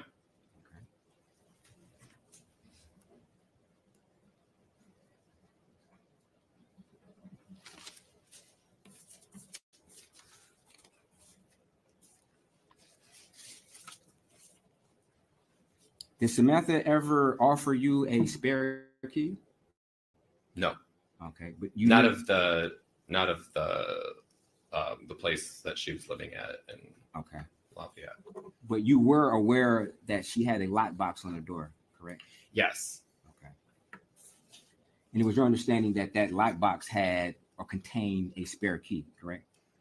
I did not follow the details that closely. There some other friends had stayed a while back, so I knew that there existed a lockbox, but I didn't get into all the. Okay. And you also knew that she would at sometimes give that spare key to other individuals, correct? Yes. Okay.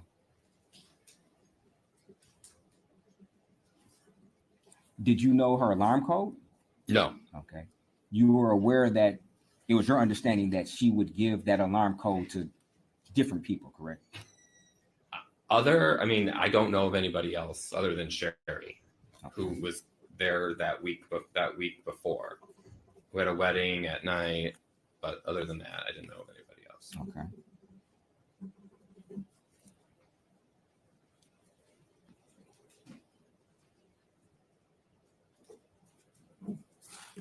You also felt that Samantha was, well, you stated, or you felt that way, that Samantha was miserable trying to make it work with Jeff. Yes.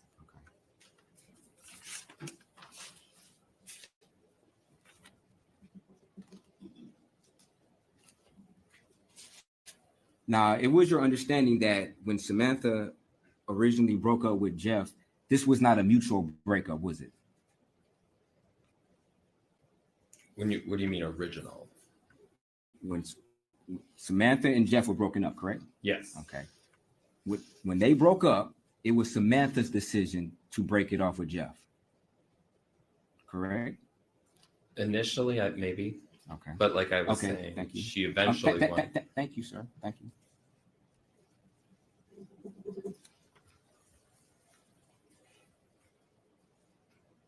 Now, you knew Samantha to have a great deal of friends or multiple soldiers, correct? Correct. But you only told the police about these specific individuals, such as Aaron Pergament, Bob Becker, Mr. Goldberg, Mr. Wilkinson, Mr. Herbstrand, correct? Correct. Okay, you didn't give an exhaustive list of all friends. There was a particular reason why you felt in your mind that you should offer this information to the police, correct? Correct. Okay. And the reason is because you may have felt that they may have known something or maybe possibly done something. Yeah, correct?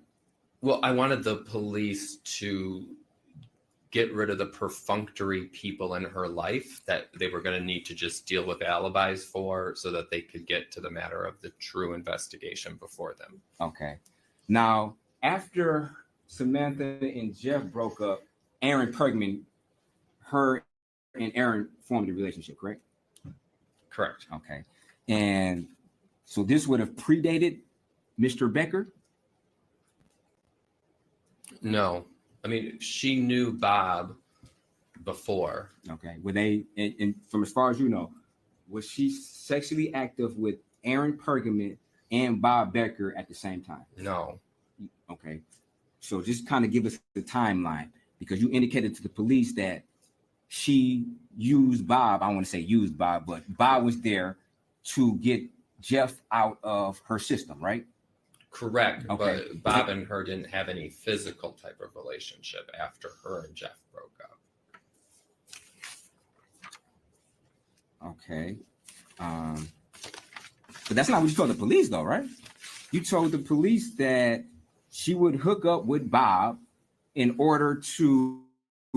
That was my hope.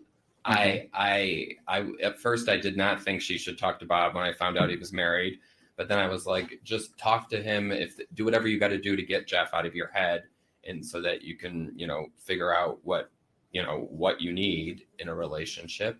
Okay. But her and Bob were never physically intimate After Jeff? After Jeff. Okay, so just to be clear then. So was her and Bob intimate while her and Jeff were together? No.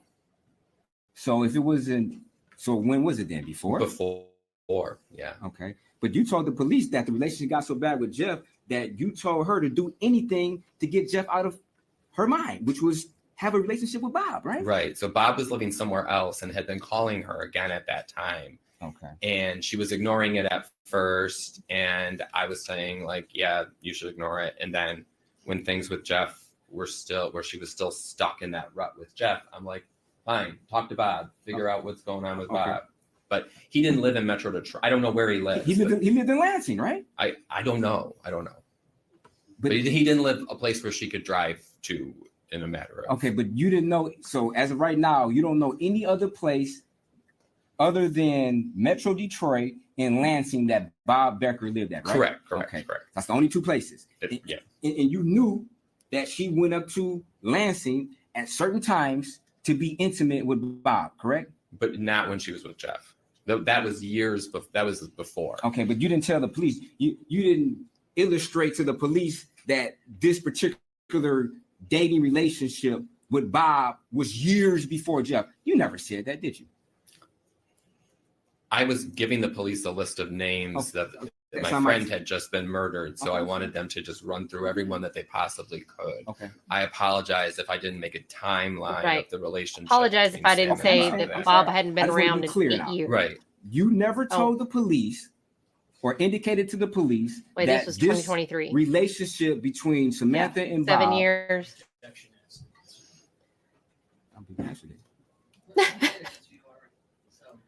Okay. I got your point, man. I got it. You were trying to be helpful, correct? Yeah. Okay. And if a friend of yours is murdered, don't you think it would be important for you to at least narrow down the dates of when they had a sexual relationship with somebody else, and not let the police guess? You think that'd have been important? Yeah, that would have been important. Okay.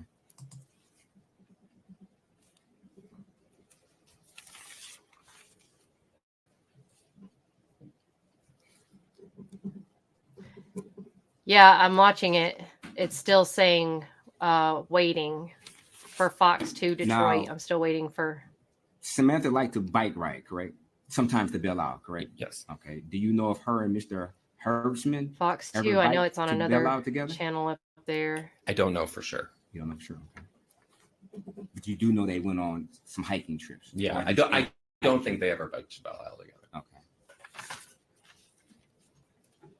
Do you know if Mr. Herbsman likes to bike independently? He does, yes. He does? Okay. Let me see if Local 4 is showing it.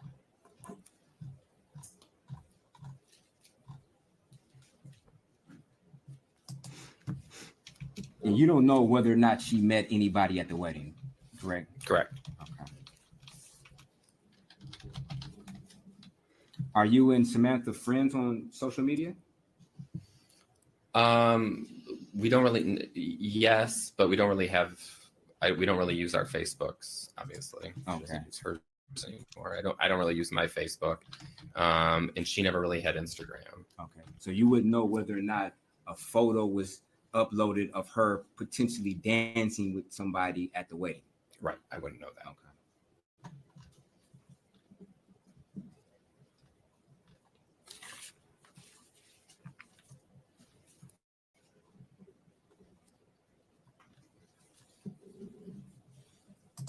If Samantha was going to meet somebody after the wedding, it wouldn't be customary for her to tell you every, step she's making, right? Correct.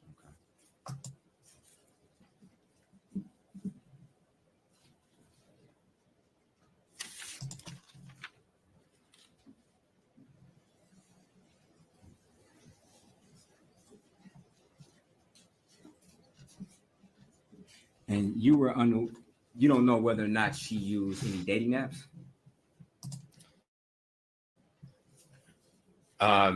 No, I don't know at the time. Are you familiar with J-Date? I am, yes. Are you I'm familiar with still J-Swipe? waiting for it to come on, Yes. Gwen. Okay. Did she ever discuss that she was a member of these?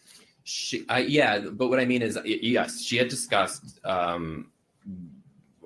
she talked about the creation of the account, but I just don't know how often she was actually logging in and using the service itself.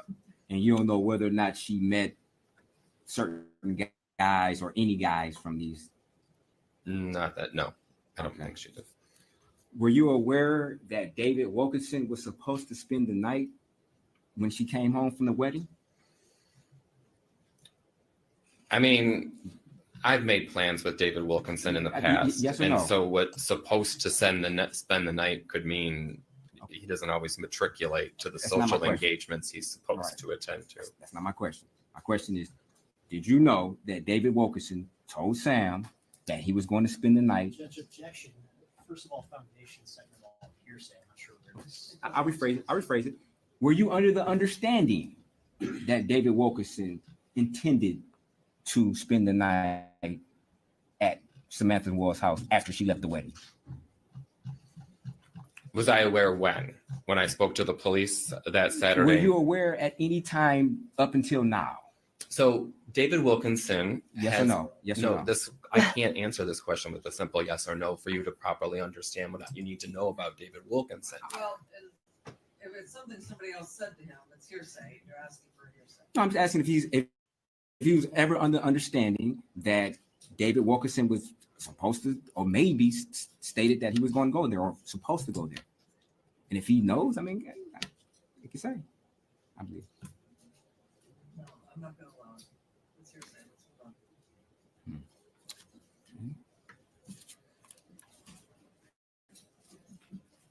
on.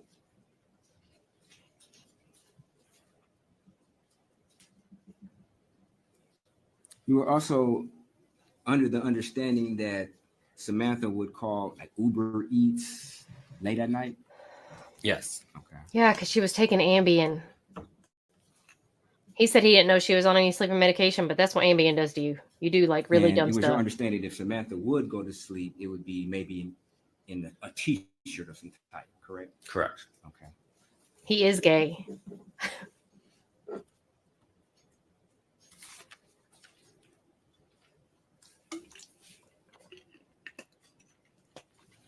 Thank you, sir. No further questions. Do you know how many Amazon packages I Sir, when you first spoke with get that I forgot I ordered? back in October, what's kind of going through your head? What was your frame of mind at that point in time? Well, I was still in shock. We just learned that Sam had been murdered earlier that day, and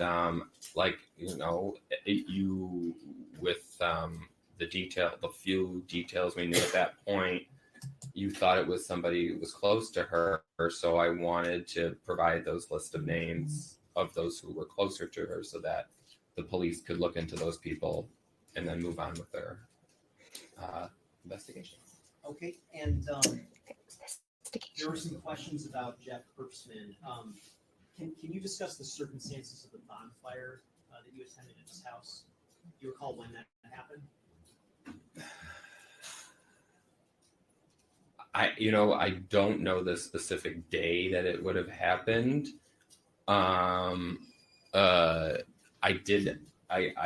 It was a little awkward for myself. This was a guy I didn't think my friend should have been dating, but now she had been murdered. So now he was having a bonfire to remember her. And another friend of ours was going to be, and she did, she wrote a poetry piece about her. So I wanted to go be with other friends of Sam that night. But it was my first time going to Jeff's, and I went with a group of other people that I knew. Okay. And approximately how many people were there? I would say fewer than, or I would say around 12. Okay. And was there anything out of the ordinary about Jeff's behavior that you observed that night? We were all pretty in shock and grief. Why was it, I guess if you could articulate this as clearly as possible, why was it that you didn't want Sam? Jenny's feeling better. Jeff Herbst anymore? I felt like she could find somebody that was more complementary to her personality, to her skill set. Jeff and her didn't have a relationship that I felt best reflected what she needed, what she wanted. I think, I don't think Jeff wanted to have kids and she wanted to have kids. Objection, that's speculation. Yeah, because you're not the relationship expert. Like, who are you? But I guess is it fair to say that they just weren't the right fit for each other? Yeah, they weren't. Objection leading. I think I can ask a clarifying question. It's leading. Okay, I will move on. When it comes to Bob Becker, again, just to clarify. Good Lord. Based on your understanding, how long ago was it that Sam and Mr. Becker had any kind of direct relationship? Oh, Physical relationship? when the judge had that meeting. Remember? I think that's why court. It would have been probably Delayed. 6 months before she moved from Lansing back to Detroit. And what year approximately was that? 2019-ish? Okay. But at some point, they had some contact with one another. Is that your Yes, understanding? they used to live in the same building in Lansing. I'm saying, but at some point after Sam and Jeff were no longer dating. Yes, Yeah, then she it said was she all had a through meeting. the telephone. They had never physically seen each other since after. But was it at that point that you're encouraging her to Yes, possibly yes, pursue I was something? encouraging her to call him, to text him. She had been ignoring it at certain points. So I there think were it some ran questions long. About a heart emoji. Did Sam? How often did Sam communicate with emojis? Yeah, Sam used heart emojis for all of her friends, whether she was in a romantic relationship with them or not. It wasn't a reflection of any sort of Objection, that this calls for speculation on what her intent was when she sends an emoji. I'm gonna allow it if he has personality about her sending emojis. She used to send emojis to everyone, friends and boyfriends, not just boyfriends. Thank you. Nothing further. So you would agree that she would send heart emojis to boyfriends, correct? Yes. Okay.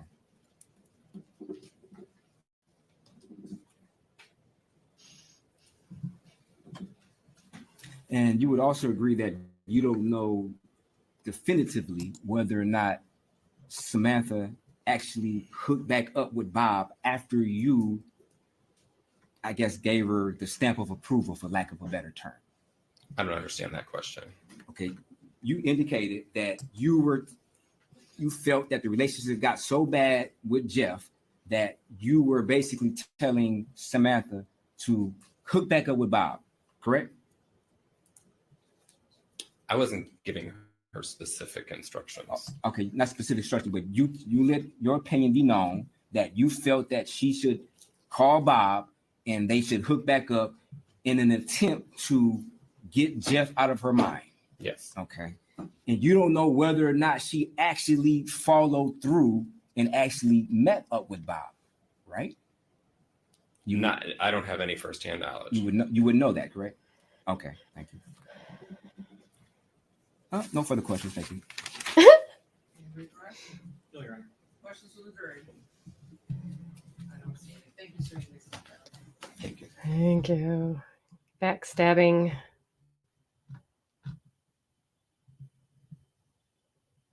Oh, this is the one.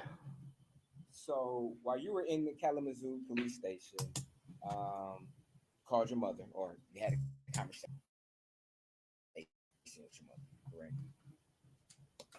My father. Okay.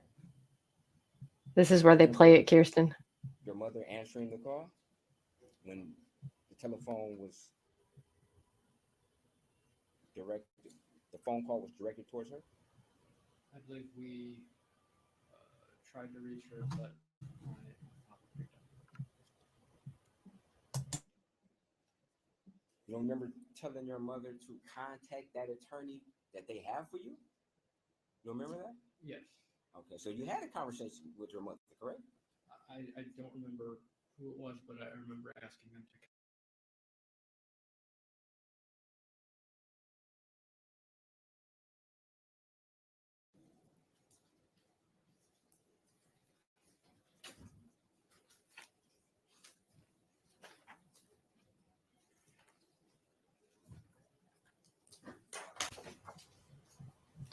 Okay, we're back. Sorry.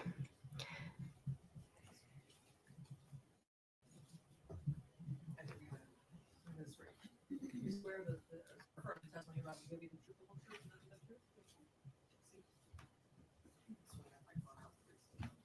truth? It's probably another forensic technician or fingerprint person or cell phone. Who knows? Please state your name and spell it for the record. Yes, my name is Sarah Markle, Sarahmarkel. Thank you, Your Honor.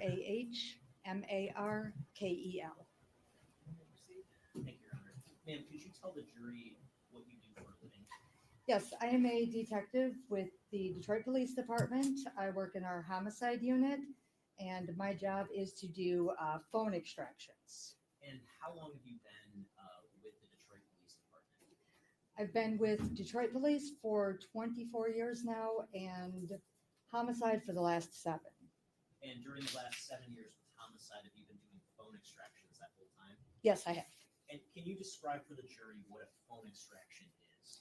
Yeah, a phone extraction is, in a simple way of explaining it, it's making a copy of everything that is inside of a phone. So I have to have the actual device.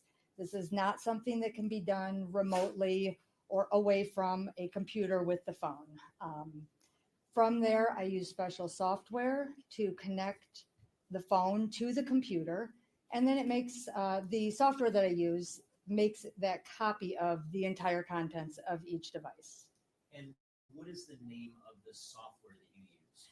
So I use a couple different programs. One is called Gray Key, and one is called Cellbrite. And do you have any sort of specialized training when it comes to doing an extraction of a cell phone? I do. I have taken several classes. Cellbrite in particular, I've taken their classes, their certifications through their company.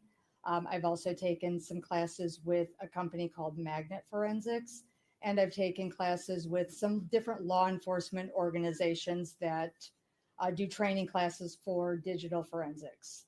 And during the 7 years that you've been doing phone extractions, approximately how many phone extractions would you say you do annually each year? I usually average around 1,500 to 2,000 phones per year. And I've been doing this for 7 years. And once you do a phone extraction, can you describe for the jury what sort of data are you able to get from a cell phone?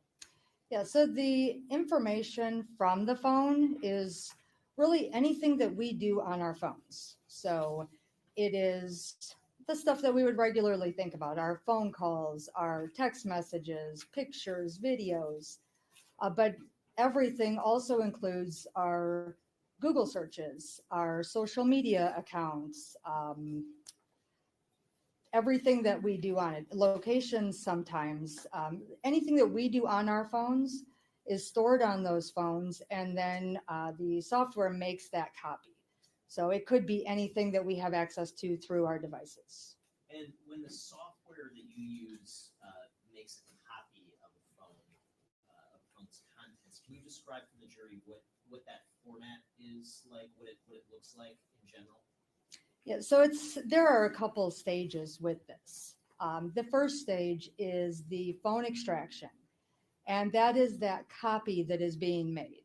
So that extraction or that raw unprocessed file is put into a file folder or a zip file. That is your raw, unprocessed, not readable file format.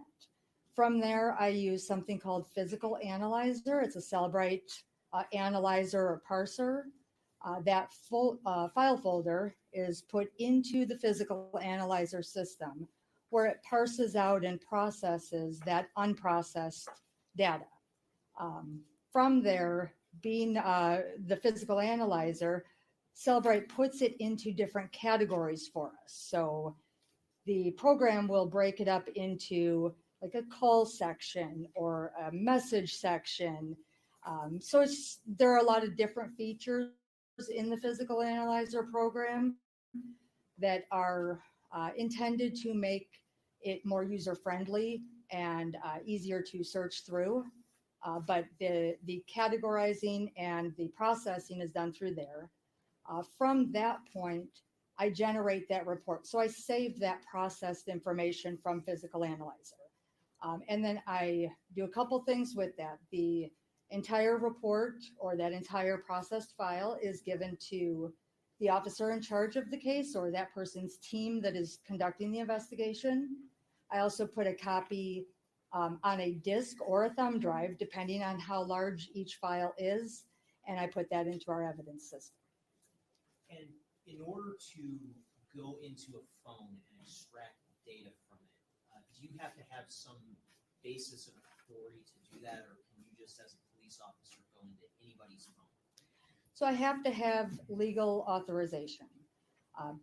Because I work at homicide, there are 3 ways. The first one would be if the owner is deceased, and that's the one that is specific to working at homicide. The other 2 methods are the written consent from the phone's owner or through a search warrant signed by a judge.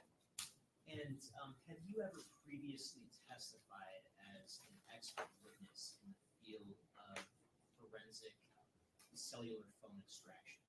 I have. And approximately how many times have you so testified? I've testified as an expert witness 69 times at district, circuit, and federal court levels. And Your Honor, if there's no objection, I would move to have the witness qualified as an expert in the field of forensic cellular phone extraction. No objection. Okay, this witness's testimony will be accepted as an expert in the field of forensic cellular device extraction. You may proceed. Thank you, Your Honor. Did you play a role into the investigation into the death of Samantha Wolls? I did. And as part of your role in that investigation, did you forensically extract a number of cell phones? I did. Approximately how many phones did you forensically extract for purposes of this case? I believe it was 16. And in terms of the usual sort of course of your duties in connection with a homicide case, once you create a report with the contents of a cell phone, do you typically go into the report and analyze that yourself? Typically, I don't do the analysis by myself. I will assist with the analysis. I will, at the request of anybody involved in the investigation, I will look things up or try to explain different things within the report. But because of the volume that we deal with the phones, and because some cases take, it could take days, it could take weeks, it could take longer. So I'm not specifically following along each step of an investigation either. So I will play a role, but the amount that I will do with the analysis really varies, more of an assisting or at the request of. And in terms of some of the primary phone dumps in this case, do you know who was responsible for doing the sort of first round of analysis of those phones?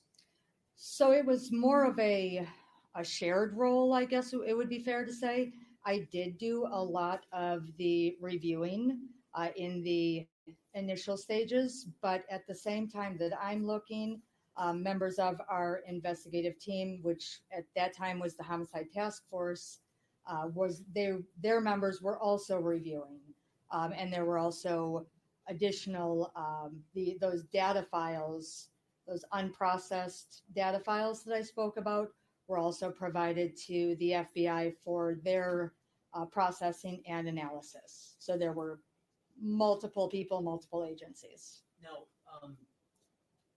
in this case, in preparation for testifying today, were you asked to take a look and actually analyze a number of the phones that you extracted in connection with this case? I was. And among those phones, did you conduct a phone extraction on a device associated with an errant pergament? No. Which agency was responsible for that device? I believe that was the FBI that did that particular phone. Okay. Did you at some point come across the data associated with that phone? Yes. And did you have an opportunity to review that data? Yes. And in terms of your review of that data, did you see anything alarming or that incriminated errant pergament in the death of Samantha Wolls? I didn't see anything that stood out to me. Okay. Did you also at some point have an opportunity to extract a cellular device associated with a Jeffrey Herbstman? I did. And how many times did you extract that device? That device was done twice. And was that at two different points in time? It was. And did you have an opportunity to review the contents of that device, the contents of the extraction? I did. And did you, in the course of your review, identify anything that appeared to incriminate Jeffrey Herbstman in the death of Samantha Wolls? No. Did you also have an opportunity to perform an extraction of an iPad associated with Jeffrey Herbstman? I did. And the process for extracting an iPad, is that similar to extracting a cellular phone?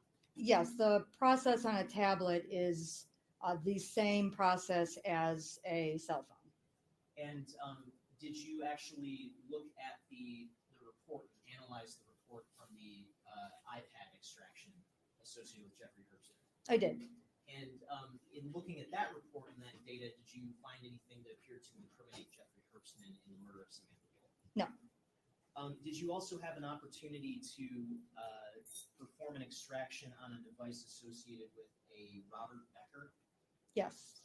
And did you personally review the data from that extraction? I did. And in terms of your review of that data, did you identify anything that incriminated Robert Becker in the death of Samantha Wolls? No. Did you also have an opportunity to review a device associated with a David Wilkinson? Yes. And did you actually personally review the data associated with that device? Yes. And in your review of that data, did you find anything that incriminated David Wilkinson in the death of Samantha Wolls? No.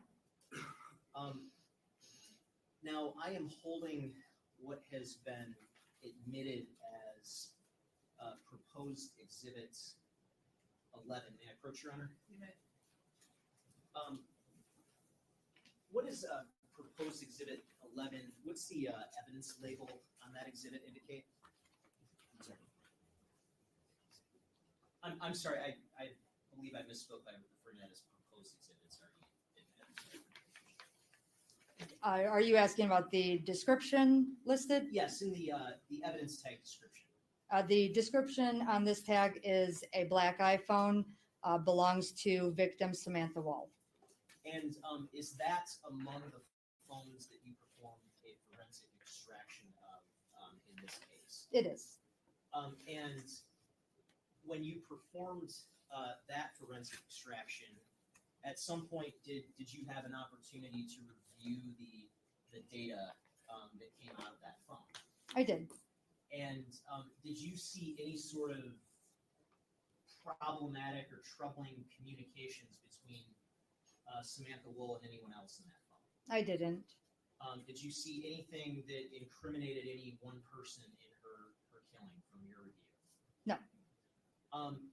In preparation for testifying today, did I send you some proposed, a number of proposed exhibits to review?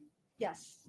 And do a number of those proposed exhibits come from the extraction that you performed on Samantha Woll's phone? Yes, they did. And in preparation for testifying, can you explain to the jury the sort of process that you use to verify the authenticity of proposed exhibits? Yes. So with our cell phones, because these are very, very voluminous in nature, this isn't something that only produces 2 or 3 pages in a report. These, each phone can be 100,000 pages and up because of all the stuff that we do on our phones these days. So for that reason, it would be impossible to memorize or be able to recite from memory different parts of any phone that I work with.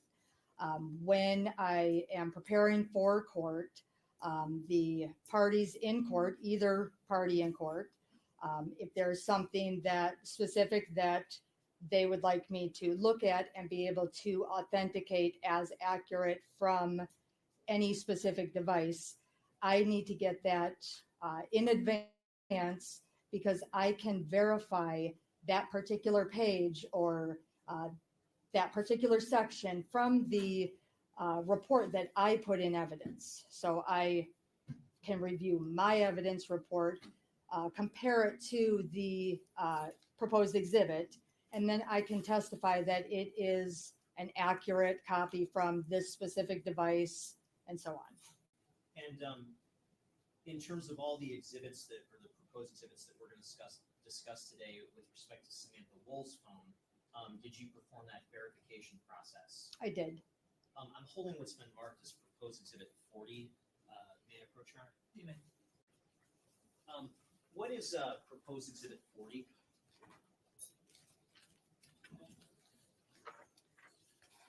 So this is a 2-page document.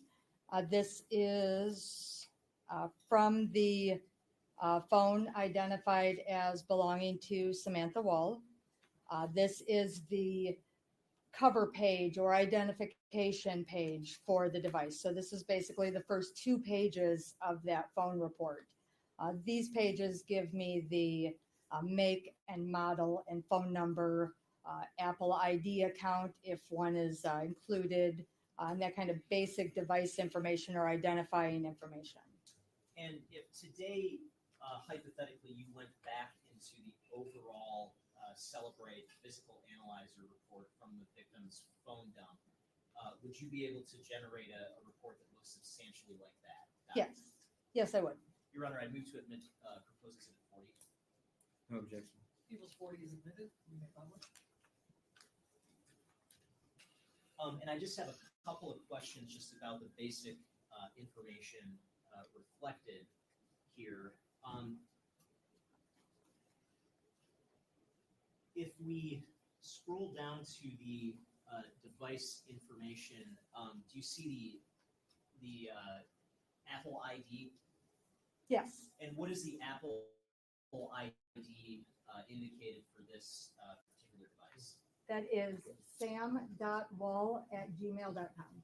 And if we go down to this area, the third row from the bottom, it says MSISDN. What is that refer to? That is the phone number. And what is the phone number associated with this particular device? 248-330-3009.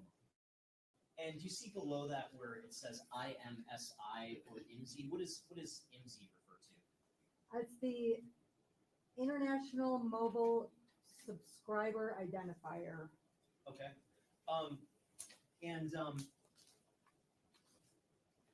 Are you familiar with a tool in Celebrate to search for what are called device events for a particular device?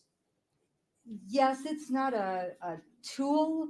It is when I process that extraction file, the device events is one of the categories that Celebrate puts different information into. So I wouldn't call it an actual tool.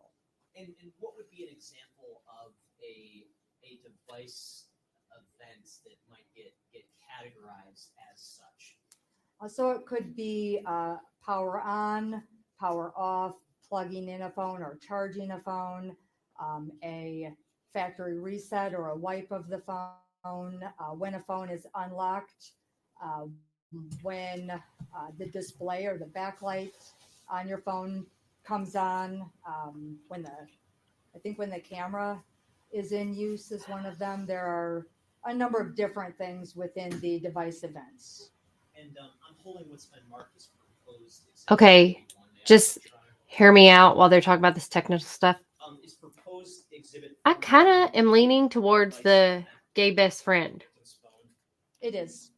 And is that report limited by its? I mean, the ex-boyfriend made the crazy confession, and yes, it does make sense, but he is crazy.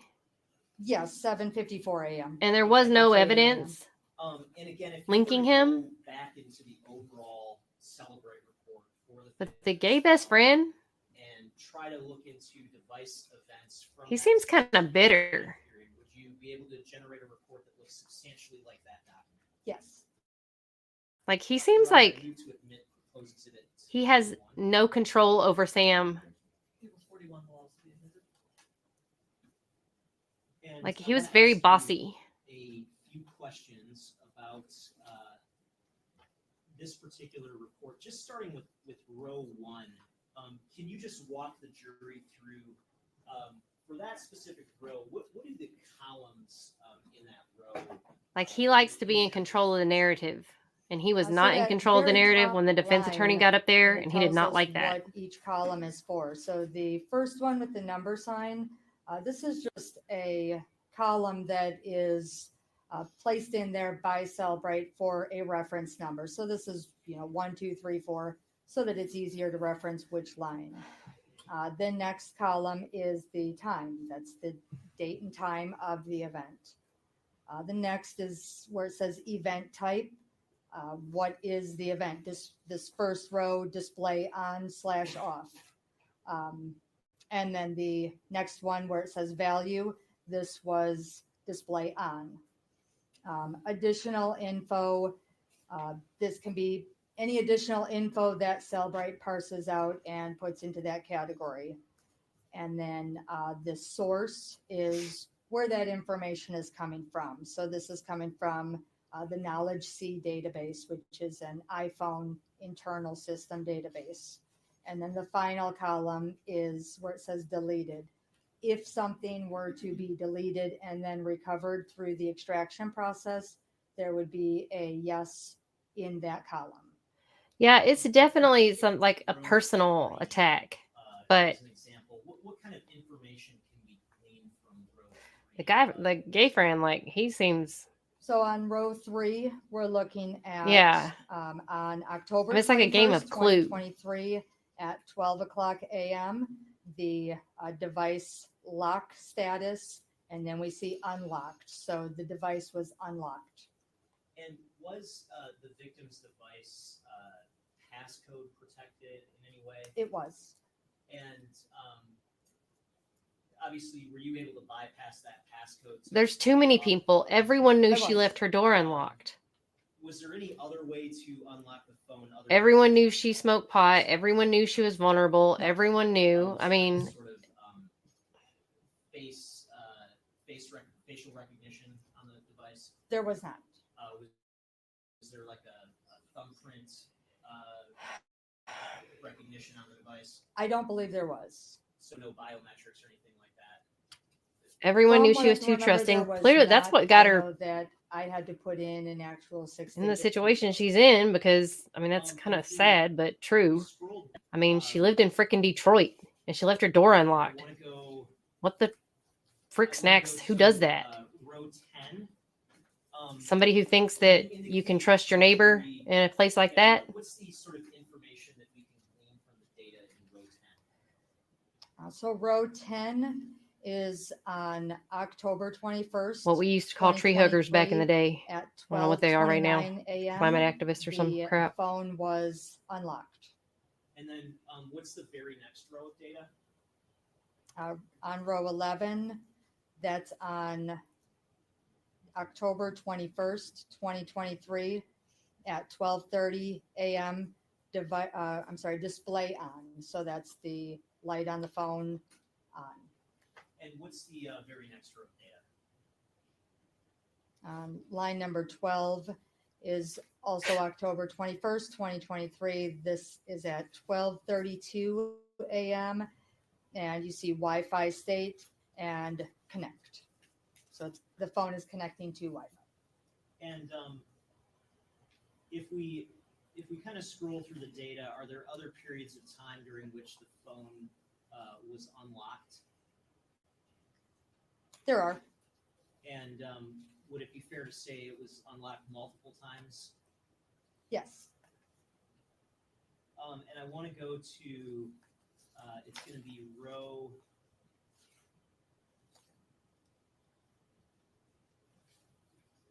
37 and row 38. What sort of information can we glean from the data in those areas? So 37 and 38 are rows showing the phone was unlocked. In row 37, that start time on October 21st, 2023 at 1:29 a.m. The device was unlocked. 38 is the same information, same date and time at 1:29 a.m. It was unlocked. On line 37, you see that end time. So the phone was unlocked at 1:29. The end time, which would indicate that it was locked, was at 1:35 a.m. So about 6 minutes. Okay, and after that, well, let me ask you this. At some point that same day, October 21st of 2023, did you personally handle this particular phone? Yes. And when you handled it, did you personally unlock it? Yes. Between this period of 1:35 and 40 seconds a.m. And the time that you unlocked it, are you aware of any other time based on the date the device would have been unlocked? No, not for an unlock. You know what I would do if I were Brian Brown? 1:35 a.m. mark. There's some other device events reflected. Yes, I heard that. Data. Yes. To your knowledge, But or in your you know what I would do if I were Brian Brown, the defense attorney? I would literally require the input of a human being. Every witness that goes up there, No, the I would activity ask every detective, did you investigate every single one of her friends? And how far did you investigate every single person that gay guy put up? Did you investigate the gay guy? Because, I mean, my God, he threw like a dozen people under the bus. Occurring on the phone. And I would make every single one of them look like a suspect, not just the ex-boyfriend. So, hypothetically, I'd have the jury phone is spinning. set up such that if a phone receives a message, the display might light up. Yes, usually with any phone, if an incoming message or an incoming phone call, or depending on your notification settings, if you receive a notification to your phone, that backlight or that home screen is going to light up, but it's not going to unlock. And if the home screen or the backlight lights up, would it get reflected as a device event in a report like this one? It would just be indicated as a display is on. So the display lit up from one of those possible options. And is there anything from the data, in your view, that suggests that the user was using this phone directly after 1:35 a.m.? I didn't see anything, no.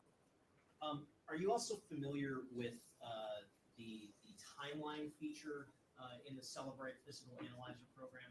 Yes. And what is the timeline feature? Yeah, So the and I would definitely timeline make sure to put it in my closing feature arguments how is, many a people category knew her within that door was report. unlocked. She never locked And it it, and helps, that she I didn't guess use her it's alarm a system. different way to look Even at though the closing information. argument's not evidence, So it like is I one of was the last saying things they earlier, you hear. have the different categories. You have your calls, your messages, your device events. Those are each individual tabs or categories within the report.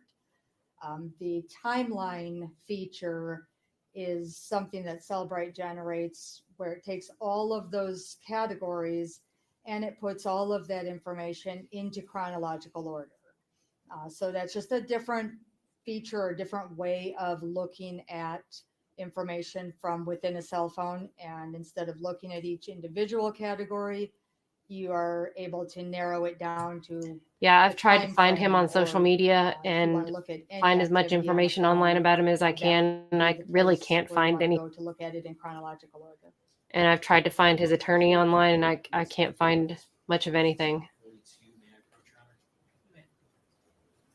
Honor? Is proposed Exhibit 42 a timeline report from the victim's phone? It is. And does that report cover the period of time from roughly 1 a.m. on October 21st, 2023 until approximately 4:29 a.m. that same day? Yeah, Michael too. I can't find much about him either.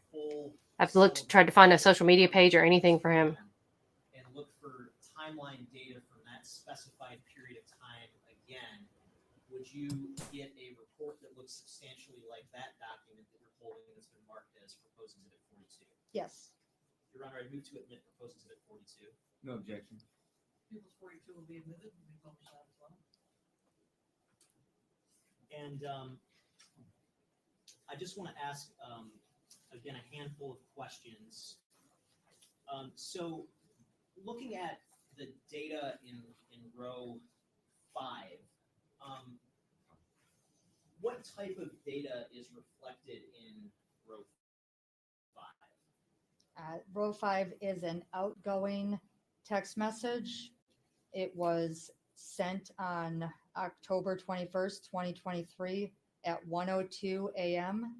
It was from this phone, the phone identified as Samantha Wall, and it was sent to a phone number with the contact name saved in the phone as Barney New. And are you able to, based on the timeline report here, see the actual content of that message? No, so in the timeline feature, sometimes the information is limited in nature just to one line. To be able to further look at that particular line, you can look in the text message category to see what the body of the text actually was. And did you have an opportunity to look in the text message category of the overall Celebrate report for the victim's phone to verify what that outgoing message was at 1:02 a.m.? Yes. I'm holding what's been marked as proposed exhibit 43. May I approach, Your Honor? You may. Is proposed exhibit 43 a screenshot of the Celebrate text message feature showing the content of the communication that's depicted in row 5 of exhibit 42? It is, but this is also in the timeline section. So this is a view through the UFED reader format where exhibit 42 is a generated PDF from that same section. And in the screenshot from actually looking at the Celebrate program itself, are you able to see the content or the substance of the instant message? Yes. And does that screenshot fairly and accurately depict the sort of data that you would actually see again if you were to pull up that overall Celebrate report and go in and access that same information today? Yes. Your Honor, I move to admit proposed exhibit 43. No objection. Will be admitted and may publish that as well.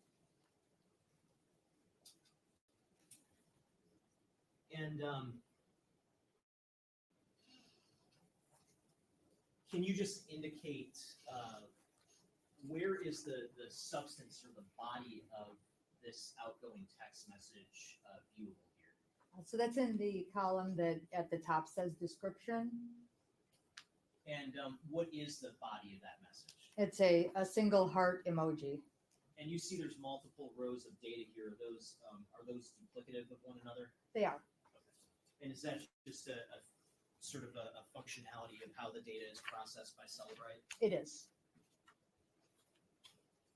Now, going back to Exhibit 42, do you see any outgoing communications after that 1:02 a.m. and 43-second mark where the heart emoji was sent from the victim's phone? No, Is there any indication of outgoing calls? there's not. Is there any indication of outgoing text messages or instant messages? There's not. Now, is there other activity that is reflected on this timeline here after that 1:02 a.m. mark? Yes. And does some of that activity even extend after that 1:35 a.m. mark that we discussed with respect to the device event log when the phone was last unlocked? Yes. And with respect to the activity on the phone after that 1:35 a.m. mark, here on Exhibit 42, do you see any activity that, in your opinion, would necessarily require the input of a human user on this phone? No. So the activity here that is still running on the phone is, I guess it could be described as maybe background activity, or if an app is open and that app is not closed, that's still going to be running on your phone. You're still going to be getting incoming emails, incoming notifications. So there can still be activity running. There's also system activity running. Your phone is still functioning, but nothing that requires or indicates a direct user input or user manipulation or passcode being put in or anything like that. There's no outgoing user required activity. Now, as part of your review of the victim's phone, did you come across a particular web page that was bookmarked for a dating-related article? Yes. And I'm holding what's been marked as proposed exhibits 121 and 122. I changed the numbers on these because I didn't realize I'd already used I think it was original 22 when I did the uses. Your Honor, may I approach with proposed exhibits 121 and 122? Did you hear he messed up? I'm sorry. Proposed exhibit 122. Is that a report that shows a bookmark for a specific web page? It is. And again, if you were to go back into the overall Celebrate report for that web page today, the overall Celebrate report and pull a report showing the bookmark for that web page, would you get a report that looks substantially like Exhibit 121? The prosecution's trying to get ahead of stuff before the defense gets there. The web page or the article that was bookmarked? So the title of this is Why You Need to Date Someone Who Scares You. And Your Honor, I would move to admit proposed exhibit 121. No objection. Can we admit it?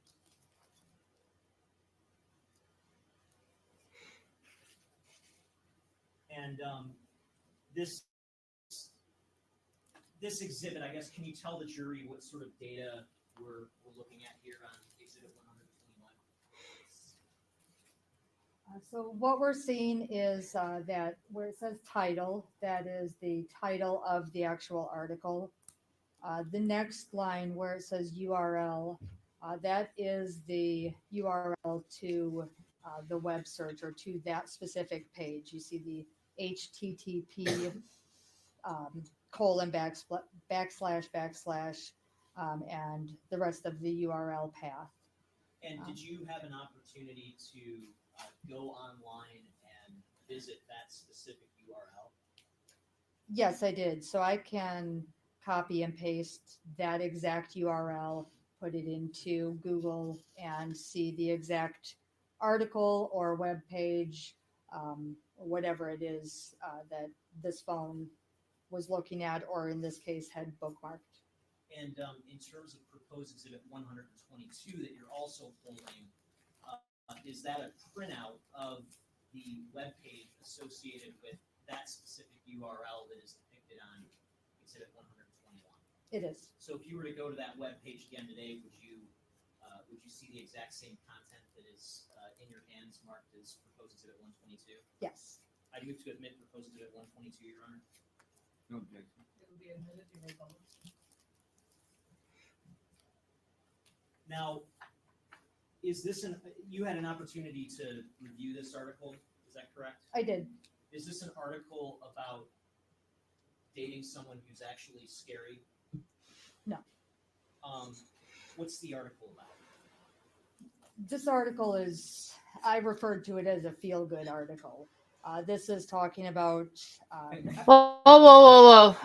How do exactly? Thank you. Categorize the contents of this particular article. Thank you. She's a cell phone extraction. It is. It speaks for what it is, but for her to give her own opinion or summary of what she believes the author's intent was behind it, I believe that goes beyond the scope of her expertise. Thank you.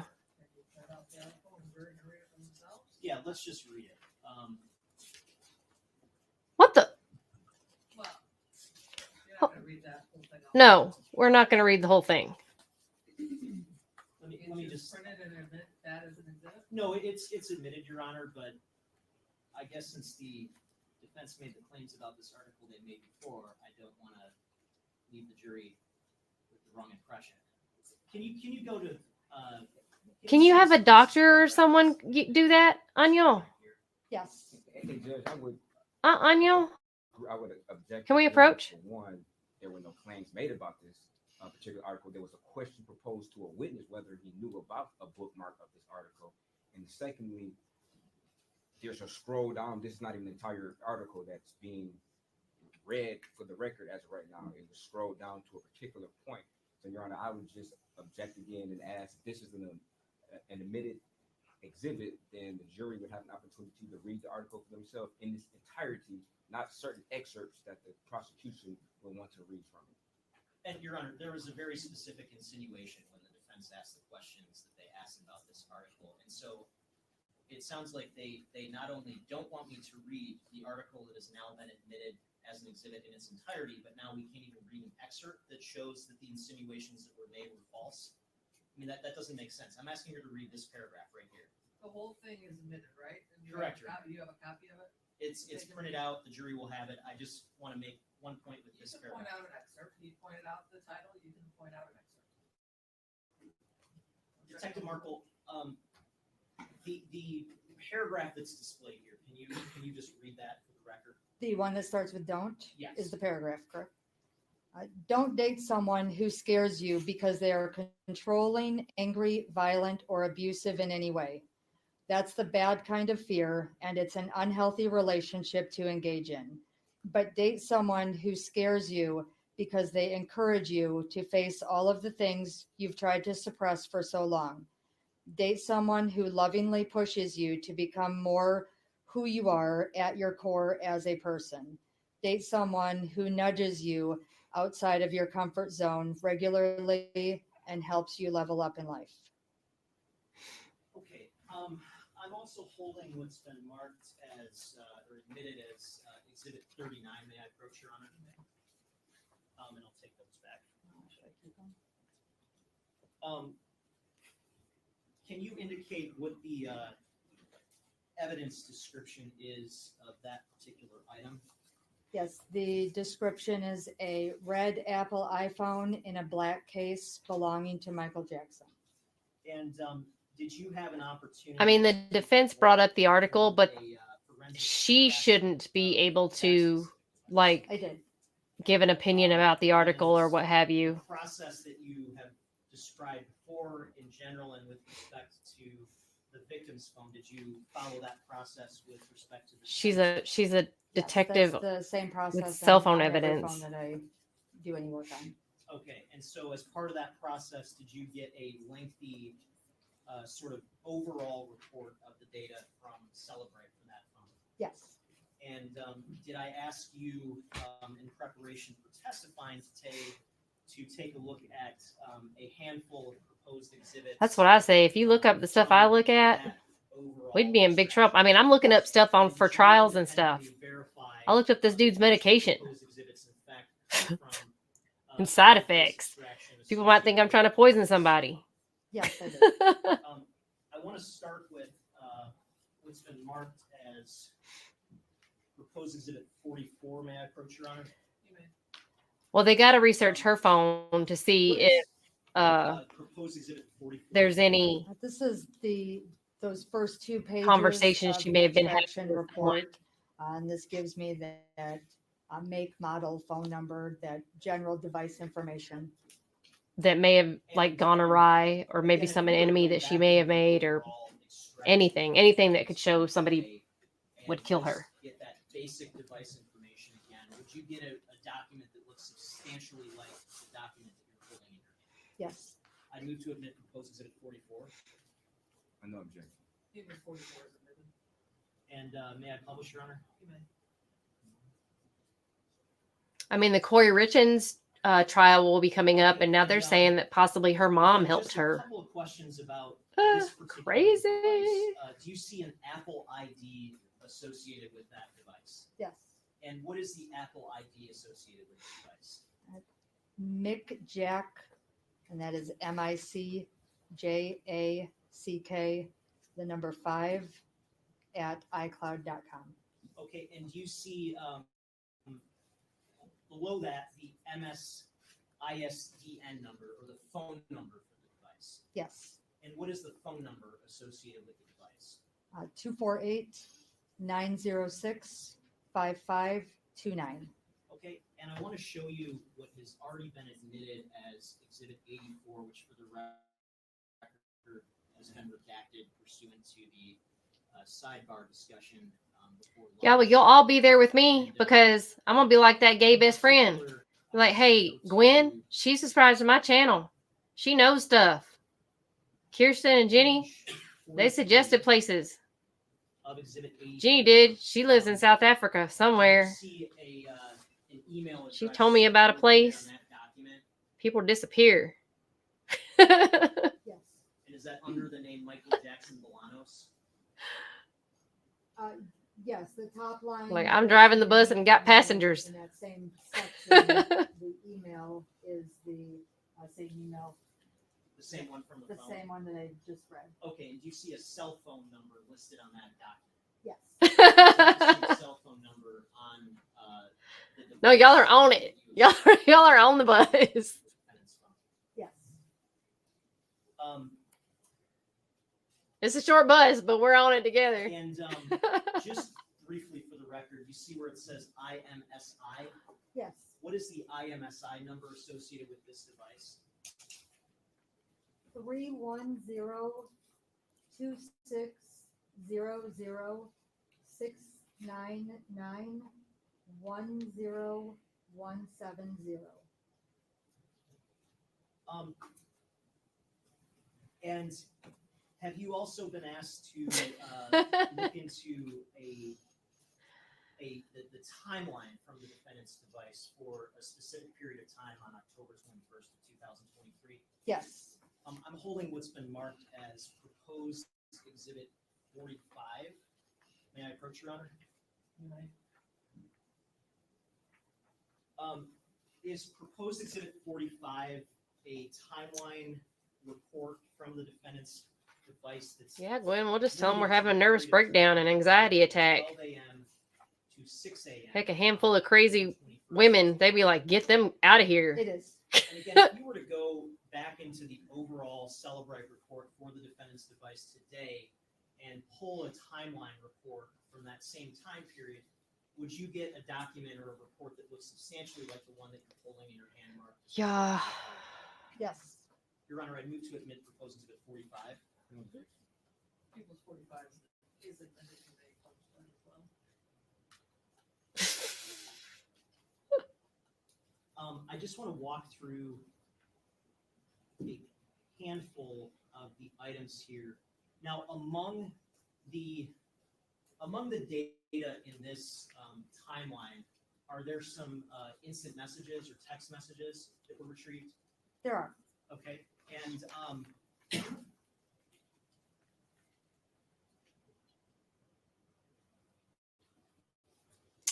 I wonder what they're going to say about his phone. I want to direct your attention to row 17. Is that an incoming or outgoing text message? Row 17 is an incoming. And is that, I guess, an instant message or a text message?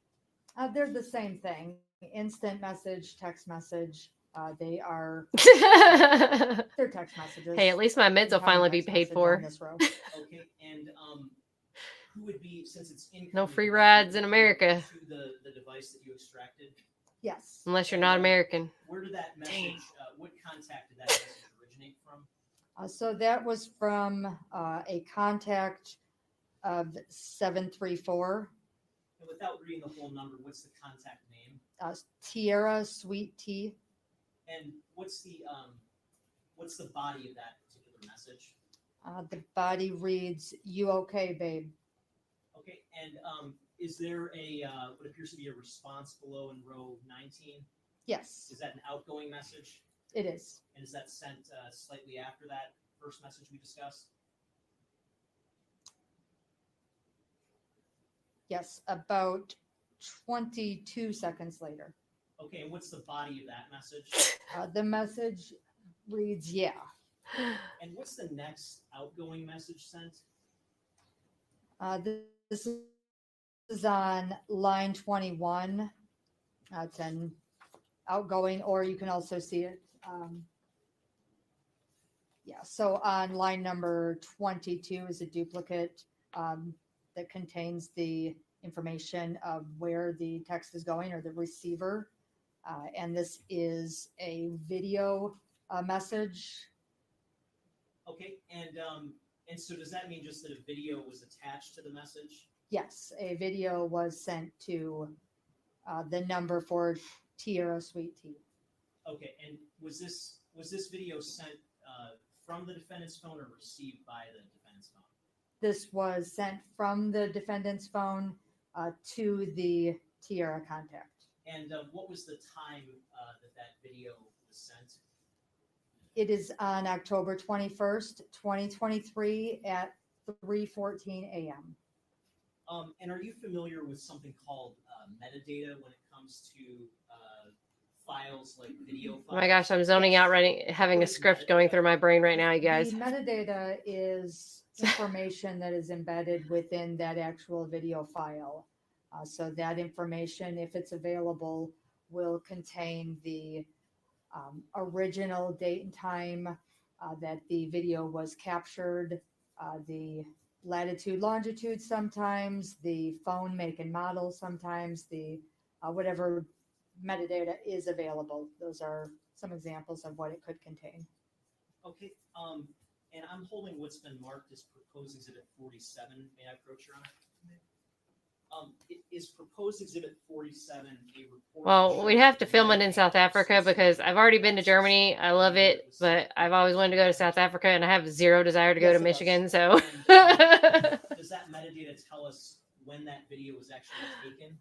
It does. And what was that time? I already have it So like that happening in my video was brain. Captured on October 21st, 2023 at 2:16 a.m. Okay, and again, if you were to go into the overall Celebrate program today and pull a similar report trying to get the metadata for that specific video, would you get a report that looks I already have the plot, Jenny. You've already called arms to South Africa. Yes.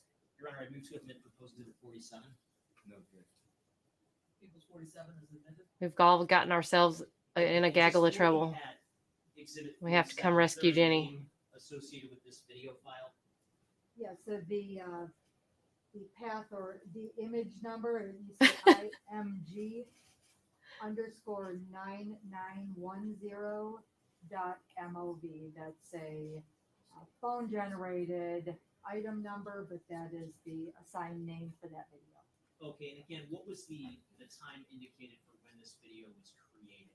At 2:16 a.m. And was there any location data associated with this video? Not attached to this line in the video section. Okay, and I want to go back to, well, actually, did you have an opportunity to actually view that specific video in the Celebrate program? I did. And I'm holding what's been marked as proposed exhibit 48. Is it your understanding that that video directly from Celebrate is contained on this disc that's marked as proposed exhibit 48? Yes. Your Honor, I move to admit proposed exhibit 48. What's the video? No objection? No objection, yeah, no I objection. couldn't hear you. It'll be admitted. And just playing exhibit 48. Again, what's the file name reflected here on exhibit 48? IMG_9910.MOV.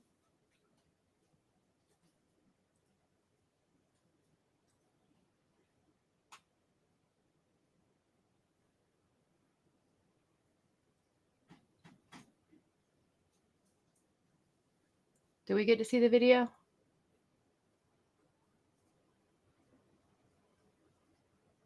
And so that's just a brief video. That's the entirety of the video that we just saw. Yes, that is. Okay. What? Going back to exhibit 45,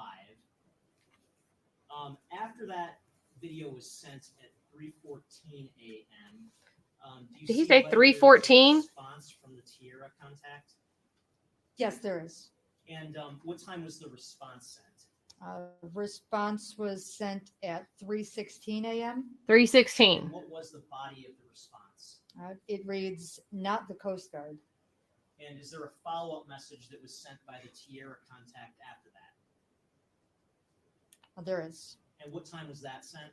That was at 3:34 a.m. 3:34. Do you see row 26 though before that? Oh, yes. 26 was another incoming message from the contact Tierra. And what was the body of that message? That message reads Texas 2. Okay. If we I don't know what any of this scroll means. down, a little bit in row 32, do we start to see some messages with another contact? Yes. And what time do those messages start at? This message is at 4:07 a.m. 4:07. What's the body of that first message received from that other contact? I miss you. 3 dots. So much, Poppy. Oh, oh, At oh, 4:07 Poppy. a.m. 4:07. And if you go to row 35, is there another message from that same contact? Yes. And what is that contact's name in the phone? Doc Wash. And what's the body of that incoming message in row 35? That message reads, "You don't feel the same." And what's the next message sent after that, reflected in row 37? That's another incoming message from Doc Wash. The message reads, "I understand if you don't. I just had to get that off my chest." And if we go down to row 39, what is the next message sent from the Doc Walsh contact? Do you want me to read just the body or the time, or? Yeah, the time and the body. Okay, the time on, if we're looking at row 39, the time is 4:13 a.m. and the message reads, "Good night then." Okay, now between the time that Doc Walsh first reached out at 4:07 a.m., between then and 4:20 a.m., is there any outgoing response to this Doc Walsh contact?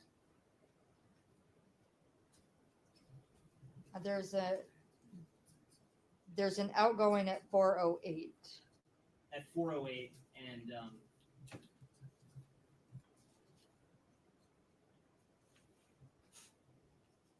oh, I see. Row 34. Yes. And what's the body of that say? That message reads, "Hey, Lise." It's Lyse. And between 4:08 a.m. and 4:20 a.m., is there any further outgoing contact from this device reflected here? There's not. When is the next outgoing communication reflected if you look at row 41? So on row 41, that is an outgoing. That is at 4:25 a.m. And what's And the body of that message read? the message reads, "I do, Ma. I'm busy." Okay.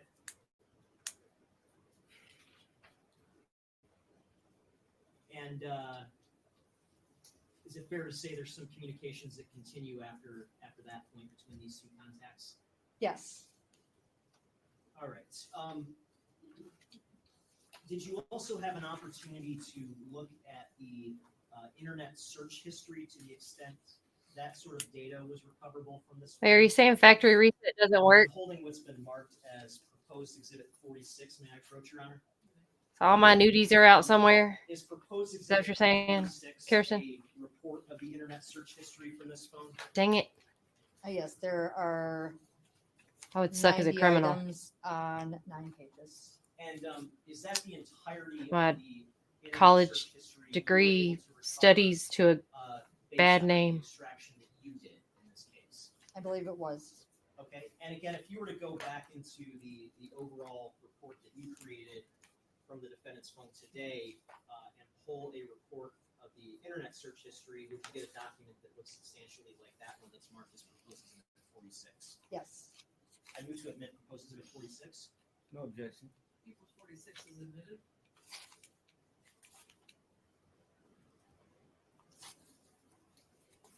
I want to scroll down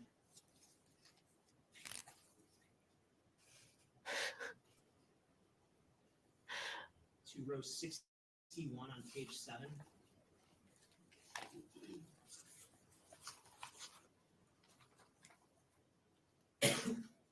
Yes. Does that row of data 61 reflect a particular internet search? Yes, it's a Safari search. And what is the date and time associated with that search? That is November 12th, 2023 at 4:19 p.m. And what is the phrase that was searched at that date and time? The search was Detroit same-day passport. Now, are you familiar with when Jeffrey Herbstman was held in custody by the Detroit Police Department? We think some kind of way, And Gwen. based on your role in the investigation, do you know the dates that he was held in custody? Yes, the November 7th, and I believe he was released on the 10th.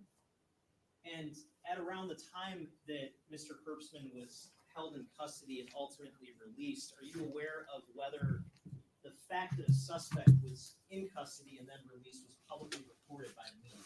It was. And do you know the date of the first public reports the suspect was released, as far as you know? I thought it was on the following day, so he was, I believe, on the 10th. I believe the objection to she's speculating. It doesn't sound like she really knows. She's guessing. Only if you know. If you looked at a Detroit News article, would that help refresh your recollection?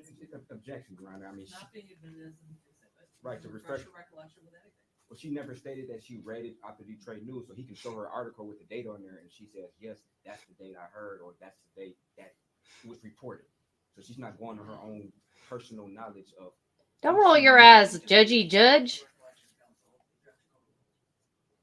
Woo! It's not being admitted.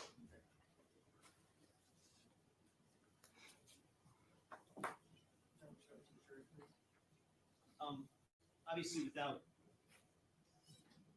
divulging the contents of that article. Once you had an opportunity to review it, let me know if that has refreshed your recollection as to the date of media reports surrounding the release of a suspect in this case. Yes, And what was the date? that was November 11th, 2023. Okay, and this search for Detroit same-day passport on the defendant's phone was what date? November 12th, 2023.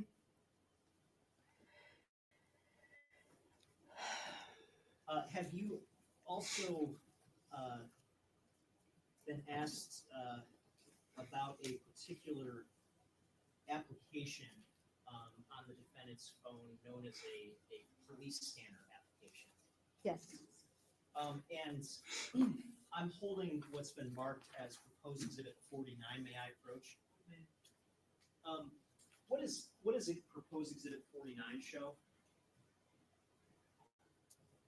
This is from the installed applications section in the Celebrate report, and this shows the date and time.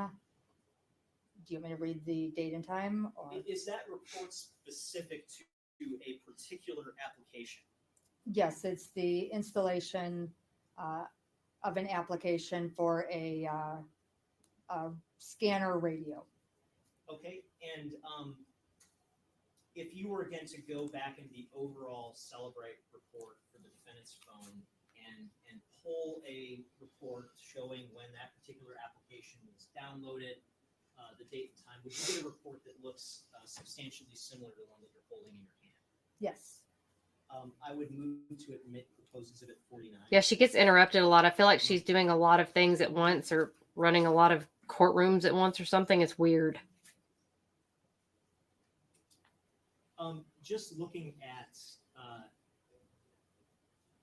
exhibit 49, again, what is the name of this particular application that the report addresses? So the name is Scanner Radio Deluxe. And what is is there a purchase date associated with that particular application? Yes. And what is the purchase date associated with that application? November 3rd, 2023 at 11:57 p.m. Now, are you familiar with the Apple App Store? Yes. And did you have an opportunity to go to the App Store to search for this particular application that's reflected on Exhibit 49? Yes. I'm holding what's been marked as proposed Exhibit 51. May I approach, Your Honor? You may. Is proposed Exhibit 51, does that contain screenshots from the App Store if you were to go to the App Store and look at this specific application? Yes. And does that tell and show, does that purport to show how the app is marketed? Yes. How it looks, how it's marketed, the information directly from the actual App Store. And again, if you were to go to that App Store and take screenshots again today, would that be sort of substantially same to that document that you're holding that's marked as proposed exhibit 51 as far as you know? Yes, it would be the same. They could change a color or part of the description, but it would be very similar, if not exactly the same. Okay, but does that document fairly and accurately depict what you saw when you went to the actual App Store for that specific app? Yes. I move to admit proposed exhibit 51, Your Honor. The only objection I would have is when, in fact, she went to the App Store to view this particular app, she stated herself that the app could change, and it seems like this app and what's listed in the name on the Cellbrite report have different names. I've viewed this app several times over the past few months, as recently as within the last few weeks preparing for trial. And I guess how close to this purported download date did she actually review this particular app at the store versus the most recent? When did you first look at it? I'm not sure. It would have been around the time that I initially extracted the phone, but the exact date I don't know. I know that I've looked at it since then in preparation for court.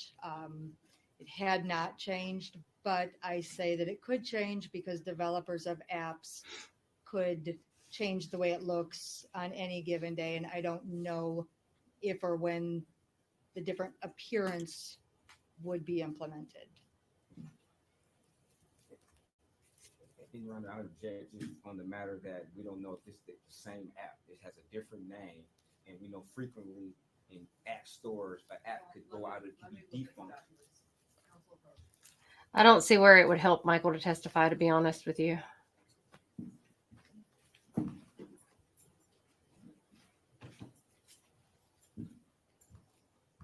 I don't know what apps they're looking at.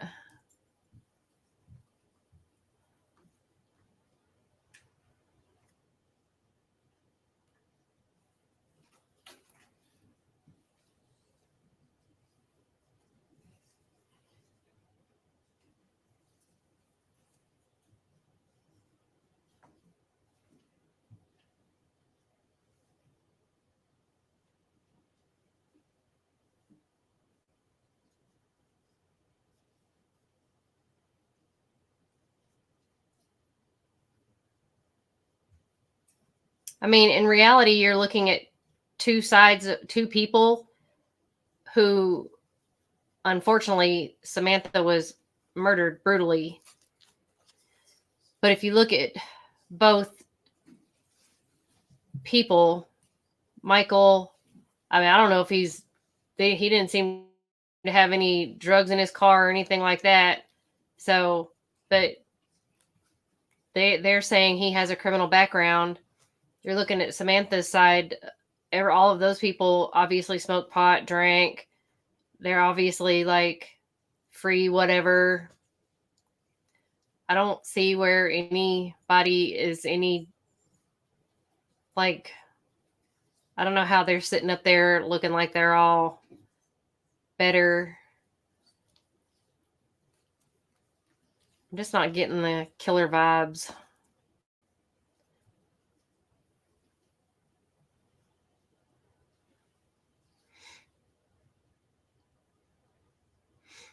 Yeah, I mean, took a lot of pills, smoke a lot of weed. Yeah, they're talking about Michael was looking at, I guess, search for a scanner radio.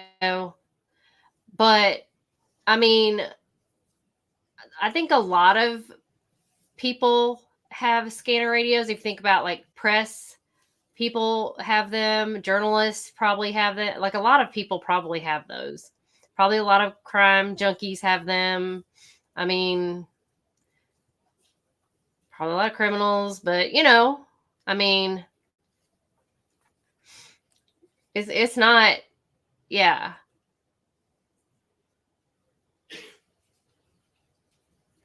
I wouldn't say it's out of the ordinary. A lot of nosy people in the country have them. A lot of meth heads have them. You know, just your average folk.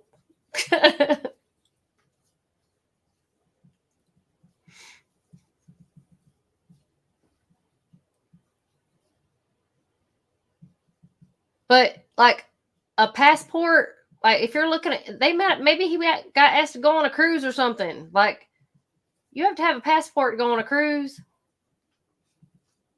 And heck, you know what?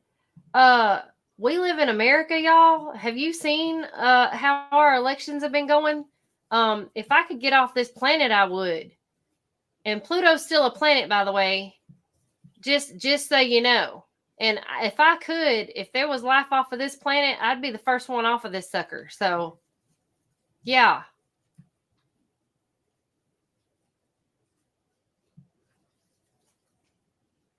And actually, it's not because the old fart's running this thing. Well, there is an old fart running this thing, but it's the ones that are coming up behind him that I'm worried about. Yeah, I wish we had same-day passports. There's people beating down the unimagined invisible fence to get in this country. There's so many of us that are like, how the heck do we get the hell out? We just want to win. We got to have a dang passport. Hey, you don't have to have one to get in. This is when my accent comes out right here is when I get all like crunk. That's not even a word anymore. Now all the kids are saying stuff like sus. And what did my nephew say to me the other day? He said something crazy, and I was like, what the hell does that mean?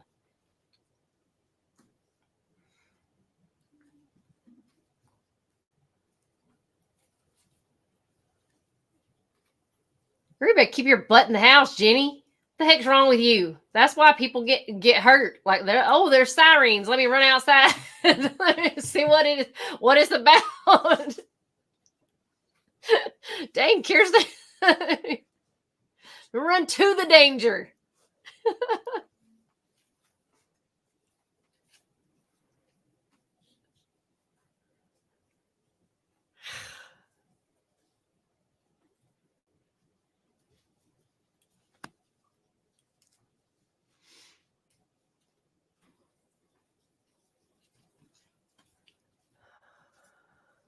Y'all are a mess. That's like people I watched storm videos. There's a big tornado coming down. I'm like, there they are, standing outside filming it with their camera, their phone, their cell phone.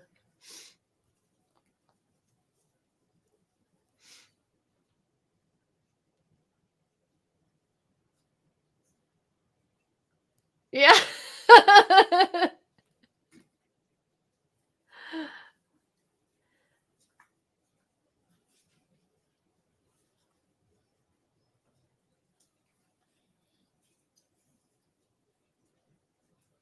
Yeah, which movie is it where gosh, I can't remember. The movie where they're standing on the roof, the aliens are coming and they're like, welcome. She's standing on the roof of a building with a sign. She's like, welcome, and they like zap everybody out. Yeah. I'm like, that's all I picture is because we're like, when everybody's like, do you believe in aliens? I'm like, of course I believe in aliens. We are egotistical to think we're the only ones here. I feel like all the planets, like the universe is endless. I feel like we aren't God's first try.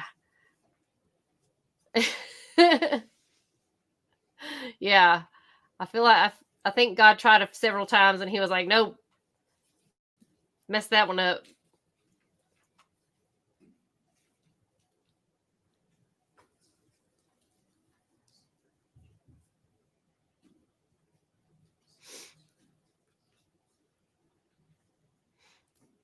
And if there's alien, I think there's aliens, and I think they're here, and they probably look at us. I'm like, no, these people are too stupid. We don't want to do. We could dominate them so easily, but we don't want to because they're dumb.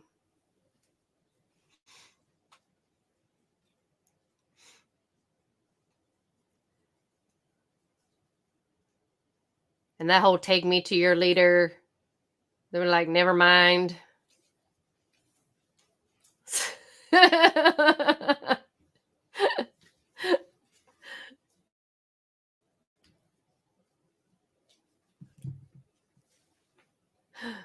Our leader is like, he doesn't know where. Hell, our leader can't even walk.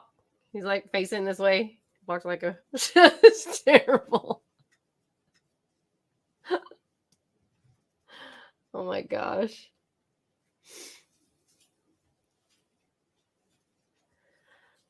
Oh.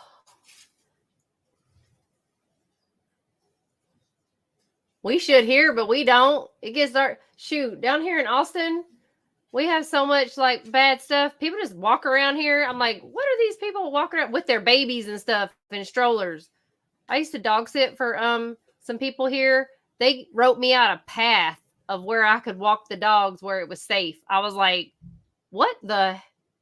Yeah, they're like, you can walk down these sidewalks up until this time.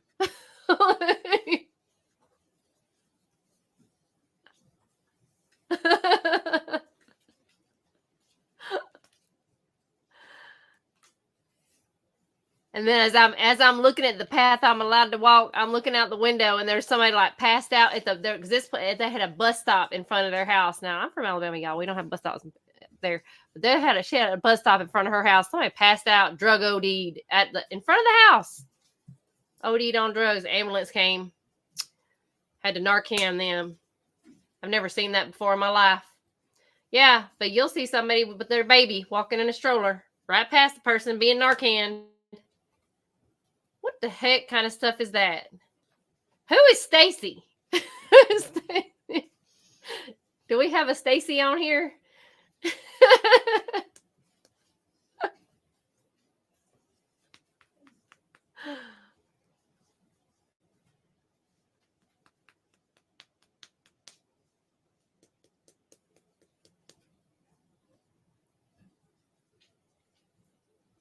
Oh my gosh.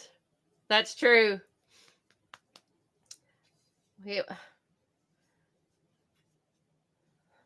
We got all the monkeys running the circus right now.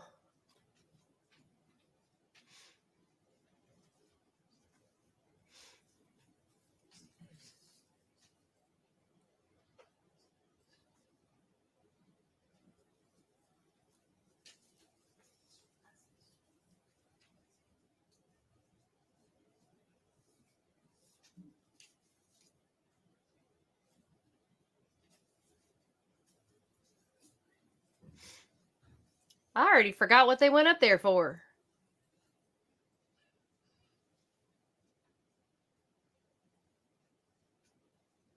Well, let's send the jury on a 10-minute break. Or 10 minutes. We'll come back. We gotta finish looking at this. Where is his family at?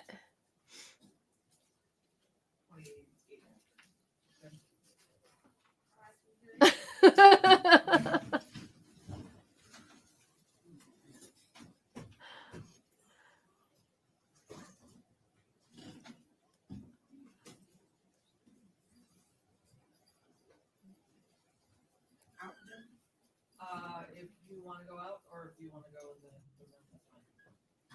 Huh. I wonder what I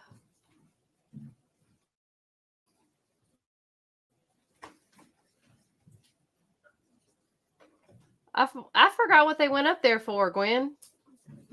I was so busy running my dang mouth. I forgot we were even watching a trial. Shoot. We're still talking about the cell phone search, right?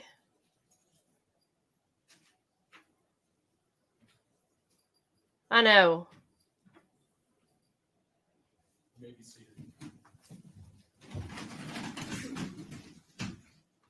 Oh, the radio scanner link. Yeah, dang, Jenny.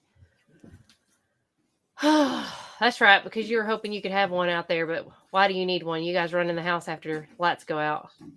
Lights turn on. Lights turn on. Street lights are on. Get in the house.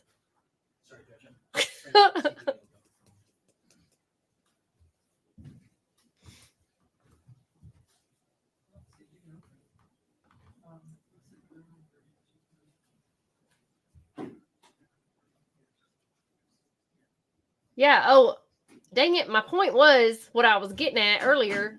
It was his cell phone because he was a little player. And I was making a point, trying to make a point. Totally forgot. Off track.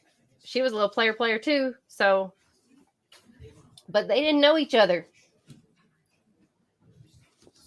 As far as we know.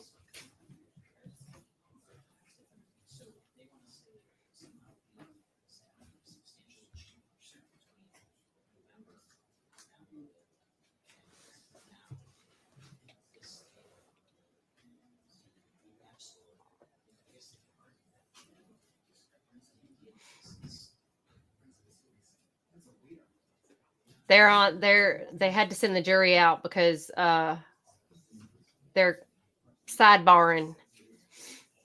I love that they call it sidebar, but there's no bar.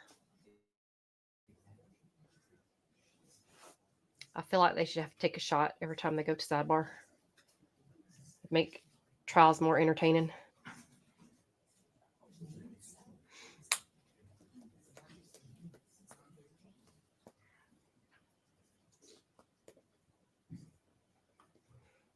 Yeah.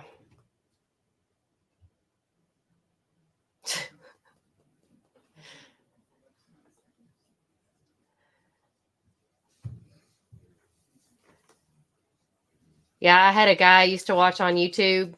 Well, he's what inspired me to start my channel. Of course, I'm not a lawyer, but he was a lawyer, and he had a bunch of other lawyers on his channel, and they started sprouting off their own YouTube channels.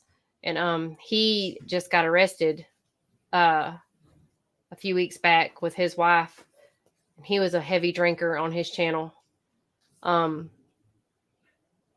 I'm shocked that he got arrested and is now in deep trouble. And child endangerment and stuff. That's crazy. Like it's crazy how you look at YouTubers or people like that and you're just like, oh, wow. And now you're in trouble.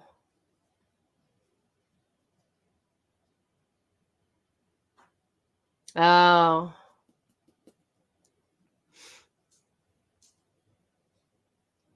Well, there's a lot of people there supporting, obviously, Samantha.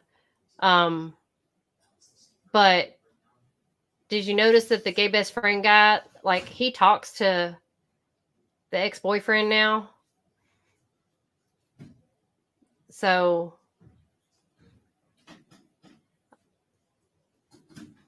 even though he said he was trying to stay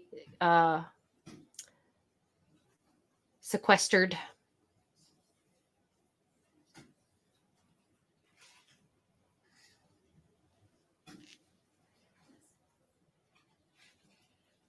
As much as possible, but I don't believe that.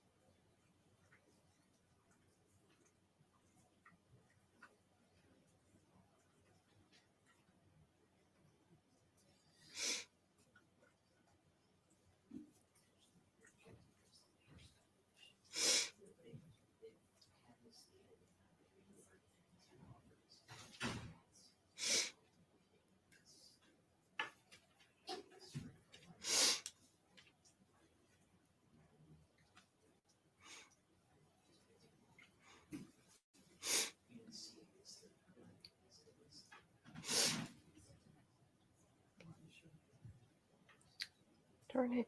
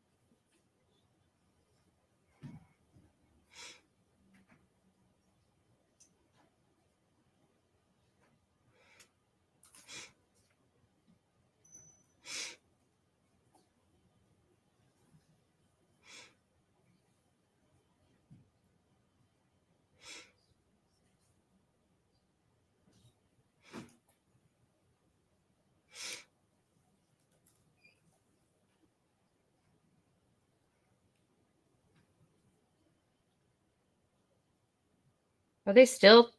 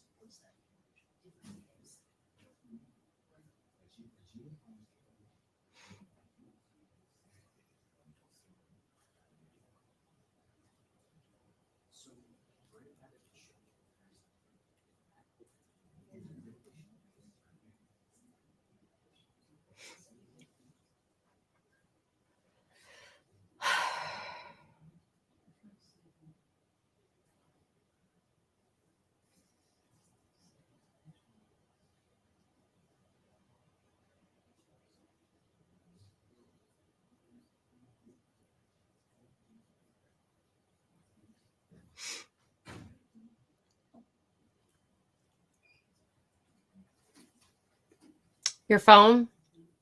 You're back.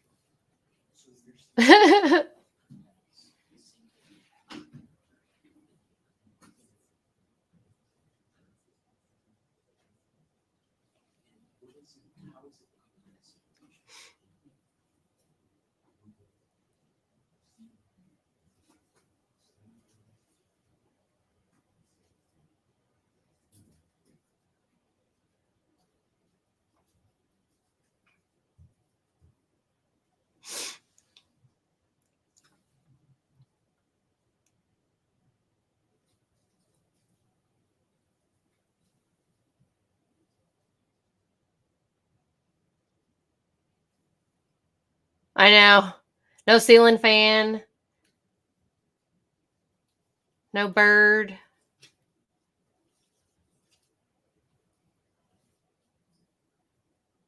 Just get to listen to that squeaky door. I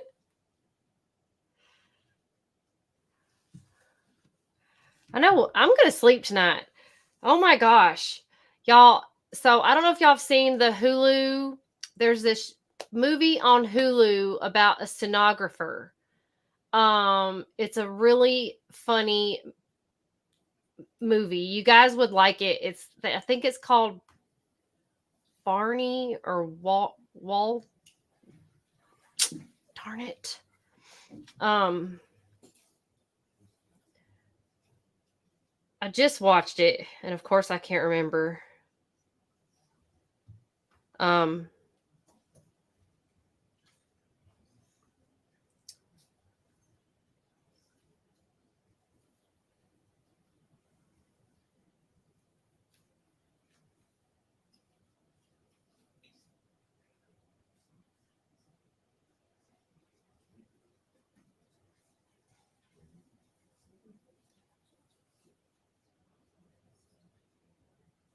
Walden.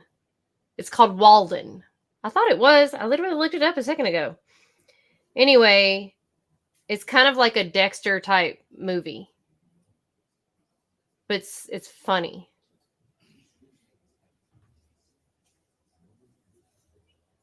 But you guys should watch it. It's funny. I think it's on Hulu.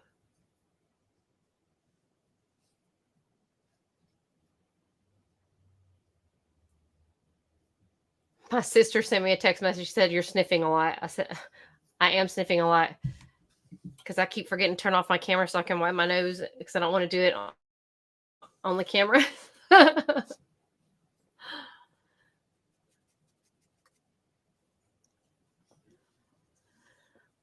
But anyway, the movie Walden is funny, but it's crazy. I did not realize. So the stenographers, remember last time, I think somebody asked me what the person was doing with the mouthpiece over their mouth in the Karen Reed trial, because she's like speaking into it, which seems kind of unsanitary and nasty to me, but whatever. But the other person where we keep hearing that like receipt coming off in this trial, they're typing, which if you think about it, that's hard too, because they're typing on this little bitty typewriter thing. But that's their stenographer, who's the court reporter. And so they're doing like shorthand typewriting so they can get all the notes. But in the end of the day, I didn't realize this, y'all, but it's like they're shorthand typing and they're basically typing like telegraph style paper, and it looks like receipt paper printing out, and they have to at the end of the day, I don't know where that goes, and maybe into some kind of machine where they put that in and it prints out the words, I guess, into a transcript. But that's what they're typing on that little bitty machine. And apparently there is a stenographer competition so that you know how fast you can type in a minute. That's what Walden. Ticket tape. There you go, Gwen. See? That's why I keep you around.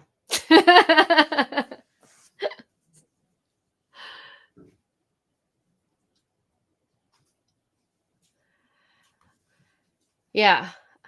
I don't know. I'm thinking now, it's like, to me, it's like the Dewey Decimal System.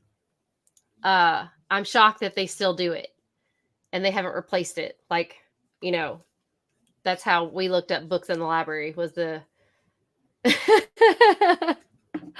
was the Dewey Decimal System. No, kids today don't know what that is. So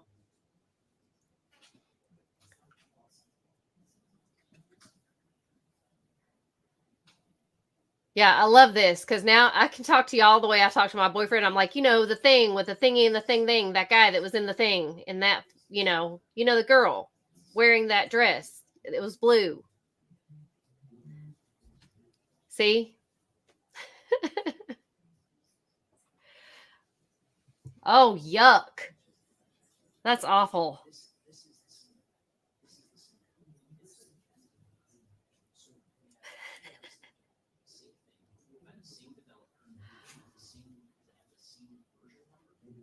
So you mean to tell me people still have to type on a typewriter? No. I took yeah, the movie was good, right, sis? Yeah, it was really good. I watched it the other night. It was surprisingly good. But I learned a lot about stenography that I didn't expect. I did not realize, though, that you still had to type that stuff up. But the woman having to talk into the thing, I didn't know people still did that either. So learning something new every day.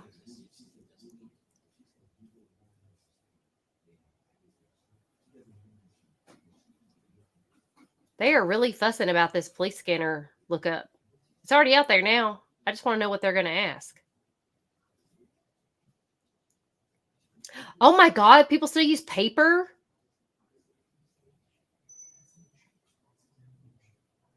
Too many trees they kill doing that?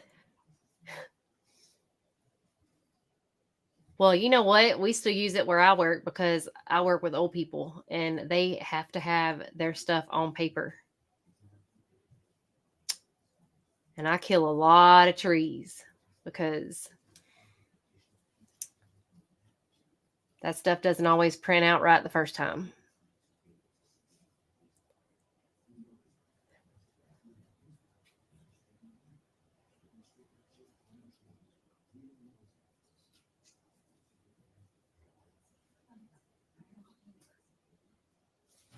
Well, they are fussing about this.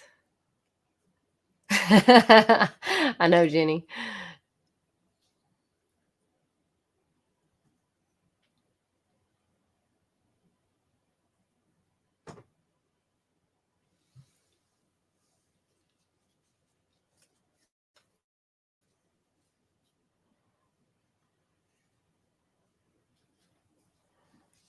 I know I was supposed to go back to Arizona like next week, but we fiddle farted around about the planning the tickets to go. And now the tickets are like twice the price. So I was like, oh, we'll just go next month. And my sister was like, that's a long time away. It is a long time. But if I take another weekend off of work, I think my job is going to choke me. because between going on little trips and then missing work because I would go to the doctor or something, they're probably like, we're over her.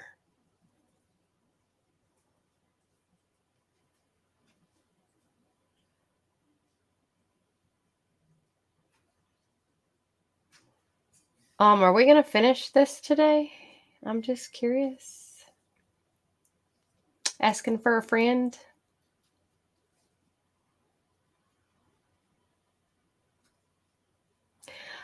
So if this trial goes the 6 weeks they're talking about, which is absolutely insanity, I am wondering if it's just going to be all this fluff and it's going to wear the jury down, and that's their plan. That's their strategy, because I mean, that's what these long trials do. If you guys didn't watch the trial in Florida, it was like a 12-year-old trial incident with Michael. Crap. Just had a brain fart again. I forgot his last name, but I covered the trial when I first had this channel. It was called Creeper. Who is Creeper? It was Ice Cream Man truck trial. But he, I think, was wrongfully convicted. But the trial went on for so long that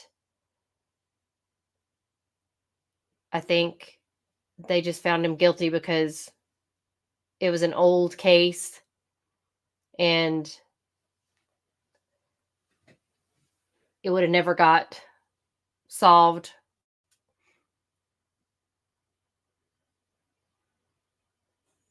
If I can find my old video on it.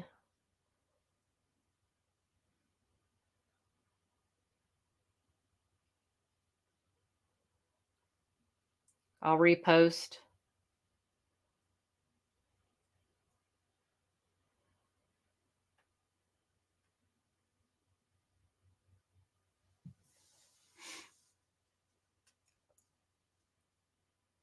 Michael Keeley.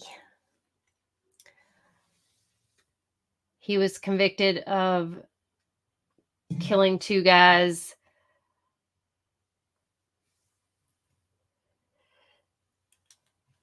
in Florida.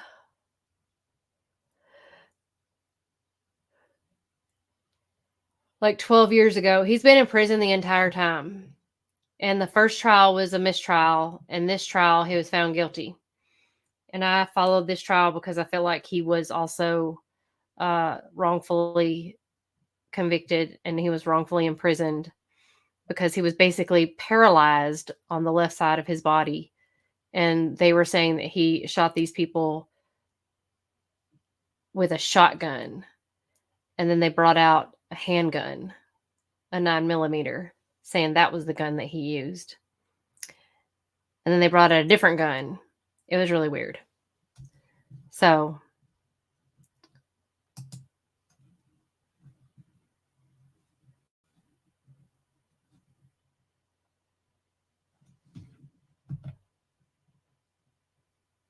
if y'all hadn't heard of the Michael Keeley trial, you guys should look it up because it's another one. I hear sounds. I don't see anything.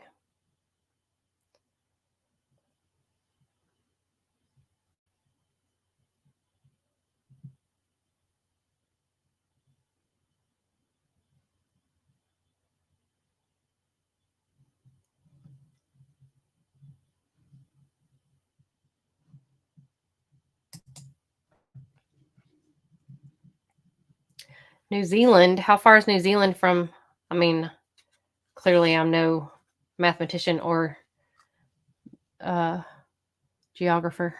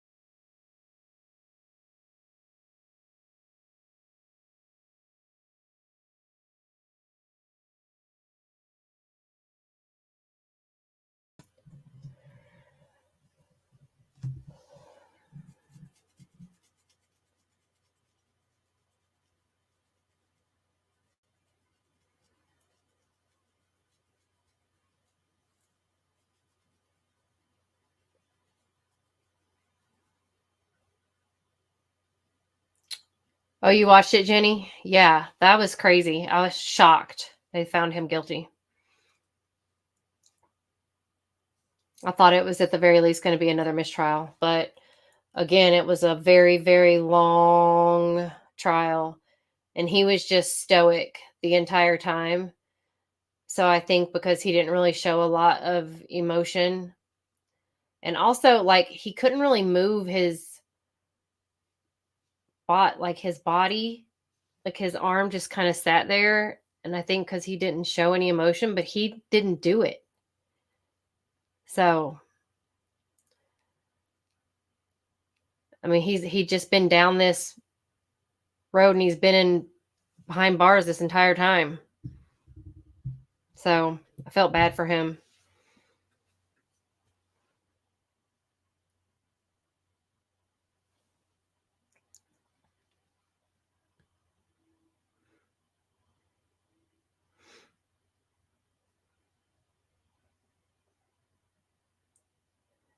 Yeah, I know.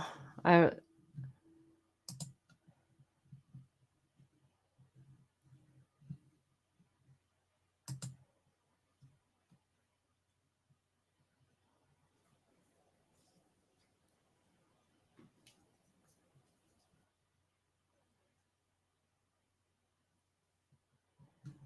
it just keeps buffering.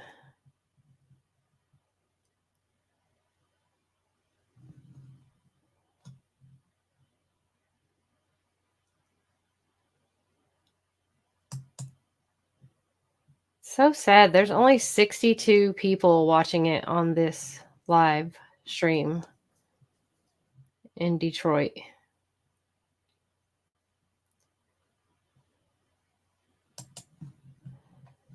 Maybe because it's buffering.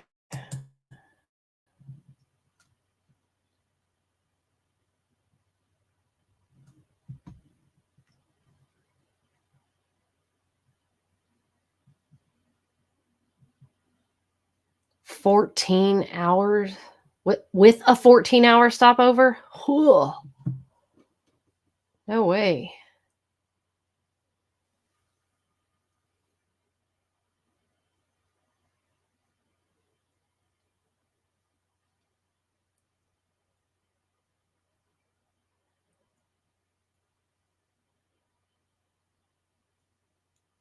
Isn't it crazy that we still have buffering?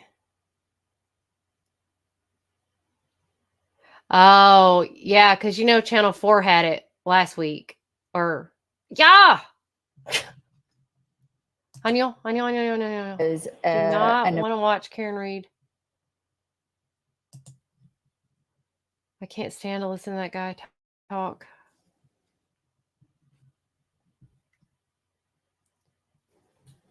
Oh, thank gosh.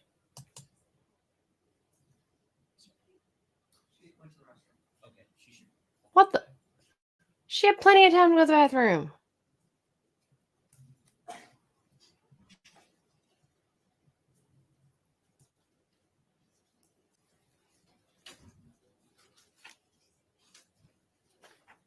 Wait, Aniel, this is not it.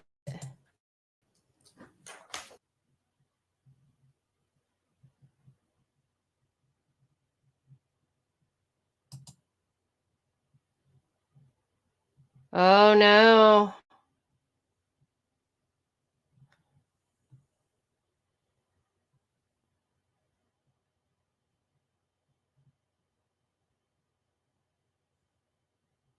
Oh, no.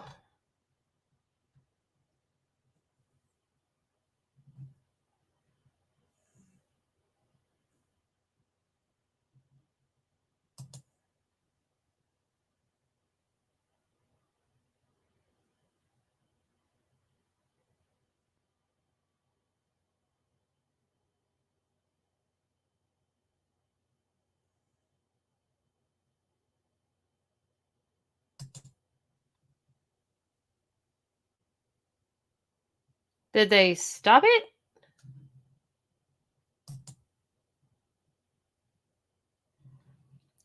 Oh, are you leaving it for a few? Oh, okay.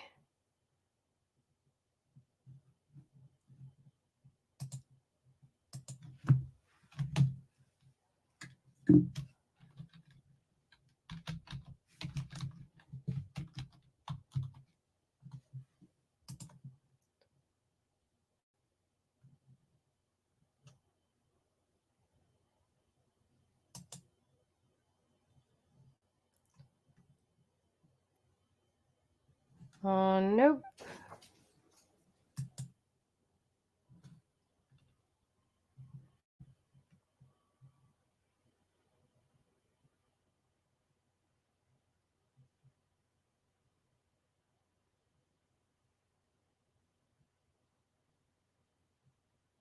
Nope.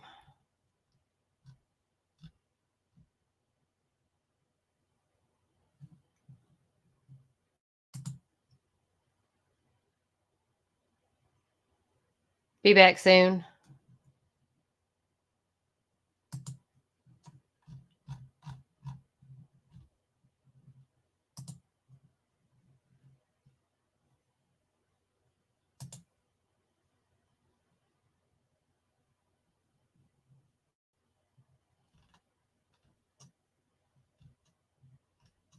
Hey, hello. I've got something to show you, and it's called Fox Local. It's where you can stream Fox 2 live and on demand for free. You can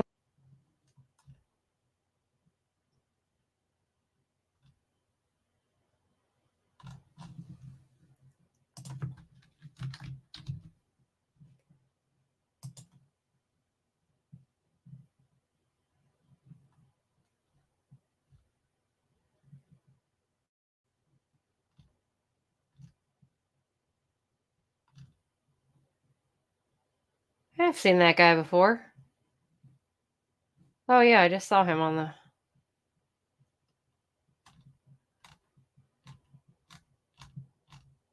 What in the world?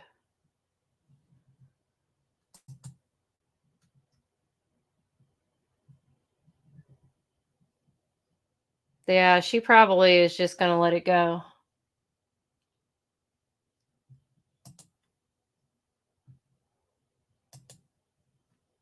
Well,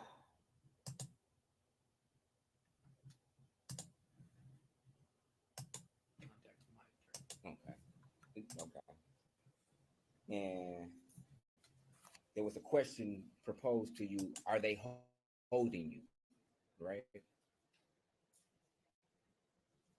Remember that? I don't recall. You don't recall? Okay. If you were to hear this conversation, would it probably refresh your memory? Yes.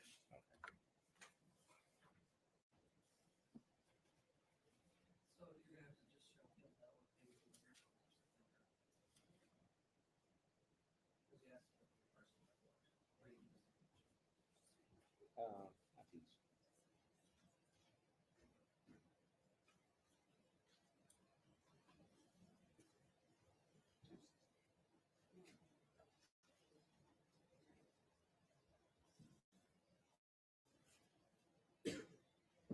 see, where are people at for Michael?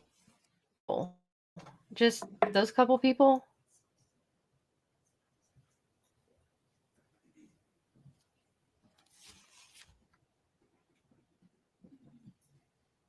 I don't trust that guy.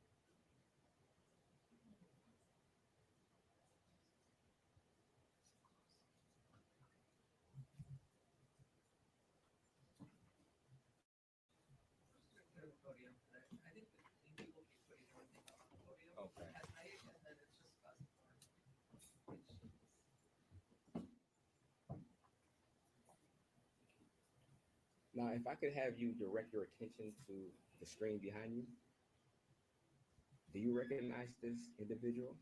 Yeah. Who is that? That's you? Okay. And would you agree that this would accurately depict the conversation you had while you were in Kalamazoo's police station on November the 8th, 2023?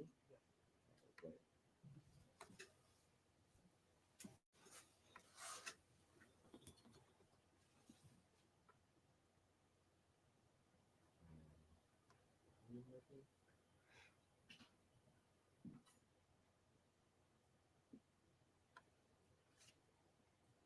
Well, I'm supporting Michael in my office here in Austin. I'm not going to say it's comfy. My left butt cheek hurts, but it's more comfortable than a jail cell. I can promise that. And it's more comfy than Detroit, period. I'm pretty sure I can promise that. It's definitely more comfortable than where he's sitting right now. But hopefully he won't be there for long. I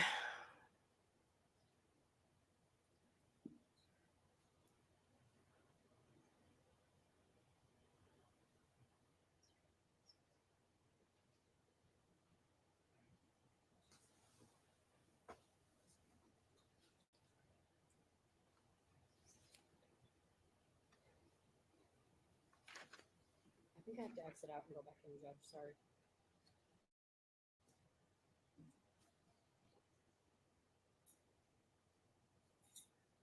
I mean, the little dog is a suspect as much as Michael is. I mean, everybody's a suspect. It's just crazy.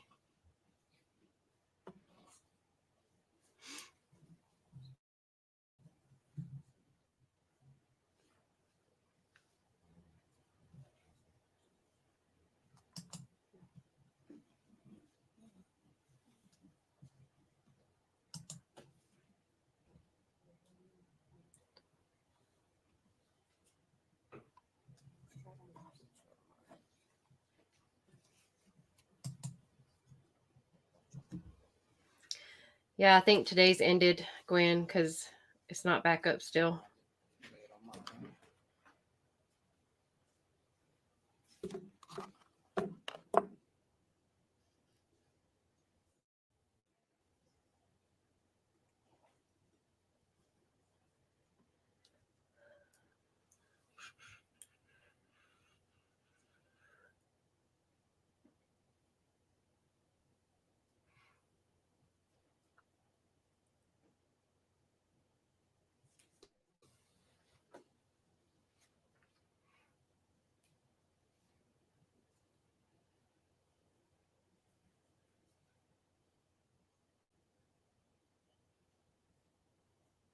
They're having technical difficulties. I'm going to need them to say something.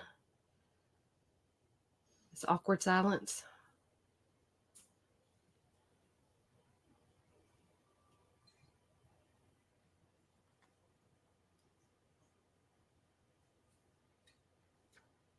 Is there another person or another phone number you can think of? Because I can't find it.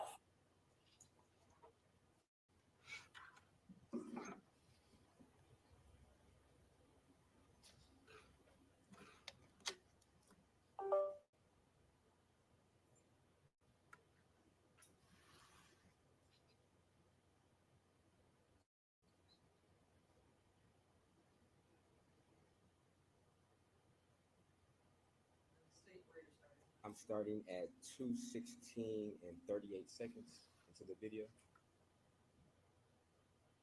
It's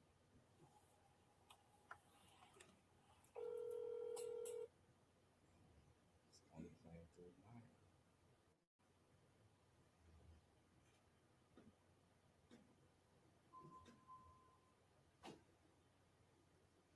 Yeah.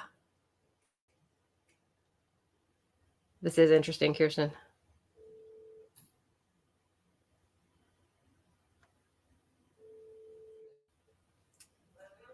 Hi, Mom. This is Jeff. Hi, Jeff. Where are you? I had a panic attack and ended up in the Kalamazoo police station. Okay. If you could please contact that attorney for me. Okay. We'll call her right now. Are you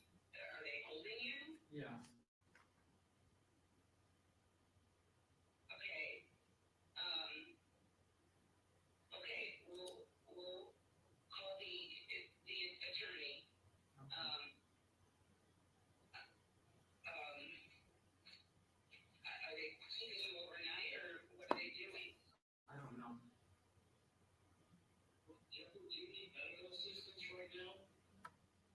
I could use a psychiatrist, yes. Well, did you tell them that? I did. And what did they say? They haven't said anything. Okay. Okay. Well, all right, well, we have to wait till tomorrow morning before we can call the attorney. Yeah. I understand. What, so what police station are you in Kalamazoo? The Kalamazoo Public Safety Headquarters. Can you give me an idea where that is? No, it's I don't know. I was driven here. Is there somebody there with you now? Yes. And Judge, I guess I'm going to object to this. I think we went beyond any impeachment or refreshing recollection or whatever purposes might have been. So you would agree that you spoke to your mother? Yes. Okay. And you told her to call the police. I mean, not police, but I'm sorry, attorney. Yes. Okay. You would agree that your mother never asked, what are you being arrested for, right? You'd agree to that, right? Yes. Your mother never asked, what are you being detained for, right? Yes. Your mother already knew, right? Because you had a conversation with your mother prior to you calling the police, correct? No. Oh, you didn't? You went over to Chicago the week before this particular day. Isn't that true? Yes, I believe so. Okay. And you saw your parents that weekend. Yes. Okay. And you stated earlier that the attorney you had was recommended by a friend of yours, right? That's correct. Okay. And then you also say that after the date of October 22nd, you never retained her services. Didn't you say that? That's correct. Okay. So when you say the attorney you got for me, at this point in time, she, according to your direct testimony, she wasn't even your attorney. That's correct. Right? But you told them to get the attorney they had previously got for you or had got for you at this particular time, right? I don't believe. You don't believe? That's what I said. Okay. So you didn't tell your mother or father the weekend before to get in contact with your attorney? The weekend before, no. You didn't?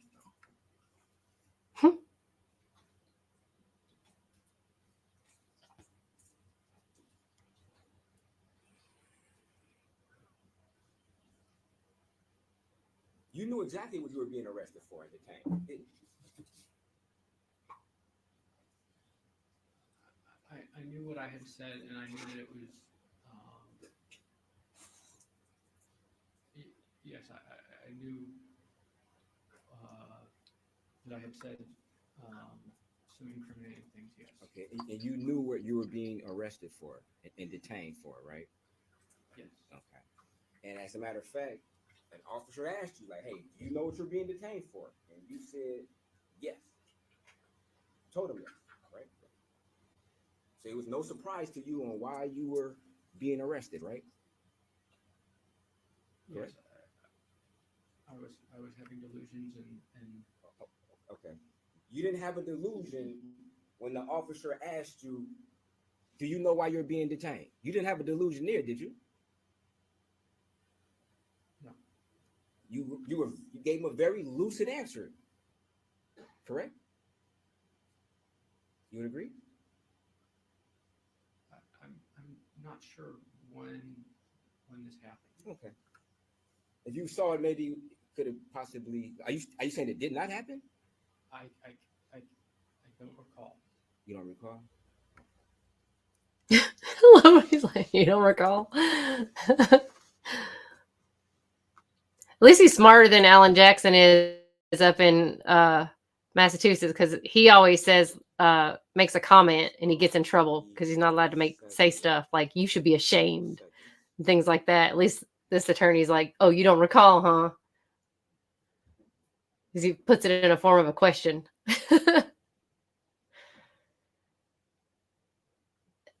The immunity he has is that nothing he says on the stand record, I'm playing at 3:07 and 11 seconds.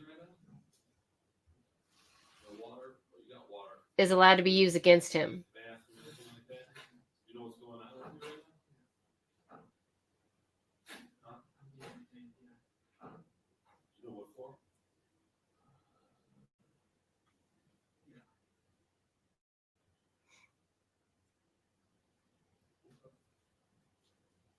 As long as you know, okay. I'm sure you would agree that you seem pretty lucid in your answer. You would agree to that, right?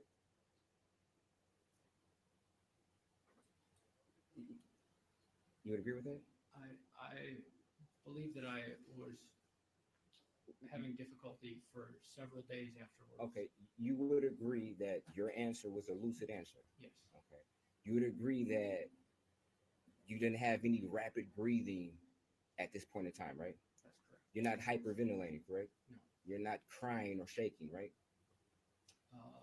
At this point, Well, at this point in time, right? Meaning if they find You would agree with that? the bloody knife in his house under a floorboard, Asking when this let's question say, was proposed to you, and it's got his fingerprints not all over cry it and when her you answer blood the and his blood or whatever, and it's undeniable evidence, they have hardcore evidence understood the to question, tie right? him, they you can never said or implied convict him that of you murder understand based on what his evidence. question was, right? But nothing he You says didn't on the imply stand that you didn't today understand what or he at this admitted to trial you, right? can be used against him. Because you had an opportunity to But think they about use everything else. what his question was before you even answered it, right? And you had an opportunity to think about why you were being detained before he even asked you about it. You were thinking about that, weren't you?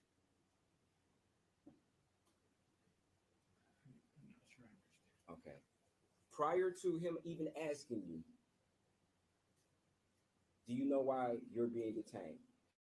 You were thinking about why you were sitting in a police station at that very time.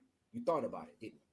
Yeah, and I'm also not positive, and I'll ask the attorney about this if I talk to him, if any of the evidence they've used in this case I'm asking before with you even him walked into in the it room, you were is also in sitting it. in your own mind thinking about how you landed into the police station.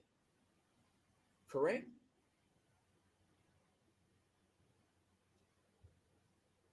I was trying to understand what had happened to me. When I was sitting in that room, I was trying to understand what had gone on to cause me this utterly abnormal behavior that I had never experienced before, had never experienced since, and I believe was caused by an adverse reaction to this medication. Now, when you say adverse behavior that you've never experienced, are you talking about the actions that happened on October the 20th? Those actions? Is that what you were thinking about? No. Or you wasn't thinking about that at all? That didn't cross your mind at all?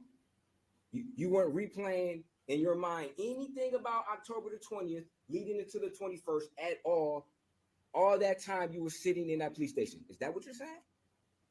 You didn't think about it at all? Again, if you listen to that tape, I have zero recollection of anything that happened. So you say. Related to those events. So you say. My question is, while you were sitting in that police station, were you thinking about what happened on October the 20th or 21st? Were you going through in your mind about anything about the 20th or the 21st? No. You weren't?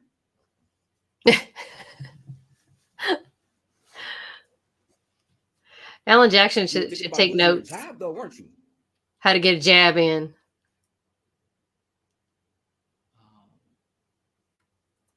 No, I was trying to understand what. You were thinking about losing your job, right? No. You weren't? Okay. I'd like to go to 4:38 and 19 seconds.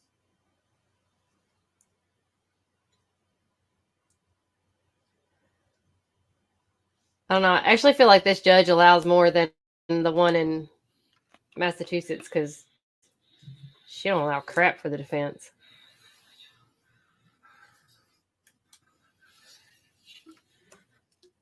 You heard yourself, right? You said you're going to lose your job. You're going to lose. I'm sorry. Yes. I'm sorry. So you heard yourself say, I'm going to lose my job. I'm going to lose everything, right? Yes. So you were sitting there thinking about losing your job, right? Yes. Because you knew why you were there. Correct? You knew why you was there.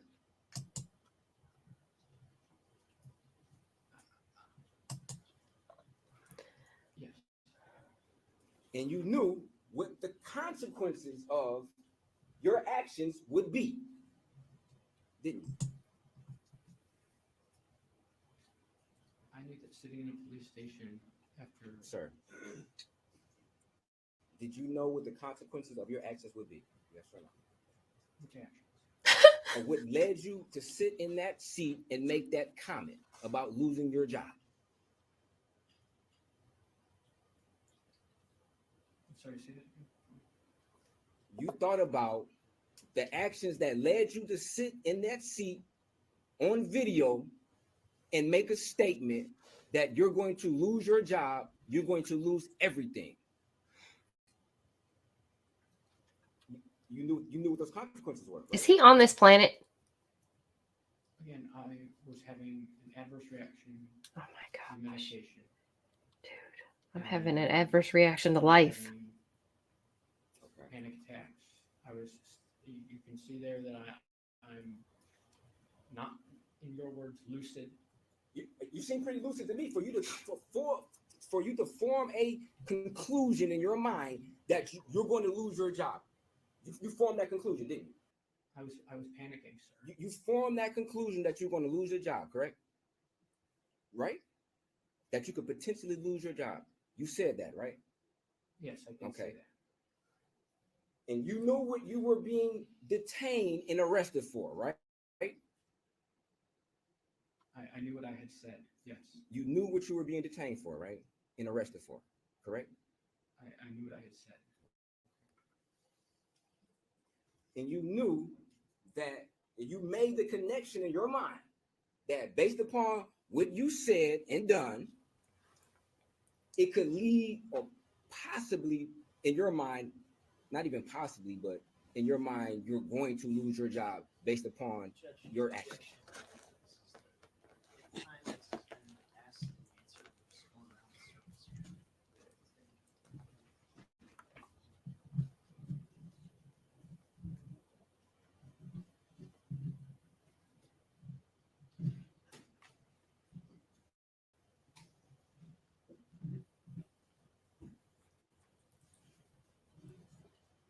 Now, when did you begin this new medication? I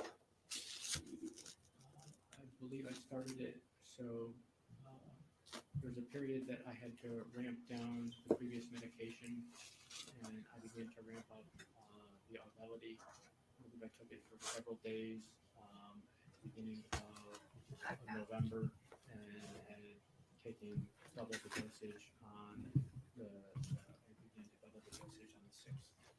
The 6th of what month? November. There's no way it hits you that fast.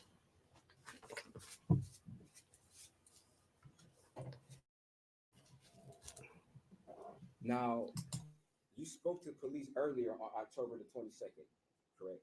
Yes. Okay. And at that point in time, you weren't showing any emotions, were you? With the police, you weren't crying when you were talking about Samantha's death on October the 22nd, were you?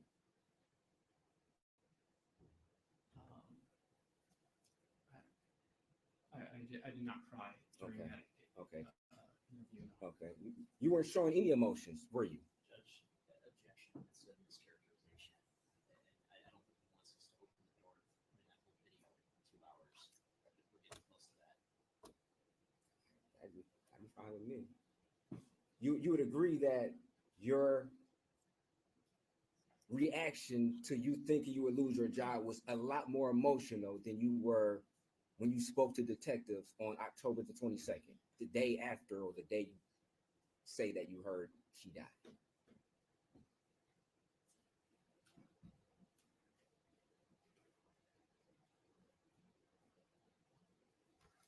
You weren't there at the funeral. That's not my question. My question was, Yeah, I was emotional at the funeral. okay. And you were emotional when you were thinking about losing your job, right? You would agree to that? Yes. And you would agree that the emotion level that you displayed about thinking about losing your job was much greater than the emotion you displayed when you spoke to detectives on October the 22nd. Again, I was going in and out of having panic attacks on November 7th, and I was having difficulty with my thoughts and emotions Okay. at that time. So that would be a yes. You displayed a lot more emotions about losing your job than you did when speaking about Samantha. That'd be a yes, right? When speaking about Samantha in the police station on October 22nd, yes.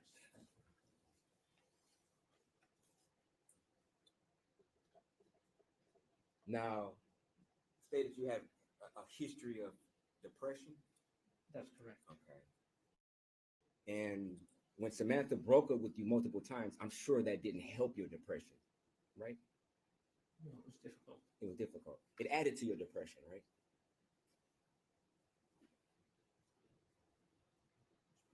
Sure. And yes. You weren't happy that she added to your depression. You weren't happy, were you?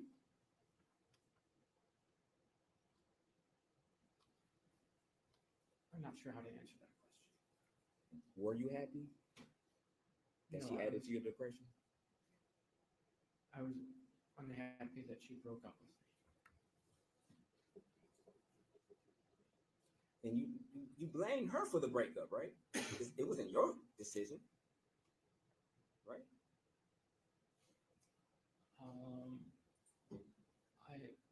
I blame myself for the breakup. I But believe you try to convince her that you guys should be together after you broke up, right? that's correct. And when you try to convince her, in your mind, it was her decision and she was the reason why you broke up, right? I think those are two separate things. I think it was her decision, but I believe that I was the reason that we broke up. Did you change anything? I tried. You tried. What did you try to change? I tried to call her more. She wanted more physical touching, so I tried that. I brought her flowers. I apologized. And she rejected all of that. Despite you doing all of those different actions, she still rejected you, didn't she?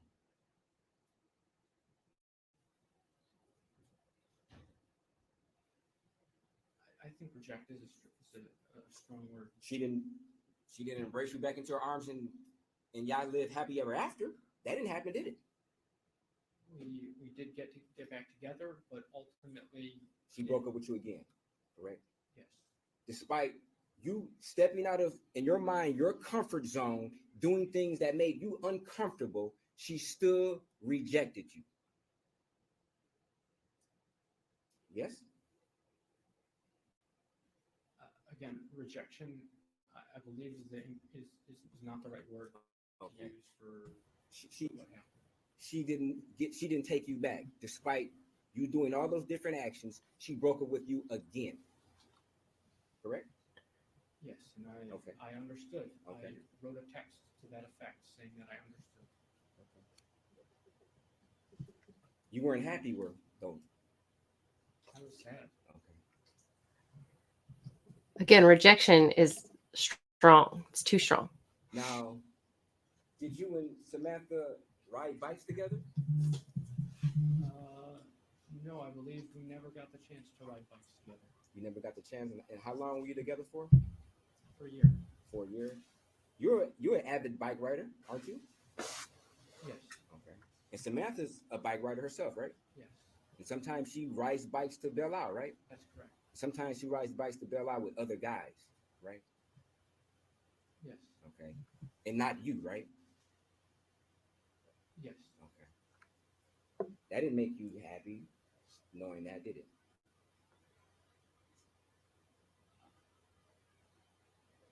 To my knowledge, he rode her bike to Belle Isle with Paul.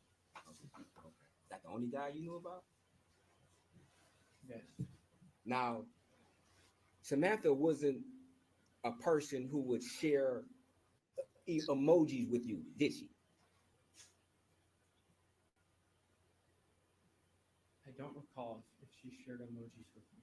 You don't recall? You recall that question being asked of you by the police and you said no, right? Okay. And it was the truth when you said it though, right? Because you were being honest, right? Yes. Okay. Did you know that her to share emojis with other guys, like hearts?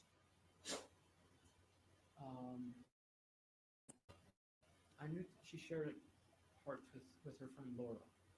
Did you know about a guy named David Wilkinson? No. Did you know about a guy named Aaron Pergament? No. Did you know about a guy named Robert or Bob Becker? No. So you didn't know that she was intimate with these guys? No. Now, you would go over to Samantha's house from time to time, correct? Yes. Okay. Now, isn't it true that, to your knowledge, Samantha never fell asleep on her couch? Isn't that true?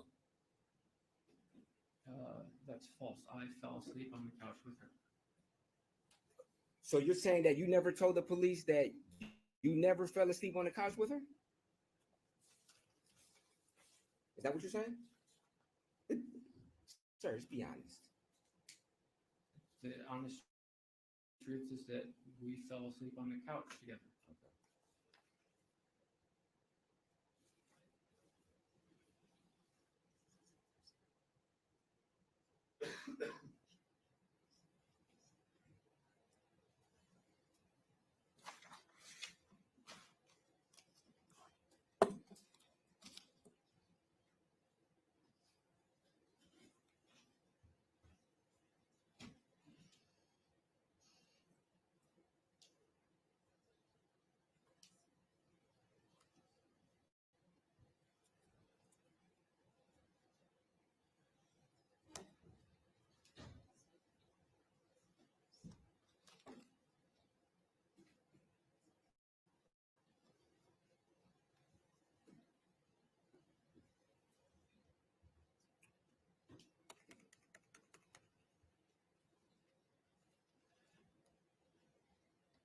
Sorry, bear with me. I have to start this Tech video player.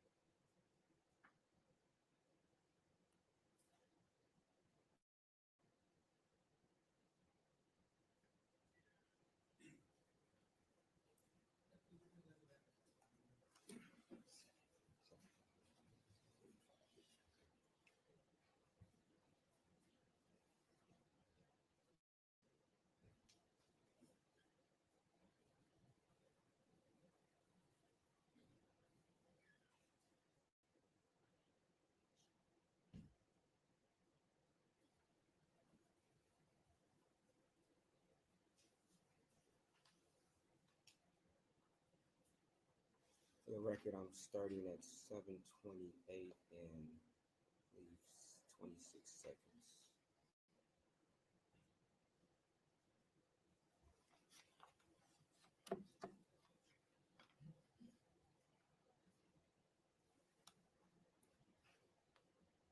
teeth sometimes, but yeah, there wasn't not much of a bedtime ritual, no. Like, would she fall asleep on the couch sometimes?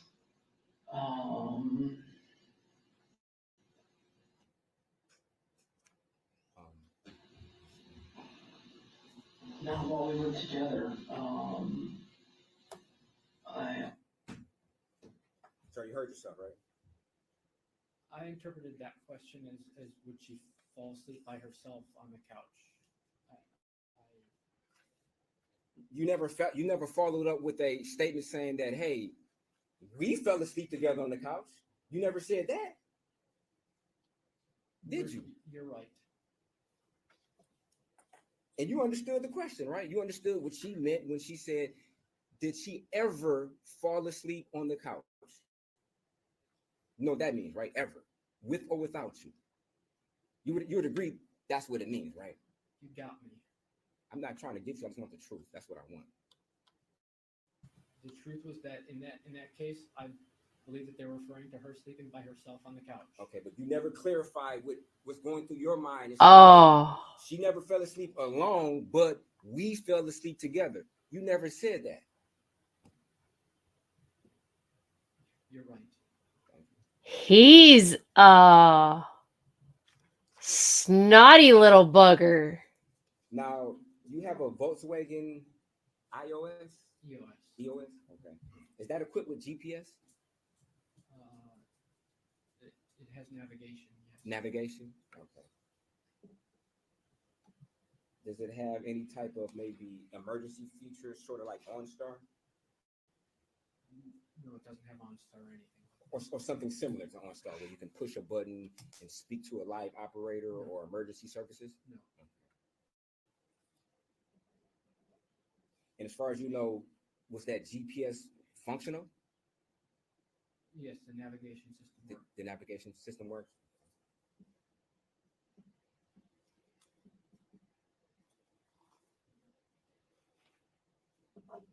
Now, I guess you indicated that on Saturdays you try not to work or labor. I mean, that's probably about as excited as he gets, but Didn't you tell the police the Saturday of her death you went to Eastern Market, right? That's correct. Okay. Would you classify that as work? No, Oh, that's not work? Just going shopping? I meant work for pay. Oh, for pay. Labor.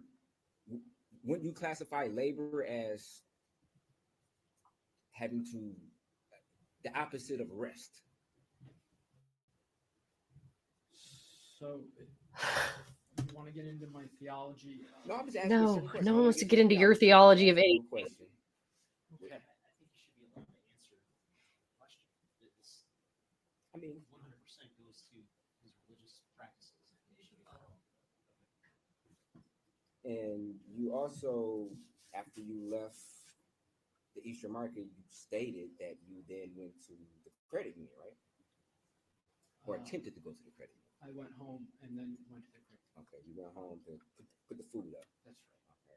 Then you attempted to go to the credit union, right? That's right. Okay. And then you stated that you then went to yoga? That's correct. Okay. And you worked out there, correct, at yoga. Would you agree to that? Yes, I practiced yoga.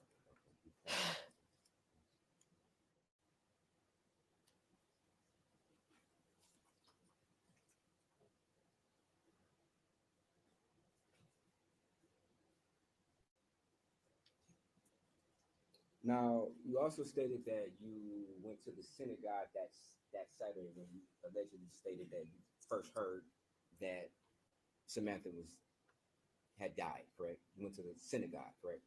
Yes, later that afternoon, yes. Who was there? Who did you see? Shira Heisler, Zach Rosen, the Robinsons, Noam Kimmelman, Jen Rosciano. Those are some of the names that come to mind first. Okay.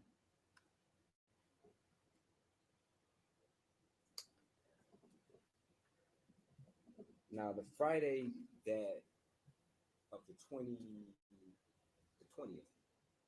you stated that you were at home allegedly listening to a podcast? After going to synagogue. Okay. And what device did you listen to this podcast on? On my phone. On your phone? Okay. You know approximately what time you listened to this podcast at? Somewhere between 8 and 10, I believe. 8 and 10? Okay. So 2-hour podcast? I think it was shorter than that. Okay. And after the podcast went off, what, if anything, did you do? I listened to a record. A record? Yeah. Okay. And you can't remember what record you listened to, right? It was, I don't remember the specific record, but it was one by Jason Molina. What podcast do you listen to? Do you typically turn off your location when you're at home? No. You don't? But, so you typically don't do it, but sometimes, have you ever turned off your location? No. Now, let's go back to some of the statements that you made. Was his location turned off? You stated that you know you were in trouble. Remember that? Yes. Okay. And when you said that, you were referring to the death of Samantha, weren't you? Yes, I convinced myself that I was involved with the death of Samantha. Convinced yourself, okay.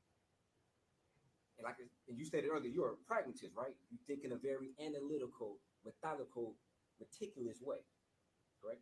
Yes. Okay. And would it be fair to say that you're not a person who's easily persuaded? Sure. Okay. So when you say you convince yourself, that would take a lot of thinking about a situation in order to convince yourself that something happened. You'd agree to that, right? Or it could be caused by a delusion. Oh my goodness.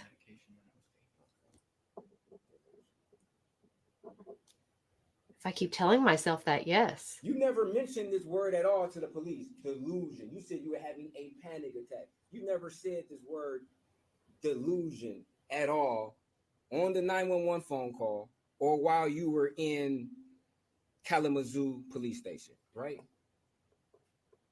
I believe that at some point I refer to myself as having a psychotic break.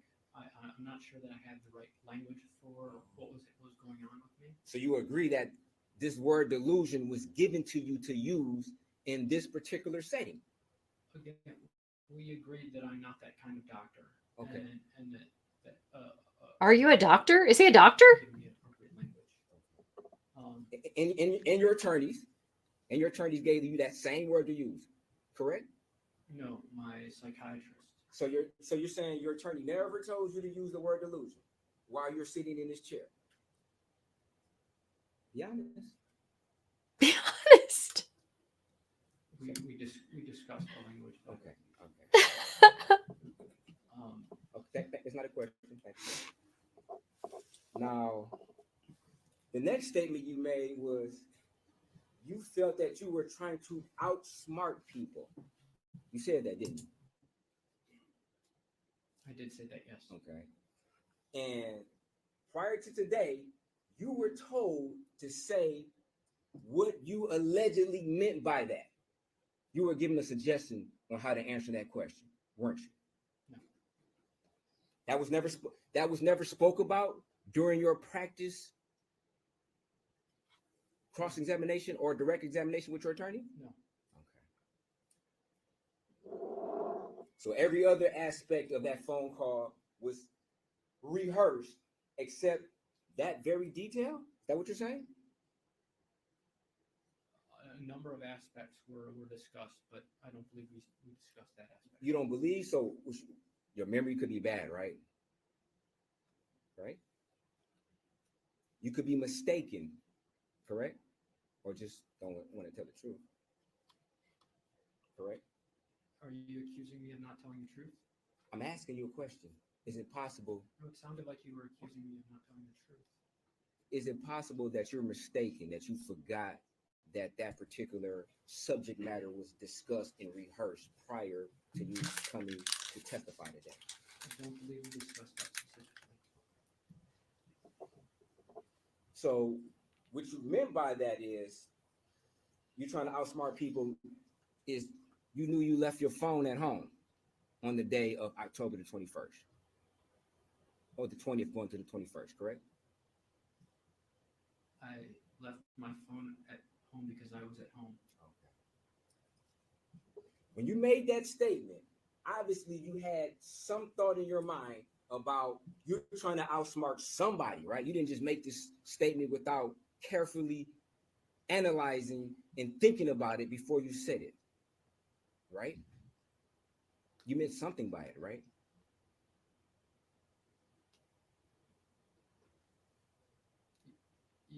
Yes. Okay. And you were speaking in reference to Samantha Wolls' murder, correct? Yes.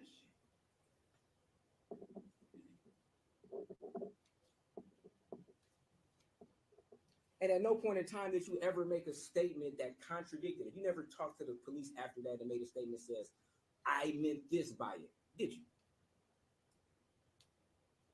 I'm not sure I understand. After November the 8th, you never made you never had another written statement that you signed by the police indicating what you meant by that particular statement, right? You know what? If I were to have to, if I were to make an additional statement, that would have not been true. If you would have made an additional statement other than what you said, it would have been the truth, right? No, that's not what I said. If any additional statement would have not been the truth. I told the truth. Okay, in but the initial statement that I gave the police. But you made another statement on 911, right? That's a statement. Came out of your mouth, right? It came out of your mouth, correct? Again, Sir, did it come out of your mouth? It did come out of. Okay, so you would agree that it's a statement, correct? Yes. Yeah, garbly statement. Couldn't understand. Okay, that statement can't be used against you anyway, so you can say whatever you want on the stand. Don't forget. That's the only time you've ever, in your mind, not told the truth is when you allegedly made this up about what happened to Samantha? That's the only time you didn't tell the truth? In your life? Or recently? In your life. I like the way he throws that in there. Okay, I'll be more specific. Would you consider yourself an honest person? Yes. Okay. Do you always just make things up that didn't happen? No. Okay. So you're saying that this is the only time that you could remember that you made up something?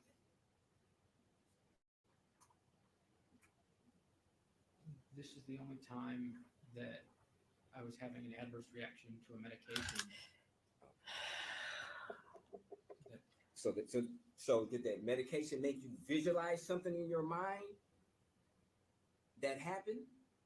No, again, as I said on the tape, I couldn't remember anything related to the events. Are you familiar with repressed memories?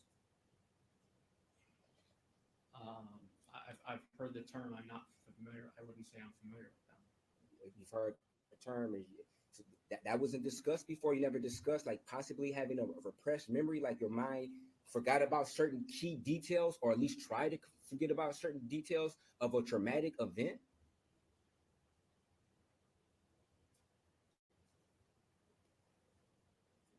You never sought that out. You didn't try to get to the truth of the matter and say, okay, maybe I had maybe I had a repression of a traumatic event. You never tried to figure out if that was the case in this particular situation?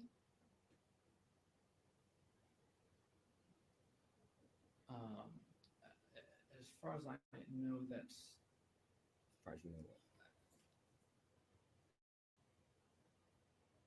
No, I never tried to look into whether it was a repressed memory. No. Dude, I don't know if they have drugged him To take the it's or a what. delusion road versus trying to get down to the truth of the matter to see, in fact, was this a repressed memory of an act that actually happened?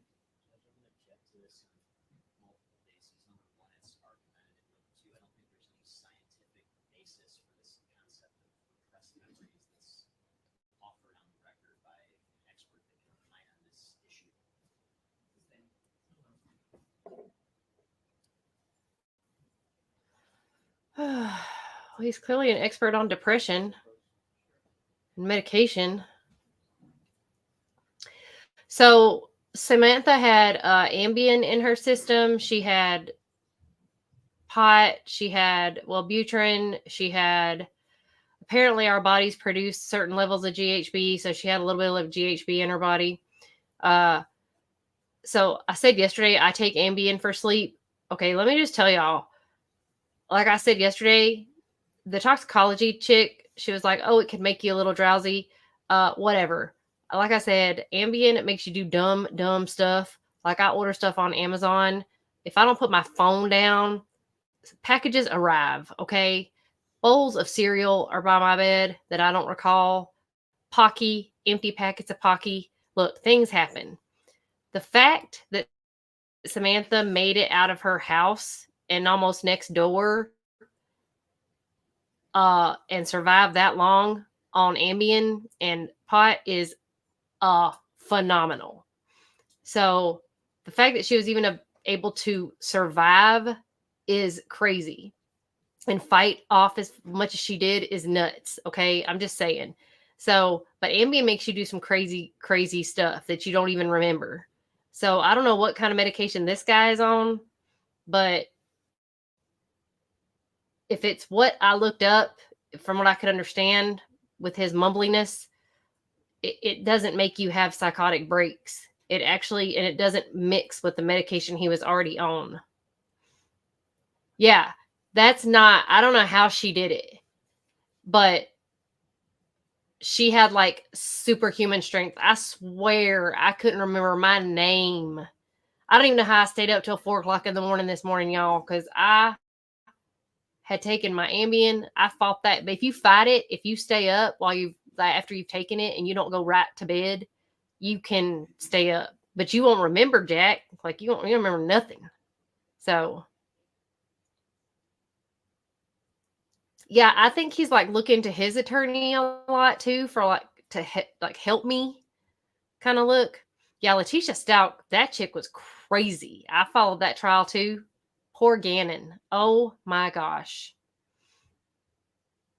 His dad, the fact that he had to continue talking to that psycho.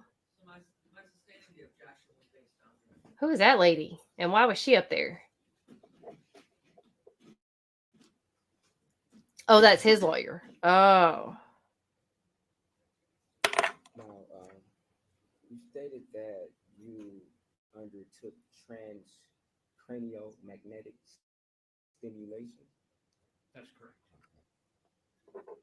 Do you know if whether or not that has any effect on your memory as far as a side effect potentially? I don't know. You don't know that? Were any of the side effects discussed with you? Yes. Okay. And you just don't remember if that was one of them, correct? That's correct. What medication?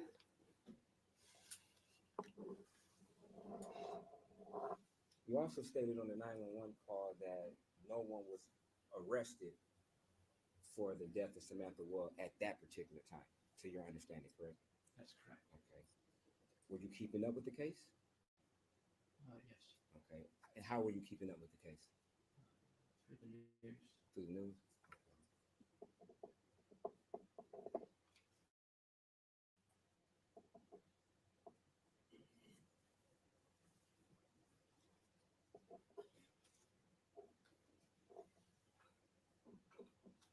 You also made a statement on the 911 call, what have I done? Remember that?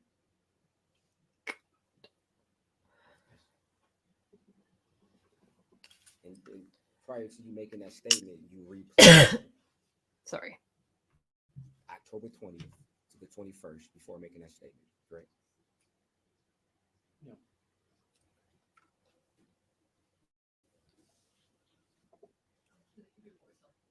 Oh, I'm sorry.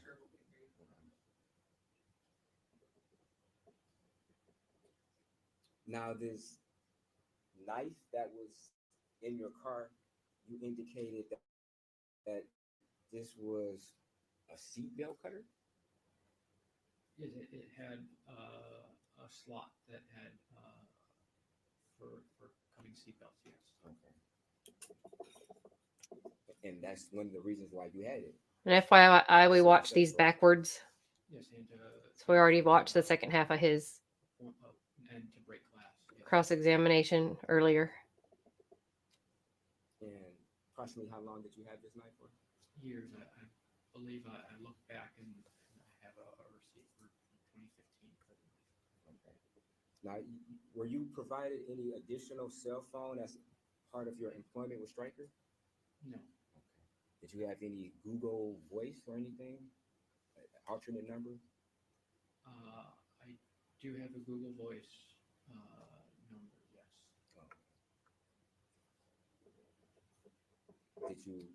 Did the authorities know about that Google Voice number?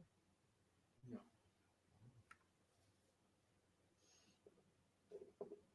Well, I wish I knew if we're going to have trial tomorrow since it cut off.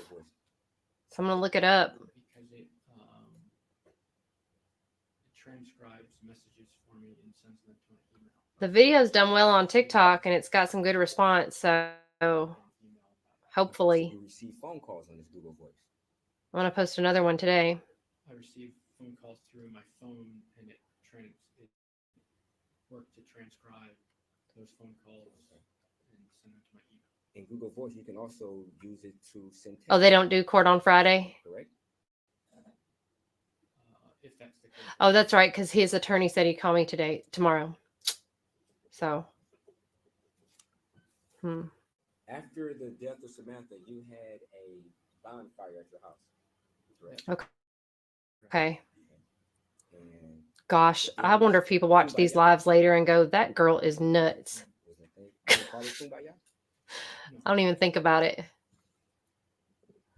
And where was this bonfire at in relation to? Was it in the backyard? Yes. Do you have a fire pit? Yes. Is this a store-bought fire pit, or is it did you make it out of rocks? It's a store-bought fire. Store-bought fire pit. Does that guy look like he makes anything? Do you always keep this fire pit outside when it's not in use? Yes.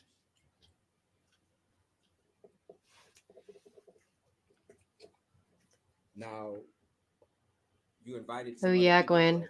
Hope you have like millions and millions of friends. Arrived, you already had the fire started. Did you start the fire yourself? Oh, I imagine they do in Detroit because they're busy. I was thinking about that too because. Well, I was still preparing. Her last name is Gazman.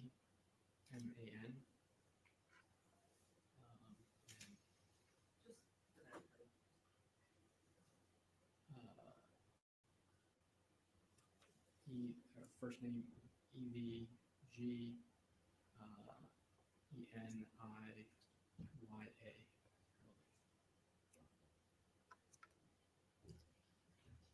In relation to I might be mispronouncing it, Avalde, is that the name of the prescription? Avalde. Okay. You stated that you didn't have any side effects initially, correct? That's correct. So you went from having no side effects to what you describe as something that clouded your memory of what happened. I believe that's not how I described the side effects at all, no. Okay. But you did testify on direct that allegedly you did not commit the murder and you convinced yourself, correct? That's what you stated, right? That's right. Okay. And you stated the reason why you felt you convinced yourself was because of a side effect from this prescription, correct? That's correct. Okay, so just to be clear, you went from having no side effects to this medication trying to, the side effect convincing yourself of doing a murder. Yes, so. Okay. So Okay, thank you. previous day I. Thank you. Okay.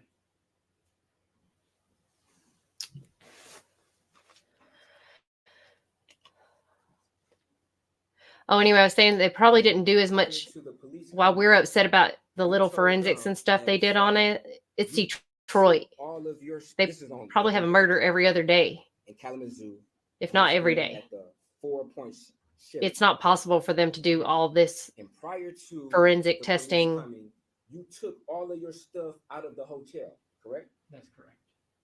And all this investigating Because you they knew need you were to about do. to go to jail, correct? And this was a highly publicized case I knew that that they had to close. You knew you were about to go to jail, correct? I thought that I would go to the hospital. You thought you'd go to the hospital. Yes. Okay.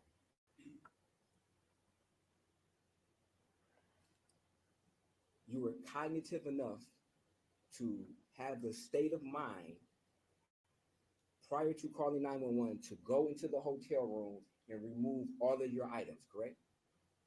I was already in the hotel room. Okay. You had the state of mind, presence of mind, prior to calling 911 to remove all of your items from the hotel, correct? Yes. And not only remove the items from the hotel, to take them to your automobile, correct? That's correct. Your panic attack didn't prohibit you from having that state of mind to remove your items from the hotel, That's correct? Oh, I'm sorry.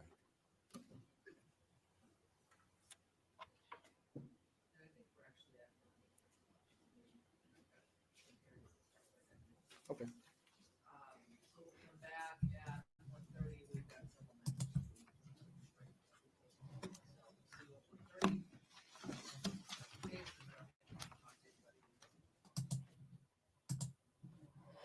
Okay, so the drug that he's talking about is called.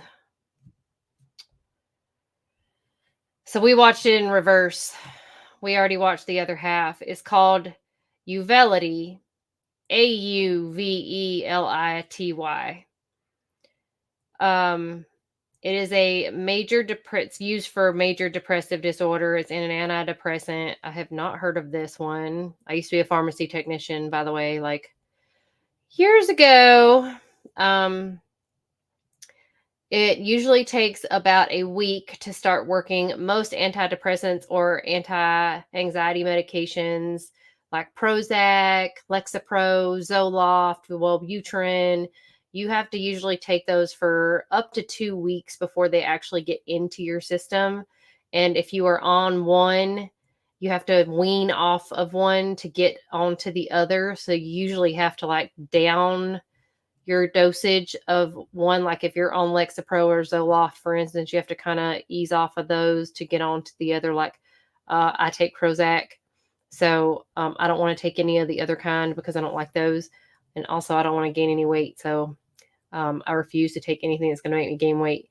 He was taking something, Trillex, and he went from that to this one. So this is supposed to be pretty mild.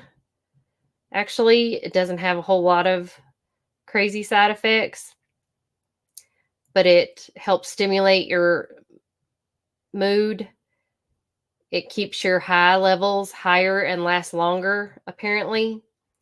But it's similar to Lexapro, Wellbutrin, Zoloft, or Prozac. The side effects, the main ones, are dizziness, diarrhea, dry mouth, pretty much everything like you hear on things, headache, feeling sleepy. Serious side effects are if you take higher dosages of it, seizures. You could have higher blood pressure, hypertension, Now, it does say manic episodes may happen in people with bipolar disorder who take this drug. Greatly increased energy, racing thoughts, unusually grand ideas, talking more or faster than usual, severe trouble sleeping, reckless behavior, excessive happiness or irritability, unusual thoughts or behavior. So that's if you have bipolar disorder. So it says this can make it happen. You can have hallucinations, seeing or hearing things that are not there, paranoia, feeling like people are against you. So you can have those kind of things, but he said he has depression. He didn't say he had severe depression. So, yeah. So, I mean, it's a side effect, but it's very rare that those happen. I don't know.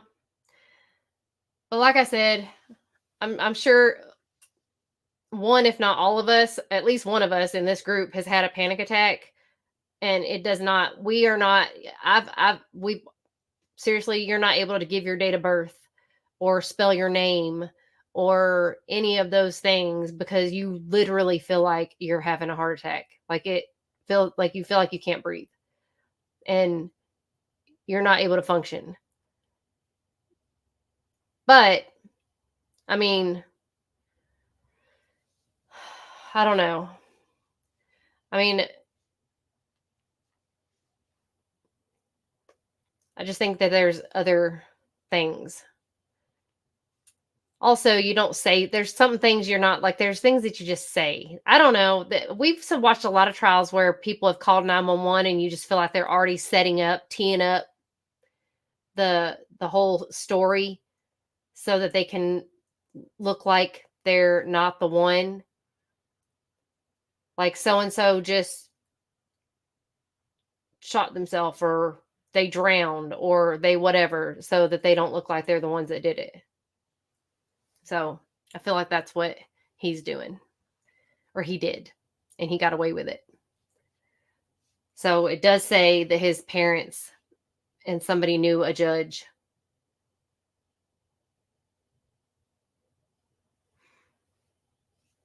Yeah.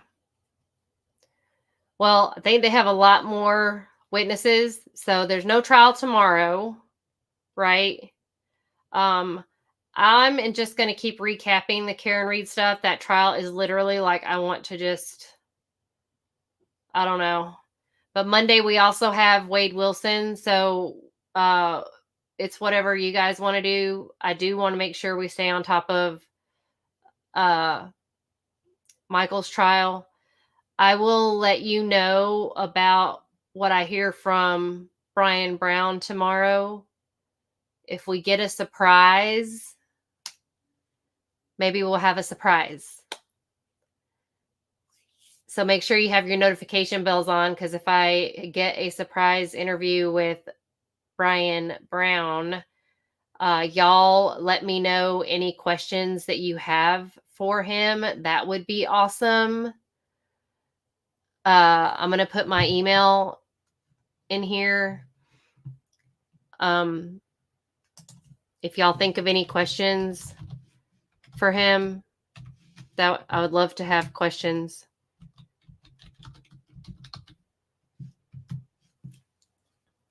In case he decides to get on to the show. That would be really cool. I want questions. I want whatever we want to ask him. So anybody have any questions for Michael's attorney? Let me know.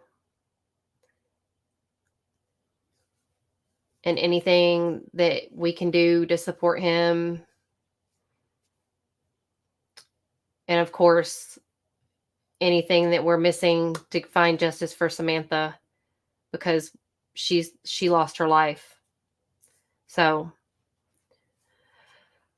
I appreciate y'all so much for joining these little lives that we have. Hopefully we're going to make a difference out there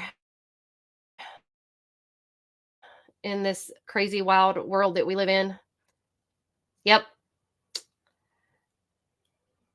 Yeah, I had that trial. Like, I mean, I'm really praying for the right thing to happen, but that trial is just making my head spin.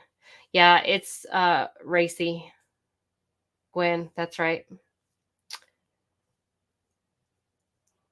Yeah, if y'all think of any questions to ask Michael's attorney, send them to me. And then keep looking. If he decides to do a live, I'll let y'all know. It would be really cool, because if he gets on a live, then you guys can just hop on and ask him some questions, because I really, really want to know, how the heck, what was he doing out there? Like all the questions that we would want to ask him if he were to get on the stand, if we're allowed. He may not be able to answer those questions, but,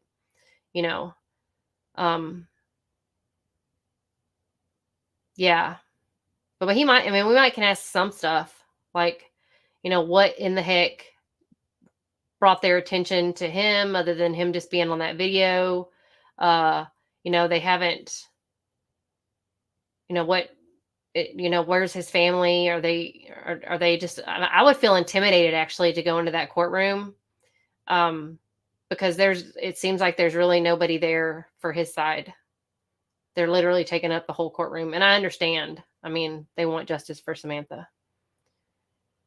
But yeah, so if I don't see y'all over the weekend, I'll let you know when hopefully we hear from Brian Brown.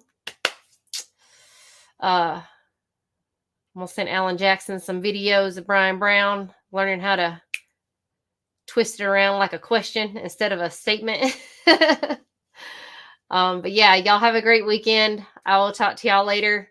And we'll see y'all Monday for either sentencing or trial or both.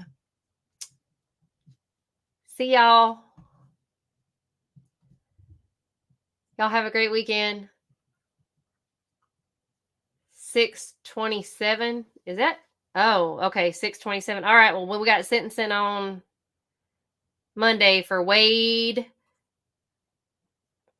Tattoo Face Wilson. Not till the 27th.